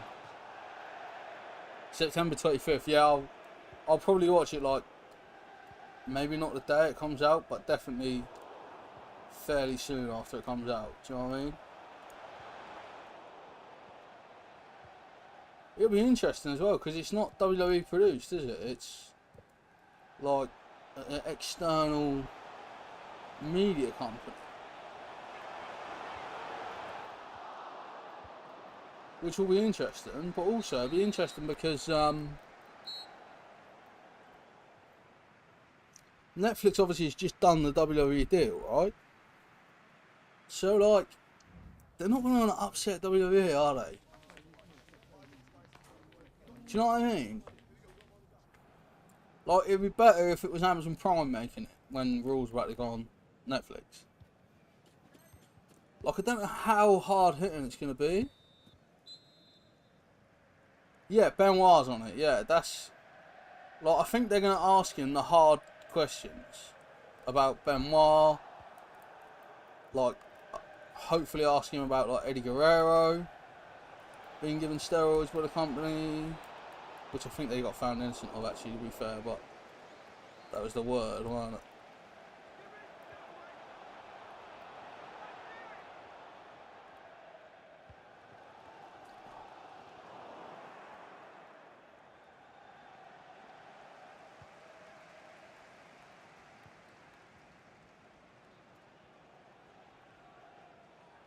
Oh, we keep winning the ball back and losing it.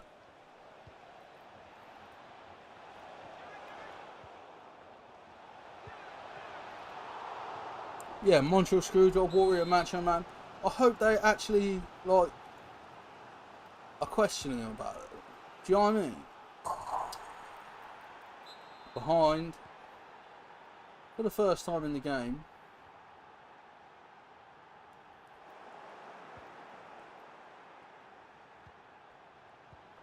We shouldn't be, really. Well, they had chances, I guess. Sent him on his left foot, he scores, he can never win. Fair play. Oh.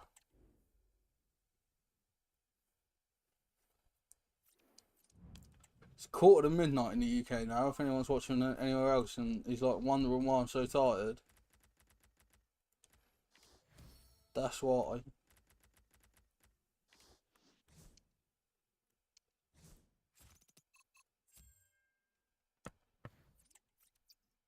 It's about time we answer some questions. Yeah, I agree. I think it could be a fascinating documentary. I really do. Hopefully it's like the Chicago Bulls one, where it's not all like roses and shit. Do you know what I mean? Like, it's like they'll ask the big questions and they talk about the big questions. I'll also be interested to see how many episodes it is. Will it just be the one? Like, cause I feel like you can make an hours and hours long documentary about him. I really do. I think you can make a massive documentary about the guy.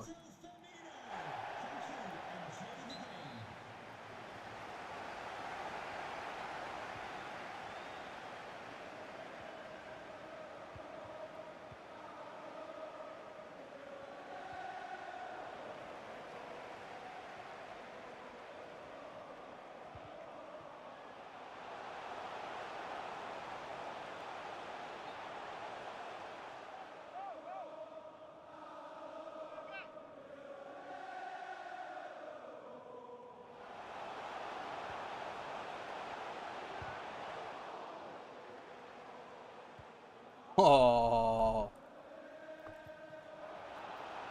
disgusting, that pass with a Rabona.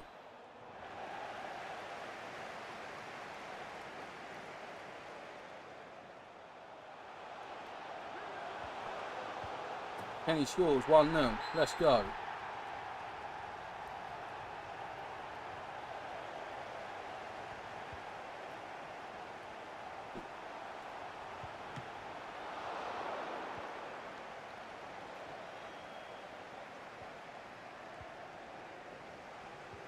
I know we said it in a different game, but in this one, I really feel the next goal. Virgil gets the ball, otherwise it doesn't go in the air, does it? Is my Sterling injured?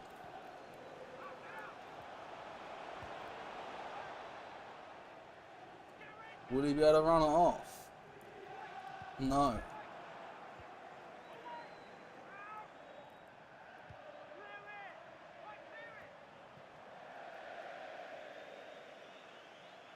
You could the whole dark side of the ring on, Vince. Well, to be fair, most of the dark side of the ring is about Vince. like 90% of the dark side of the ring is Vince's fault. Dark Side of the Ring is a brilliant documentary for anyone who hasn't seen it. It's like a series of wrestling documentaries about, I don't know, like, would you say when wrestling goes wrong? It's about like Chris Benoit and like Macho Man, like all the weird stuff that goes on in wrestling basically.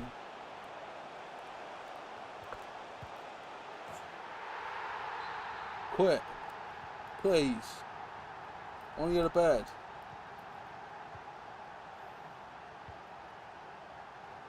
Oh, you watched the Benoit on the other day?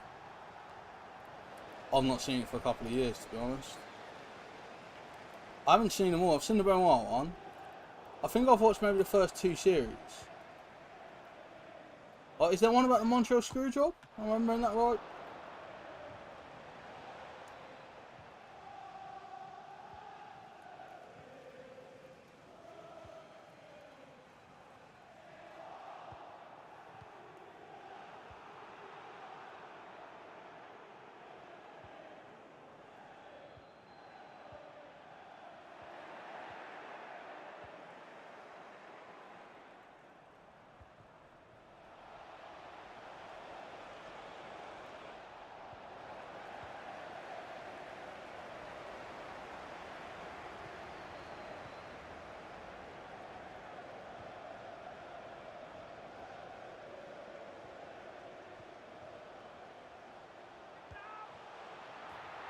Now, is that enough to make him quit? No.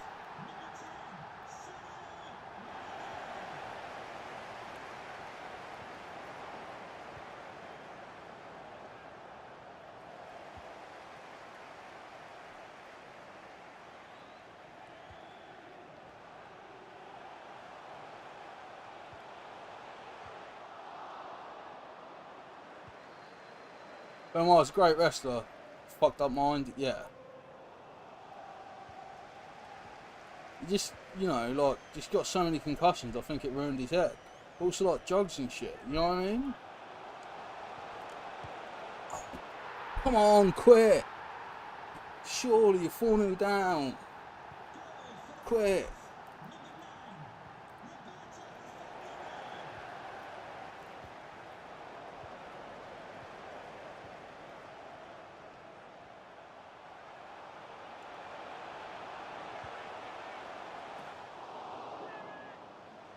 Did you do one on the 95 plus?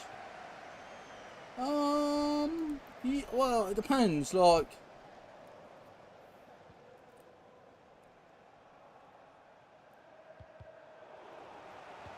I think it always depends on how much fodder you got. Like, if you have the fodder to do the thing, you might as well have a go.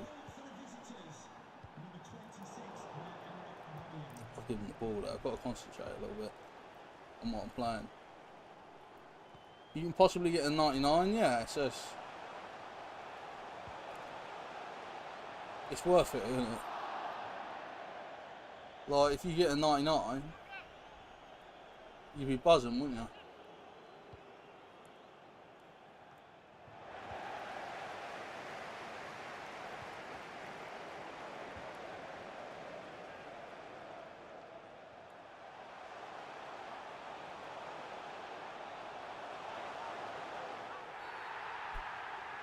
It's a joke, because that should be a red card, but I'm going to score.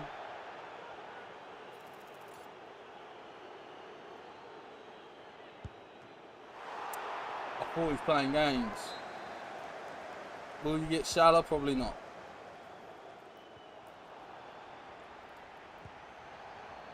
But imagine you do get Salah. You know what I mean? You got to be positive, ain't you?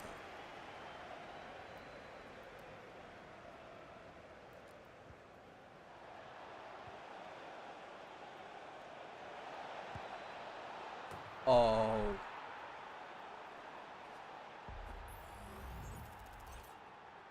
See ya, Baccio. Good player. Judging by that finish, not something I've heard of. He plays for Union Berlin, that's why I've never heard of him.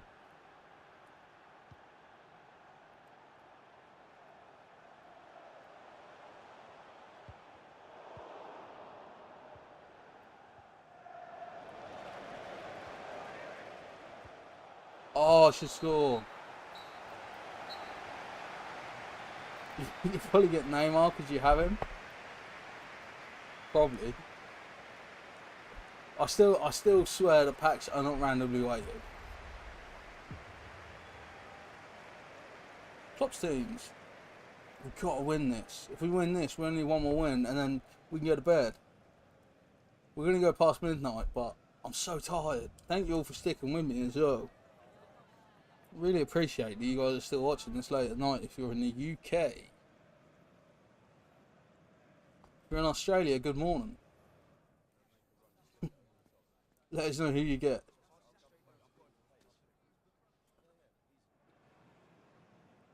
Yeah, let us know who you get. I look forward to it.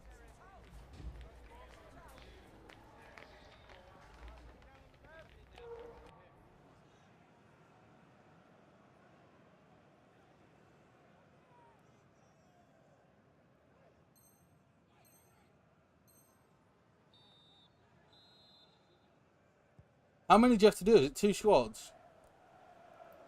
Like, I'm not that up to date with the SBCs and what you have to do at the moment.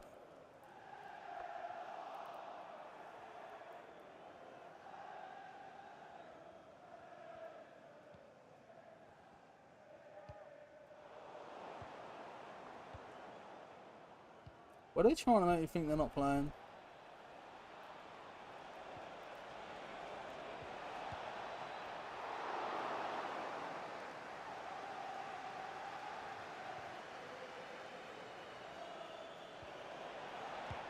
Offside. Oh dear. Yeah, 2 squads.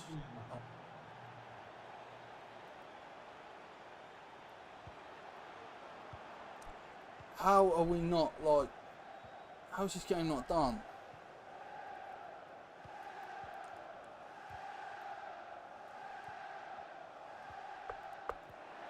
Can't believe it's only 4-3 now. Like, we're 4-0 up, coasting.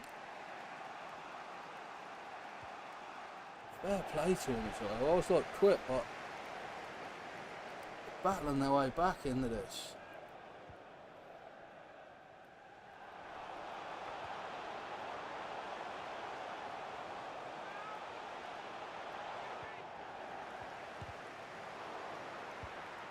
Dalglish scores 5-3.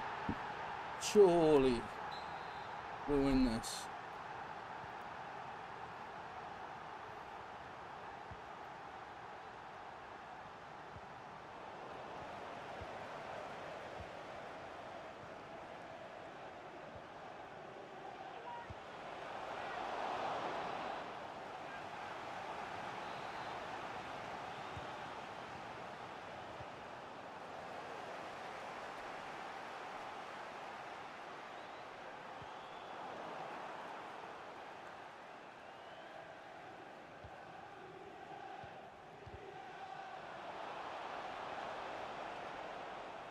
I need some fresh legs in a minute.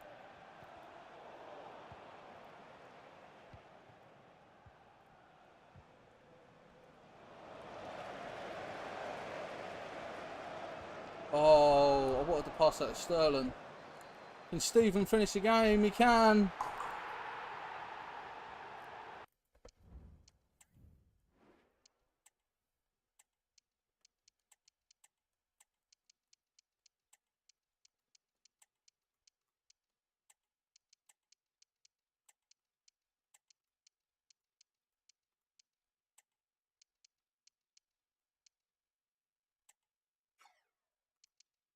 I mean, I like Balotelli playing as a 10. They're ready to go again. They've made changes too. Got Haaland on. Dalglish. Garrincha. Yeah, they've got a good bench.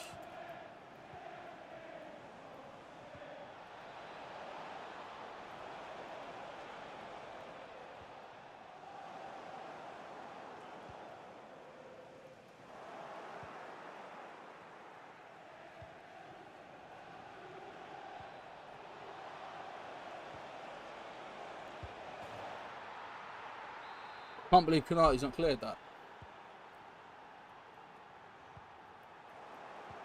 Honestly, I'm shocked. He's left Jorginho on.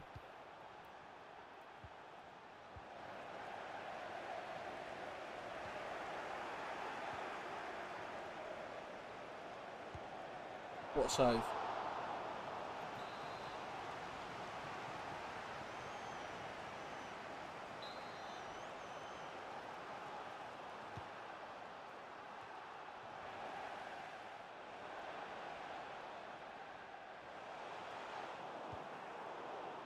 Should have run wide.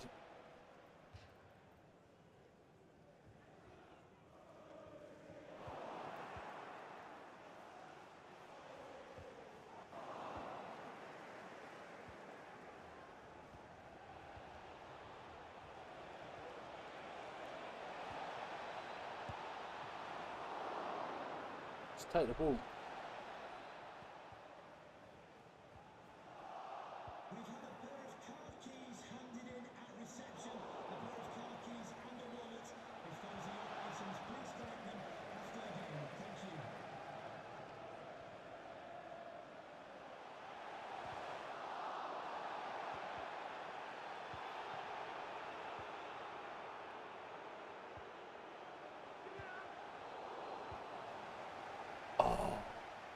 Do you know what?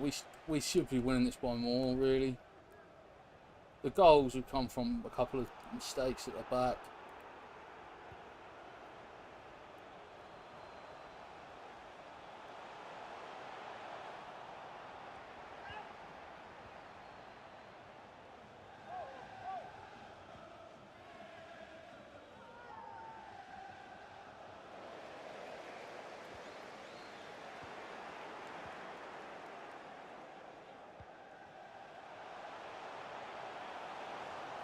Fresh, pacey Darwin Nunez.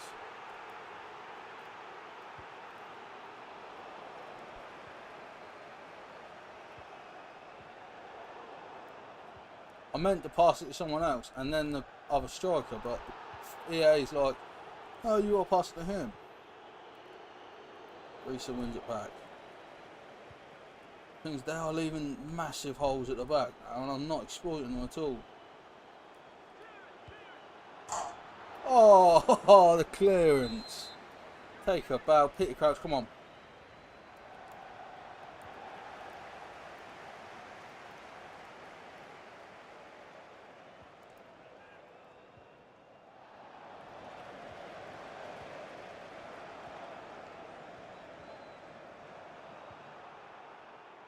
Tirano trying to win a header is not what you want, is it?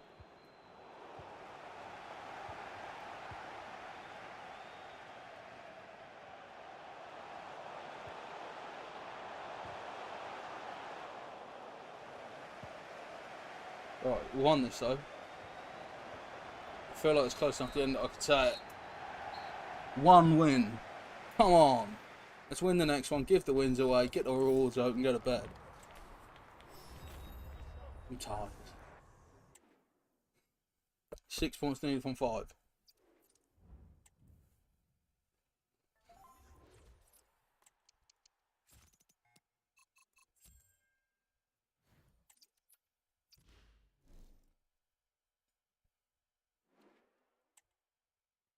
Oh, so did you get 3 players? Or is it just a player, you get 1 out of 3? You got all dupes, so that hurts. We don't care about their team. We just want to play. Team Fury.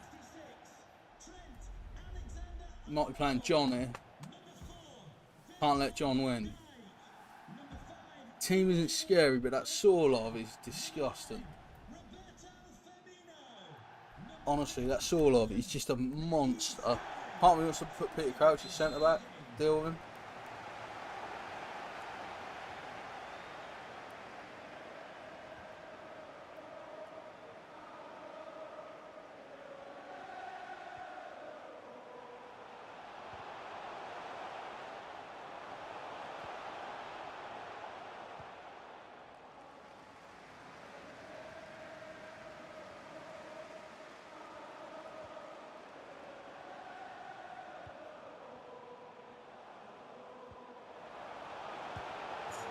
We're 1-0 up. Have to take what you don't have, yeah. Yeah, if it's untradeable, you have to just always take the one you don't have. Surely.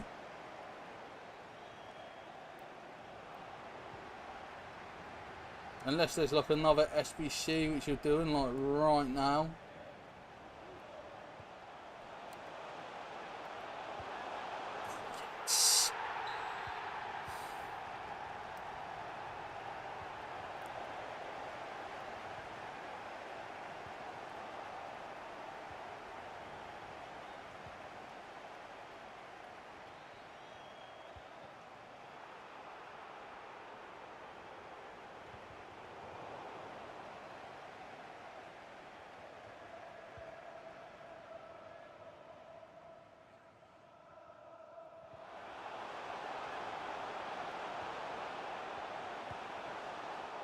Oh, nearly made it free. With clever press.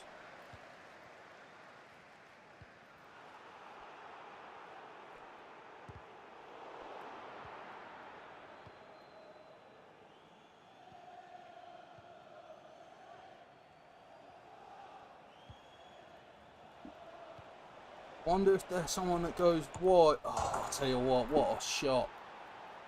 Oh, who's that? Do you know what I mean?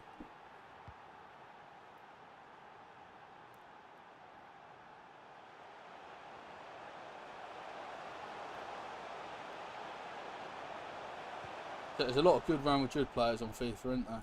Some people say there's too many. Oh dear, you can tell I'm tired when I'm making jokes like that. Stevie tried to break the lines.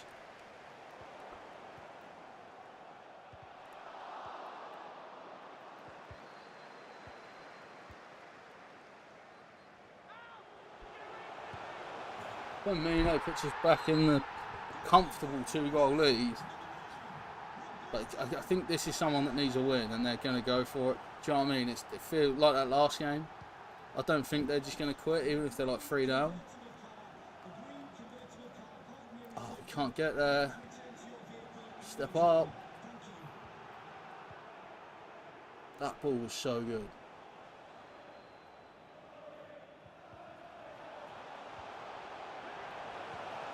Oh, Bobby.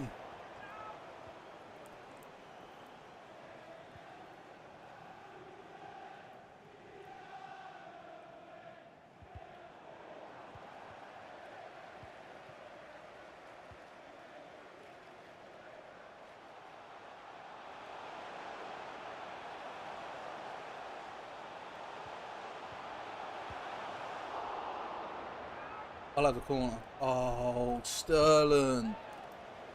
I wanted the corner. I didn't want to carry on. I thought I was going to get the ball back there.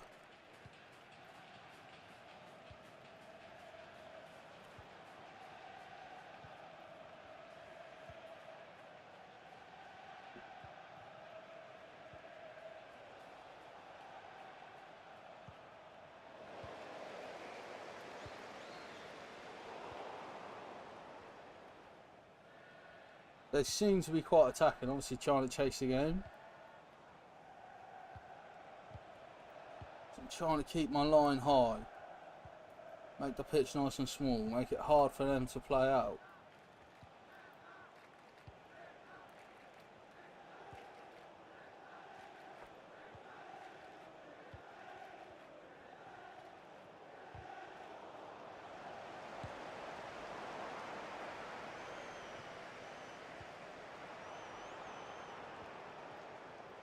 I'm out, Verge.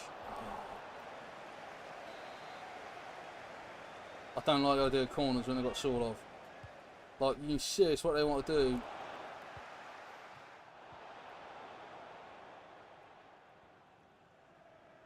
And it's gone.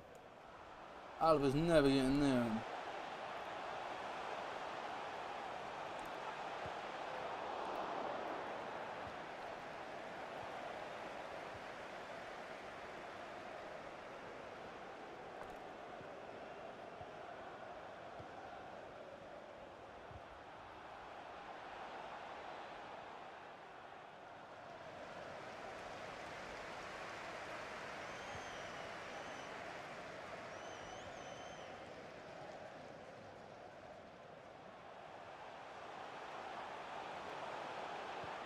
Trent gets the cut back. There we go. It's 4-1. This is the game. Did I do the Trent Evo? No, I haven't. I've got 2 Evos on the go at the moment, but how long is it for? Is it for like a couple of weeks, or is it only a couple of days? Or because I'm only Evo and Balotelli and Andy Carroll at the moment, so I could quit them and start Evo and Trent. To be fair. If we win this, we can quit some games and then we can go to bed. Oh, I'm so tired. I just knew we'd get the wins though. I really did. I believe. Do you know what I mean? I was going to quit and just give away wins, and we even started giving them away. But I was just like, I knew I'd got it in me to win. So yeah, thank you all for sticking with me for 4 hours of FIFA. Appreciate you all. We got Lucky the Lynx as the mascot because of the Lynx YouTube logo, if anyone's confused by that. I don't think that's the ball I picked. I think this person's making changes. Probably trying to chase the game, you know.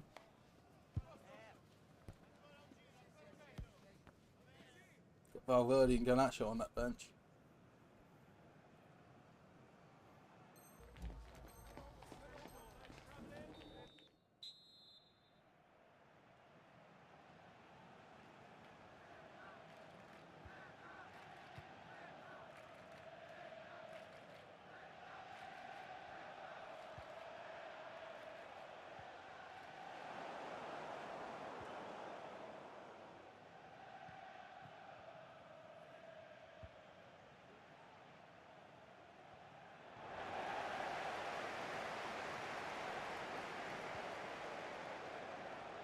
Right, he's got to win that header. If that went in, I'll be screaming.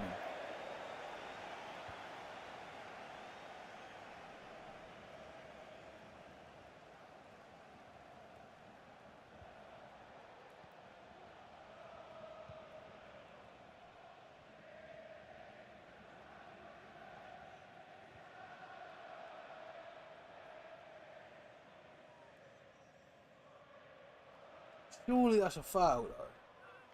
He's made contact with me about 10 times without getting near the ball.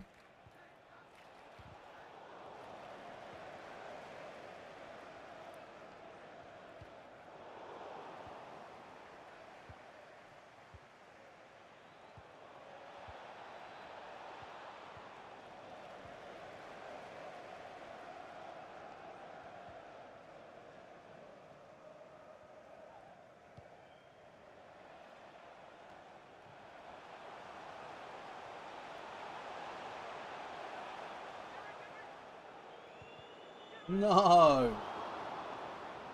I should score there. If I score there, it probably puts the game to bed, doesn't it?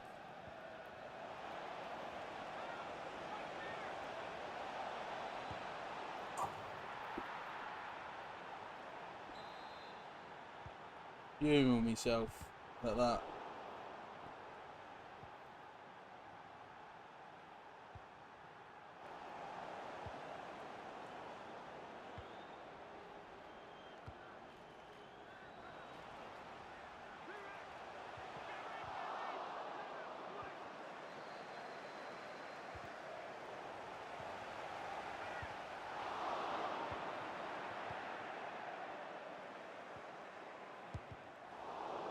Did it hit their player? Corner.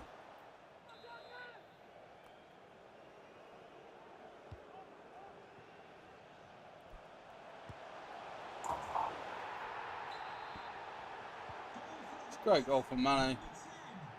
Thing is, I saw how high they've got their goalkeeper. Like, they've got their goalkeeper like just outside the 6-yard box. So I'm thinking he's not going to reset himself. If I can get a respectably okay ball into the...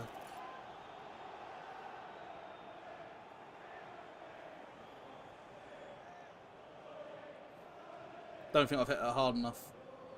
No. Catches it in the end. That shows you the lack of power.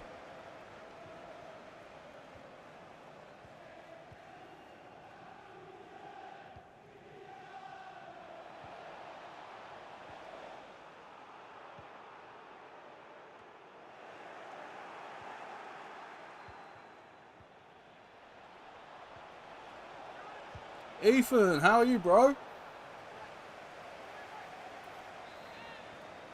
Good to see you, man.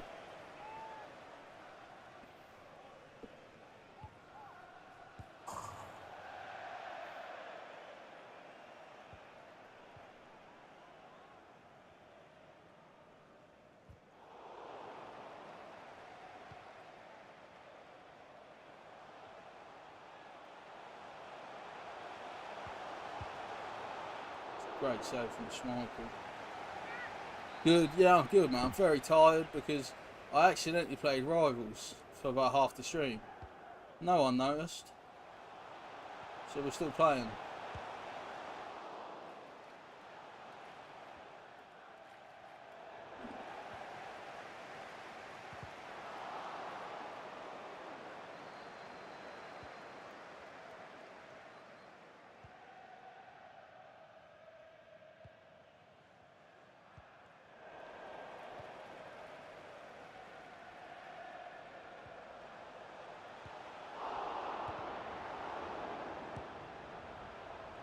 That's Reese's left foot. That's in. Dalglish scores. That's enough to get them to quit. They've had enough now, surely. Why are they making subs? No, they're not. They've gone. Fair play.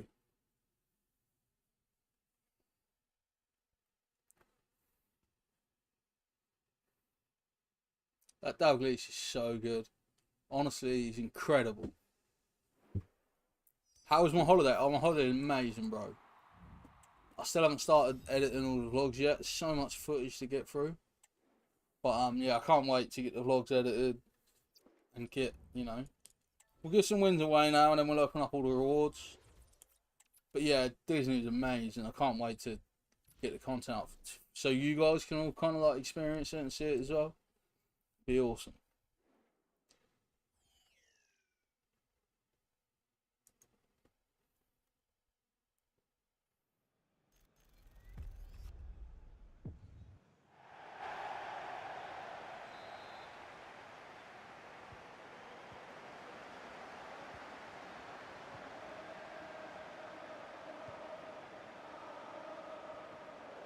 Scouts and Pro just realised they're not a mod.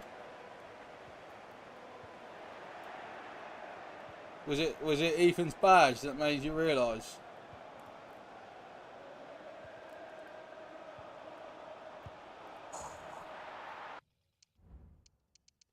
I would have given the win anyway.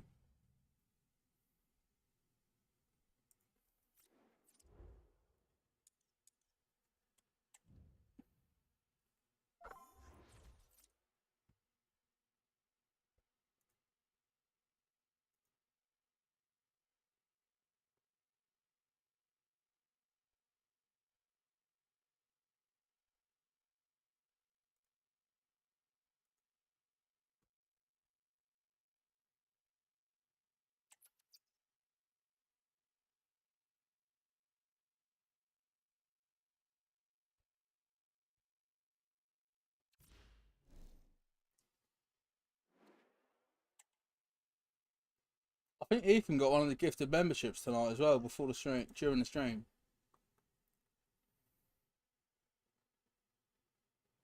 I'm not sure, or did Charlie buy it for him? I don't know if it tells Ethan his YouTube account how he got it, but Charlie gifted one to someone.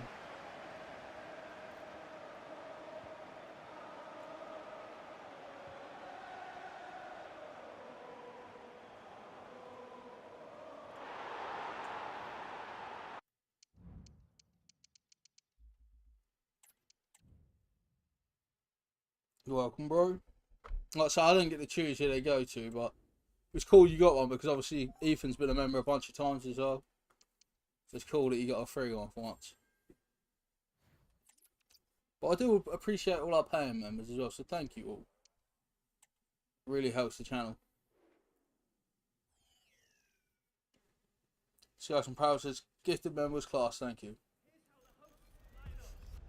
I can't remember who Charlie gifted one to someone, didn't he?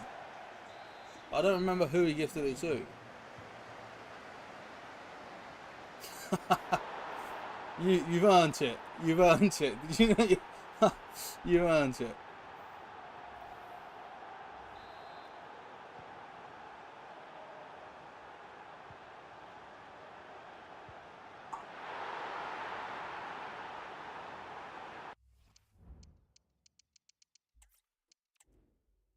In fact, I feel like Charlie should be a mod.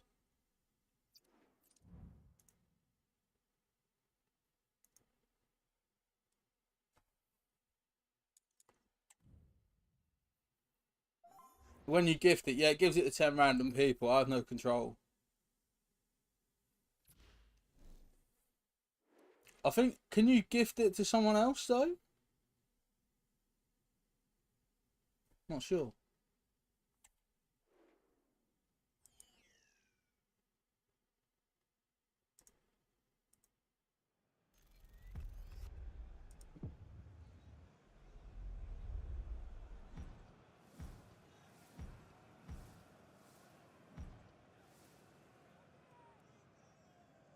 On Twitch you can pick, can't you?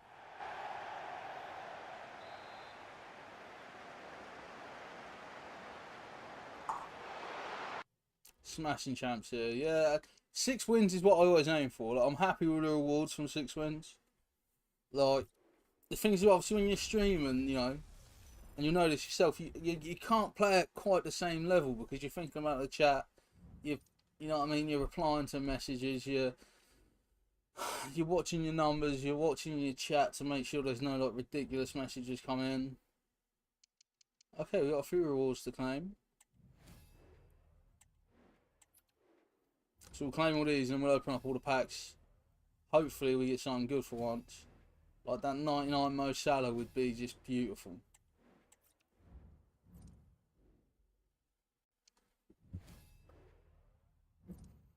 That would be a dream.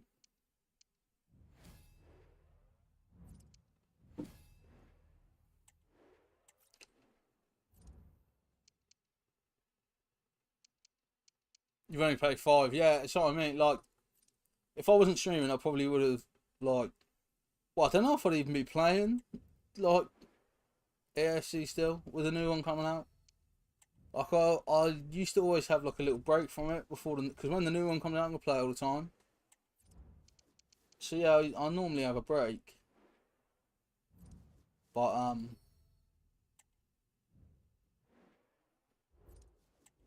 right, how many packs have we got to open? What's happening in the club? Evolutions? My evolutions. Oh, Balotelli. Oh, see, does bringing him off the bench count? 99 shooting now on the Balotelli. Love that. And then we can make him pink as well.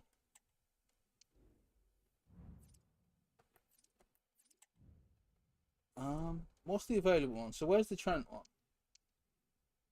Right, it's not that one. That one? No. That one. Oh, so he will be 99 if he gets it. Sick. That would be good. We'll start that.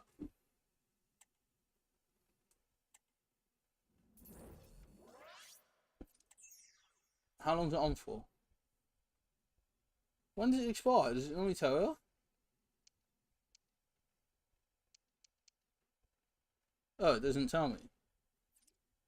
Bit weird.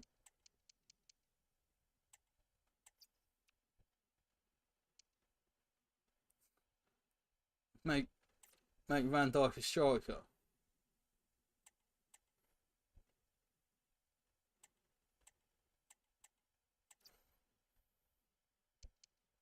I reckon he's good. Like the 96 is good anyway, isn't it? So I reckon like he'd be sick. 22 packs to open. Let's go. Let's see what we can get. Draft token packs rubbish. We don't care about that. What's formation we're using? I use 4-2-3-1. It's always been my favourite formation, 4-2-3-1. I'm using one which is 4-2. I think it's technically 4-2-3-1. No, 4-2-1-3 maybe. I'm playing with like the 2 holding midfielders and then the cam. I do like 4-2-4. We got a Jesus out of that. Nothing exciting. 85/3. This could be good. Okay, we're blue. Could have no. Pat Sober and Neves. That's not bad actually. Oh, we got Roy Keane as well. He qualifies for my team because he managed Ipswich.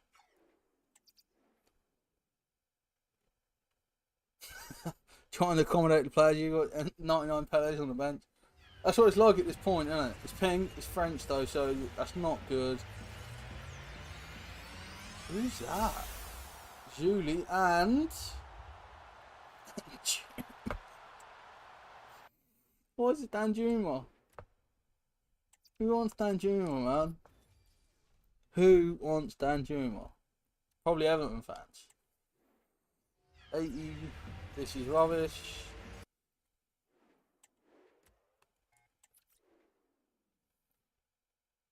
Come on. 80 times 2. This is the one. Dutch Spurgeon, I think. Botman. Martin will enjoy that.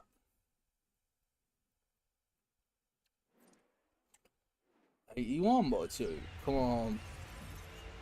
Oh, not what you want. Rinse to 85, you get Salah.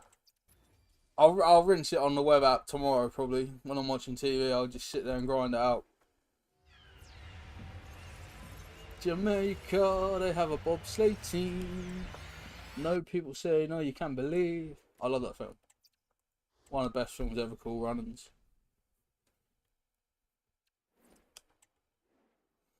Come on. No, there's no one from the USA we want. No one at all.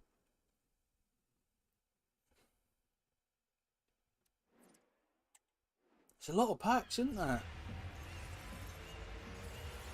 Scouts and Proud does it on the app, so yeah, it's so much quicker than the.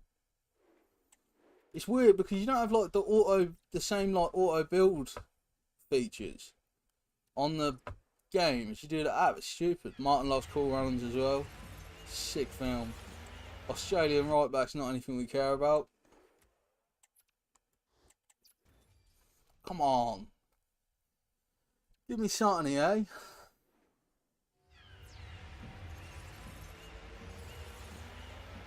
Finland can. Oh, Lippmann, yeah, he could play in my team because he played for Liverpool, but he's not good enough. And a Cherby. Do that instead.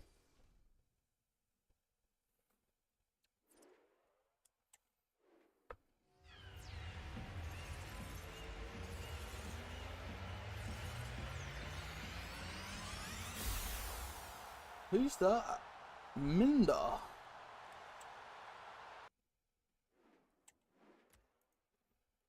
That was okay. Not good though.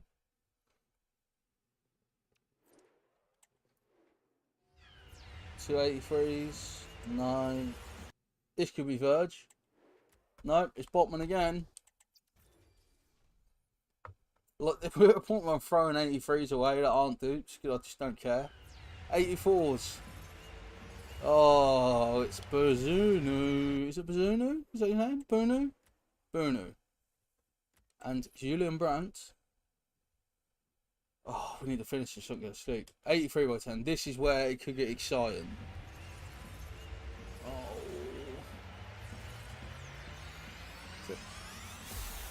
Oh. And Rui Costa's an absolute baller, to be fair. But he's not what we wanted. That's not the best, is it? It's fodder, though. It's fodder. That's what you got to tell yourself. Another 83 by 10.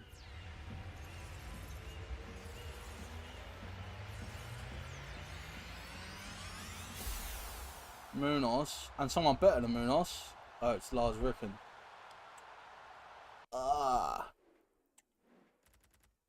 Andre, I guess. Alright. Look at all these dupes, though.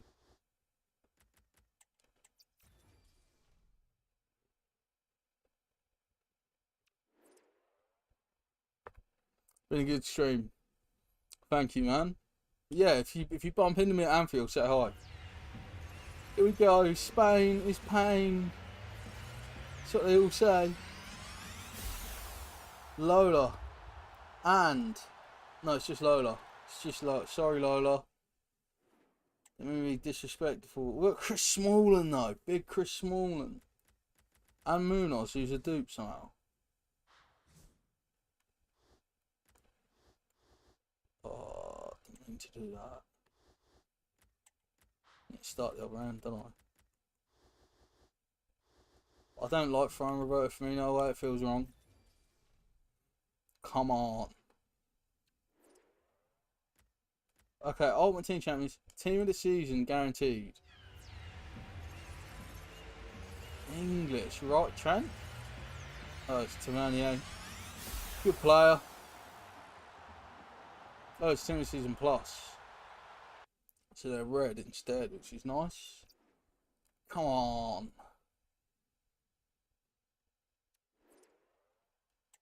Okay, another one of them. Spanish centre mid. Pedri. I'd be buzzing with it. Oh no, it's not. It's Patri Guijaro. Looks well good. Stats though. That is like Gullit Gang. He's like Team of the Season Gullit Gang. We've only got 36 players left to get Salah. These are tradable though, so anything good here would do. So French icon. Thierry. I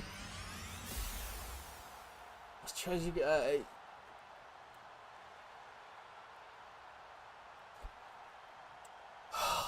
I want Thierry so bad. What's he worth? Is he even selling? No. He might sell for someone who's doing an SBC. He's a bit short.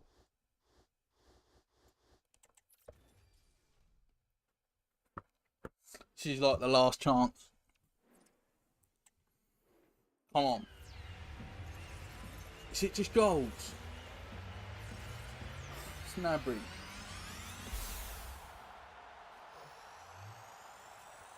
What's she doing me like that yet? Why is Gnabry the best player? Oh, we got Muller as well, yay. Well, I think 84s do sell after a couple of tries.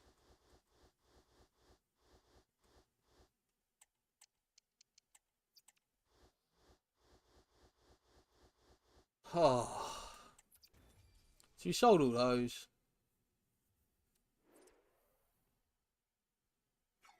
That's annoying, isn't it? We've got 471,000 coins now. Is there anyone we could buy from Liverpool who makes us better? No, we can't afford the 98 Darwin yet. I could afford the Gakpo, but I don't really want Gakpo.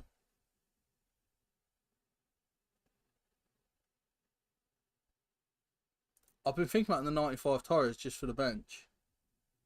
Oh, there's a 95 Salah. We could get that one.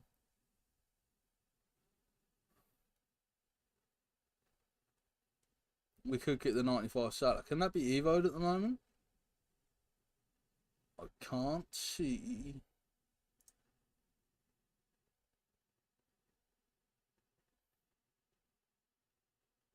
Well, look, if you get one of the weaker Salahs, you can do top number 9 and add 5. So you can turn like the weak ones into a good one, can't you? Like a 92 can become a 97. So that would be something, wouldn't it? But anyway, the 98 Darwin is Copper America one. I can show you. Give me 1 second.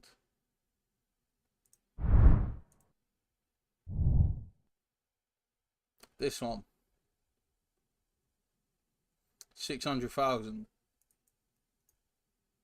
I've got a 95 one which I've evoed, which I could probably evo again at some point. But that one's just fancy, isn't it? It's a Euro. I don't like them as much when they're in like other shirts, you know. But anyway, just dropped my controller. That was good. I'll do it when I turn the stream off. Anyway, thank you all so much for watching. Honestly, it's been a great stream. Nearly 5 hours. This is like the longest stream I've done in like years. So my stream fitness might not be there. But yeah, thank you all for watching. Thank you all for getting involved. Thank you, Charlie, for buying the membership. Thank you, Amber, or should I say George, I guess, for sending me some money. Appreciate that. £20 donation, really handy. But yeah, thank you all for watching. I hope you all have a wonderful, wonderful week. I'll see you next Sunday. There'll be hopefully a vlog put up sometime this week. I'm hoping to get, you know, back in the swing of things, get things organised, get things done. But yeah, I hope you've all enjoyed it. And all that's left to say is, I've been Link, you've all been my legends. Like the video if you haven't already, subscribe to the channel, get your notifications on so you don't miss the next stream. And I'll see you all next week for the last ever FC24 stream before we get FC25, which will stream at midnight on launch day. So make sure you're all there. All there's left to say is goodbye. Thank you for watching. And I can't find the button.